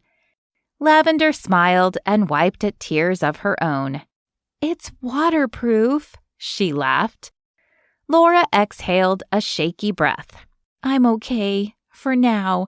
Just don't look at me during the ceremony." "Love you, Mom. And I love you, sweetheart. Josh is a very lucky man." Lily shook her head. Without a doubt, Lily knew that she was the lucky one. Despite her best efforts, Josh had listened to God's plan and patiently pursued her. He embraced her when she was terribly difficult to love. Loving Josh was easy. Loving herself was harder. Allowing him to love her was the best decision she'd ever made. At some point, it had ceased to become optional. When tenderly pursued with the overwhelming love of Josh Elliot, she was powerless to resist. The biggest realization was that, like Josh, Jesus had always been there, waiting for her to set aside her pride and shame and run to him. "I still can't believe he is mine, after all this time, you know." She glanced around the room, where all her sisters gathered. "It's about time, Lil," Daisy said with a laugh. "It's the perfect time," their mom corrected. Mandy Elliott stepped through the doorway. "Sky is here to take pictures." Josh fidgeted in his jeans and blue button-down shirt. The small chapel in Storybook Barn had hosted a wedding the day before, under the mostly capable supervision of Daisy. And today he would finally see Lily walking down the aisle toward him. The music started, and the old 10th Avenue North song played softly over the sound system. Adelaide walked confidently down the aisle, tossing big handfuls of flowers, high enough that they rained down on her and the few people sitting in the seats along the aisle. Then Lily stepped in front of the door with her father on her arm. Josh saw nothing but his beautiful bride. More than 13 years he'd waited for this moment. His smile stretched across his face, and his eyes filled with tears. This was really happening, not a dream. Slowly, Keith walked Lily down the aisle, and Josh tried to wait patiently for his chance to step up and take her hand. After Keith had joined Josh's hand with Lily's and taken his seat, Josh took a deep breath and turned to face Lily, prepared to promise forever to the only woman he'd ever wanted to spend it with. His eyes met hers and he winked. His heart surged when her smile grew. She was stunning. Pastor Stephen said a few words about marriage. Then he explained. "The bride and groom have prepared their own vows. Josh, you may go first." His heartbeat accelerated, and Josh exhaled and grabbed her other hand. He felt his eyes sting as he recited the short list of vows he'd written. "Lily Edith Bloom, every time I've thought about forever, it has included you. You are strong and genuine. You make me laugh. You are beautiful inside and out. I promise to love you with every breath the Lord gives me. I promise to cherish you, your quirks, and your insecurities. I promise to follow Christ first, so I can lead you well. I promise to bring you coffee every morning and to never ignore your feelings. And I promise I'll mess up," he said with a laugh, "but I promise to apologize and do better. Without reservation, I promise you every piece of me. I've been yours from the very start." Lily sniffed and squeezed his hands. "I should have gone first," she joked. Andy leaned over and handed her a tissue. Lily used it to wipe her eyes before returning her hands to his. "Joshua Spencer Elliot, no one makes me laugh the way you do. No one makes me feel so treasured and adored. I've never met someone so kind and open. The way you follow Christ inspires my own walk with him." Josh blinked his tears away as she continued. "I promise to follow where you lead, because I trust you more than I trust myself. I promise to love you unconditionally. I promise always to be honest with you. I promise I'll mess up too, but I promise to work through whatever obstacles we face. I'm all in, Josh, forever." All he truly wanted was to pull her into his arms, but he squeezed her hands instead. When was the kissing part again? Stephen guided them through the ring exchange and finally spoke the words Josh had been waiting to hear for years. "Josh, you may kiss your bride." He grinned broadly and pulled Lily close, so her face lifted toward his. "I love you, Lily." "Just kiss me already," she teased. He was all too happy to oblige. The small audience cheered loudly, whistles and claps punctuating their celebration. "I now present, for the first time ever, Mr. and Mrs. Joshua Elliot." Later, Josh held Lily close as they danced, her always small frame even more delicate than usual. The worst of the treatment was over, though, and the results of the chemicals in her body were fading every day. He knew it probably wasn't the wedding of a young girl's dreams. Lily wore a white scarf in lieu of a veil, and he wore jeans, as did the pastor. When he said as much to Lily, she simply shook her head before laying back on his shoulder. "It's perfect, Josh, as long as I'm with you." Josh swayed gently. Forever it was, then. 3 weeks later, Lily held Josh's hand tightly as the oncologist sat across from them at the desk. Her heart was pounding. This was it. The weeks of radiation all came down to these scans and whether the cancer had responded to the treatment. If it hadn't, she and Josh had already talked about surgery and what that would mean for their new marriage. "Lily, your scans look terrific. There is no evidence of disease at all. Since you caught the cancer so early, I believe the radiation was enough to eradicate the cancerous cells." Josh's smile was beaming when he turned to her. "That's amazing."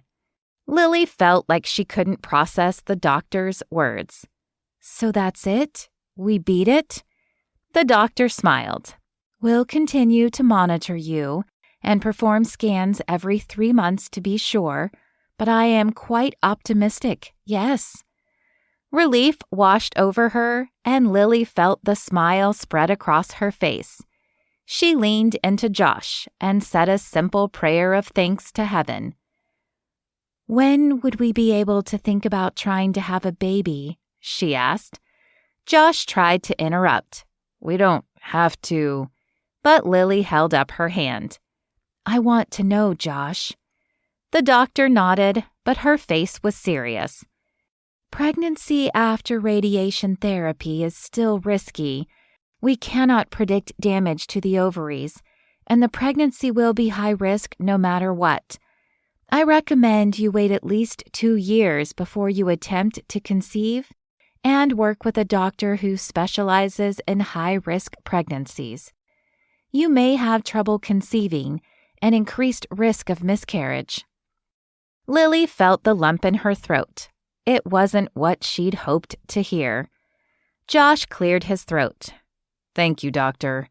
We'll definitely wait, and we will pray about it. She looked between the two of them.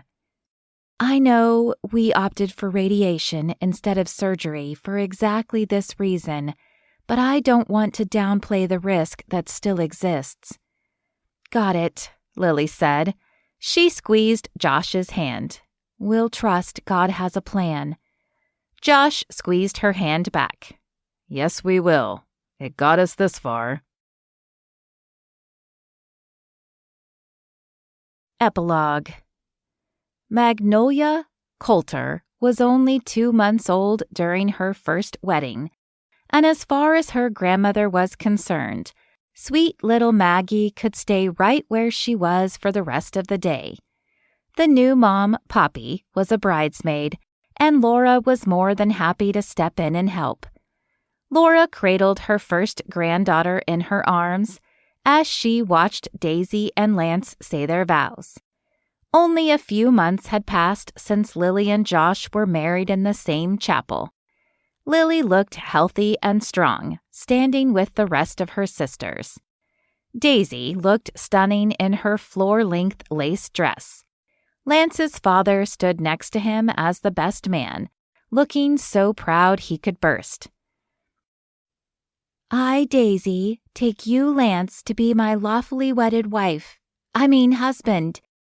Daisy clapped a hand to her mouth and giggled, as chuckles rang throughout the small chapel. Laura pressed her lips together to keep from laughing. Oh, Daisy. Lance just smiled indulgently at his bride. Laura couldn't imagine a better match for her free-spirited daughter than the patient and steady Lance Matthews.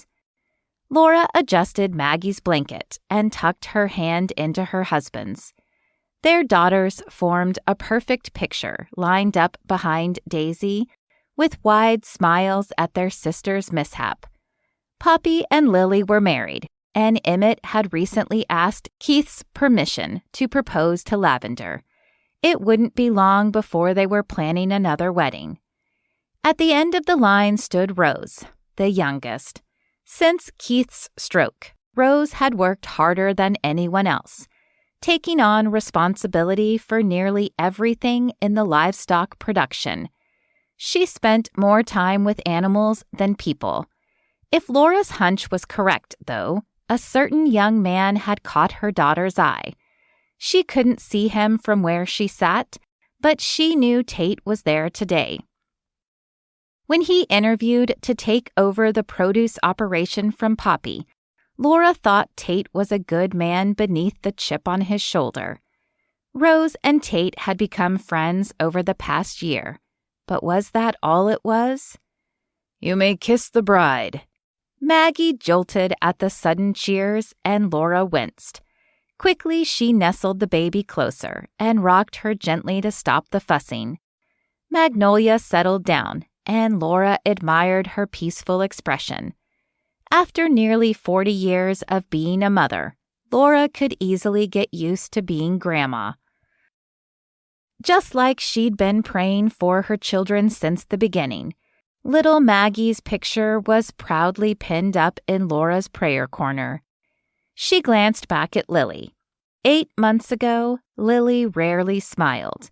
Despite everything that she'd been through this year, there was genuine joy on her face now. If the last 2 years had taught Laura anything, it was not to underestimate the power of the prayers she offered for her children. The end. You've been listening to Longing for Lily by Tara Grace Erickson, narrated by Lorena Hoops. Audio copyright 2022. For information about the next book in the series, please visit www.taragraceerickson.com/audio.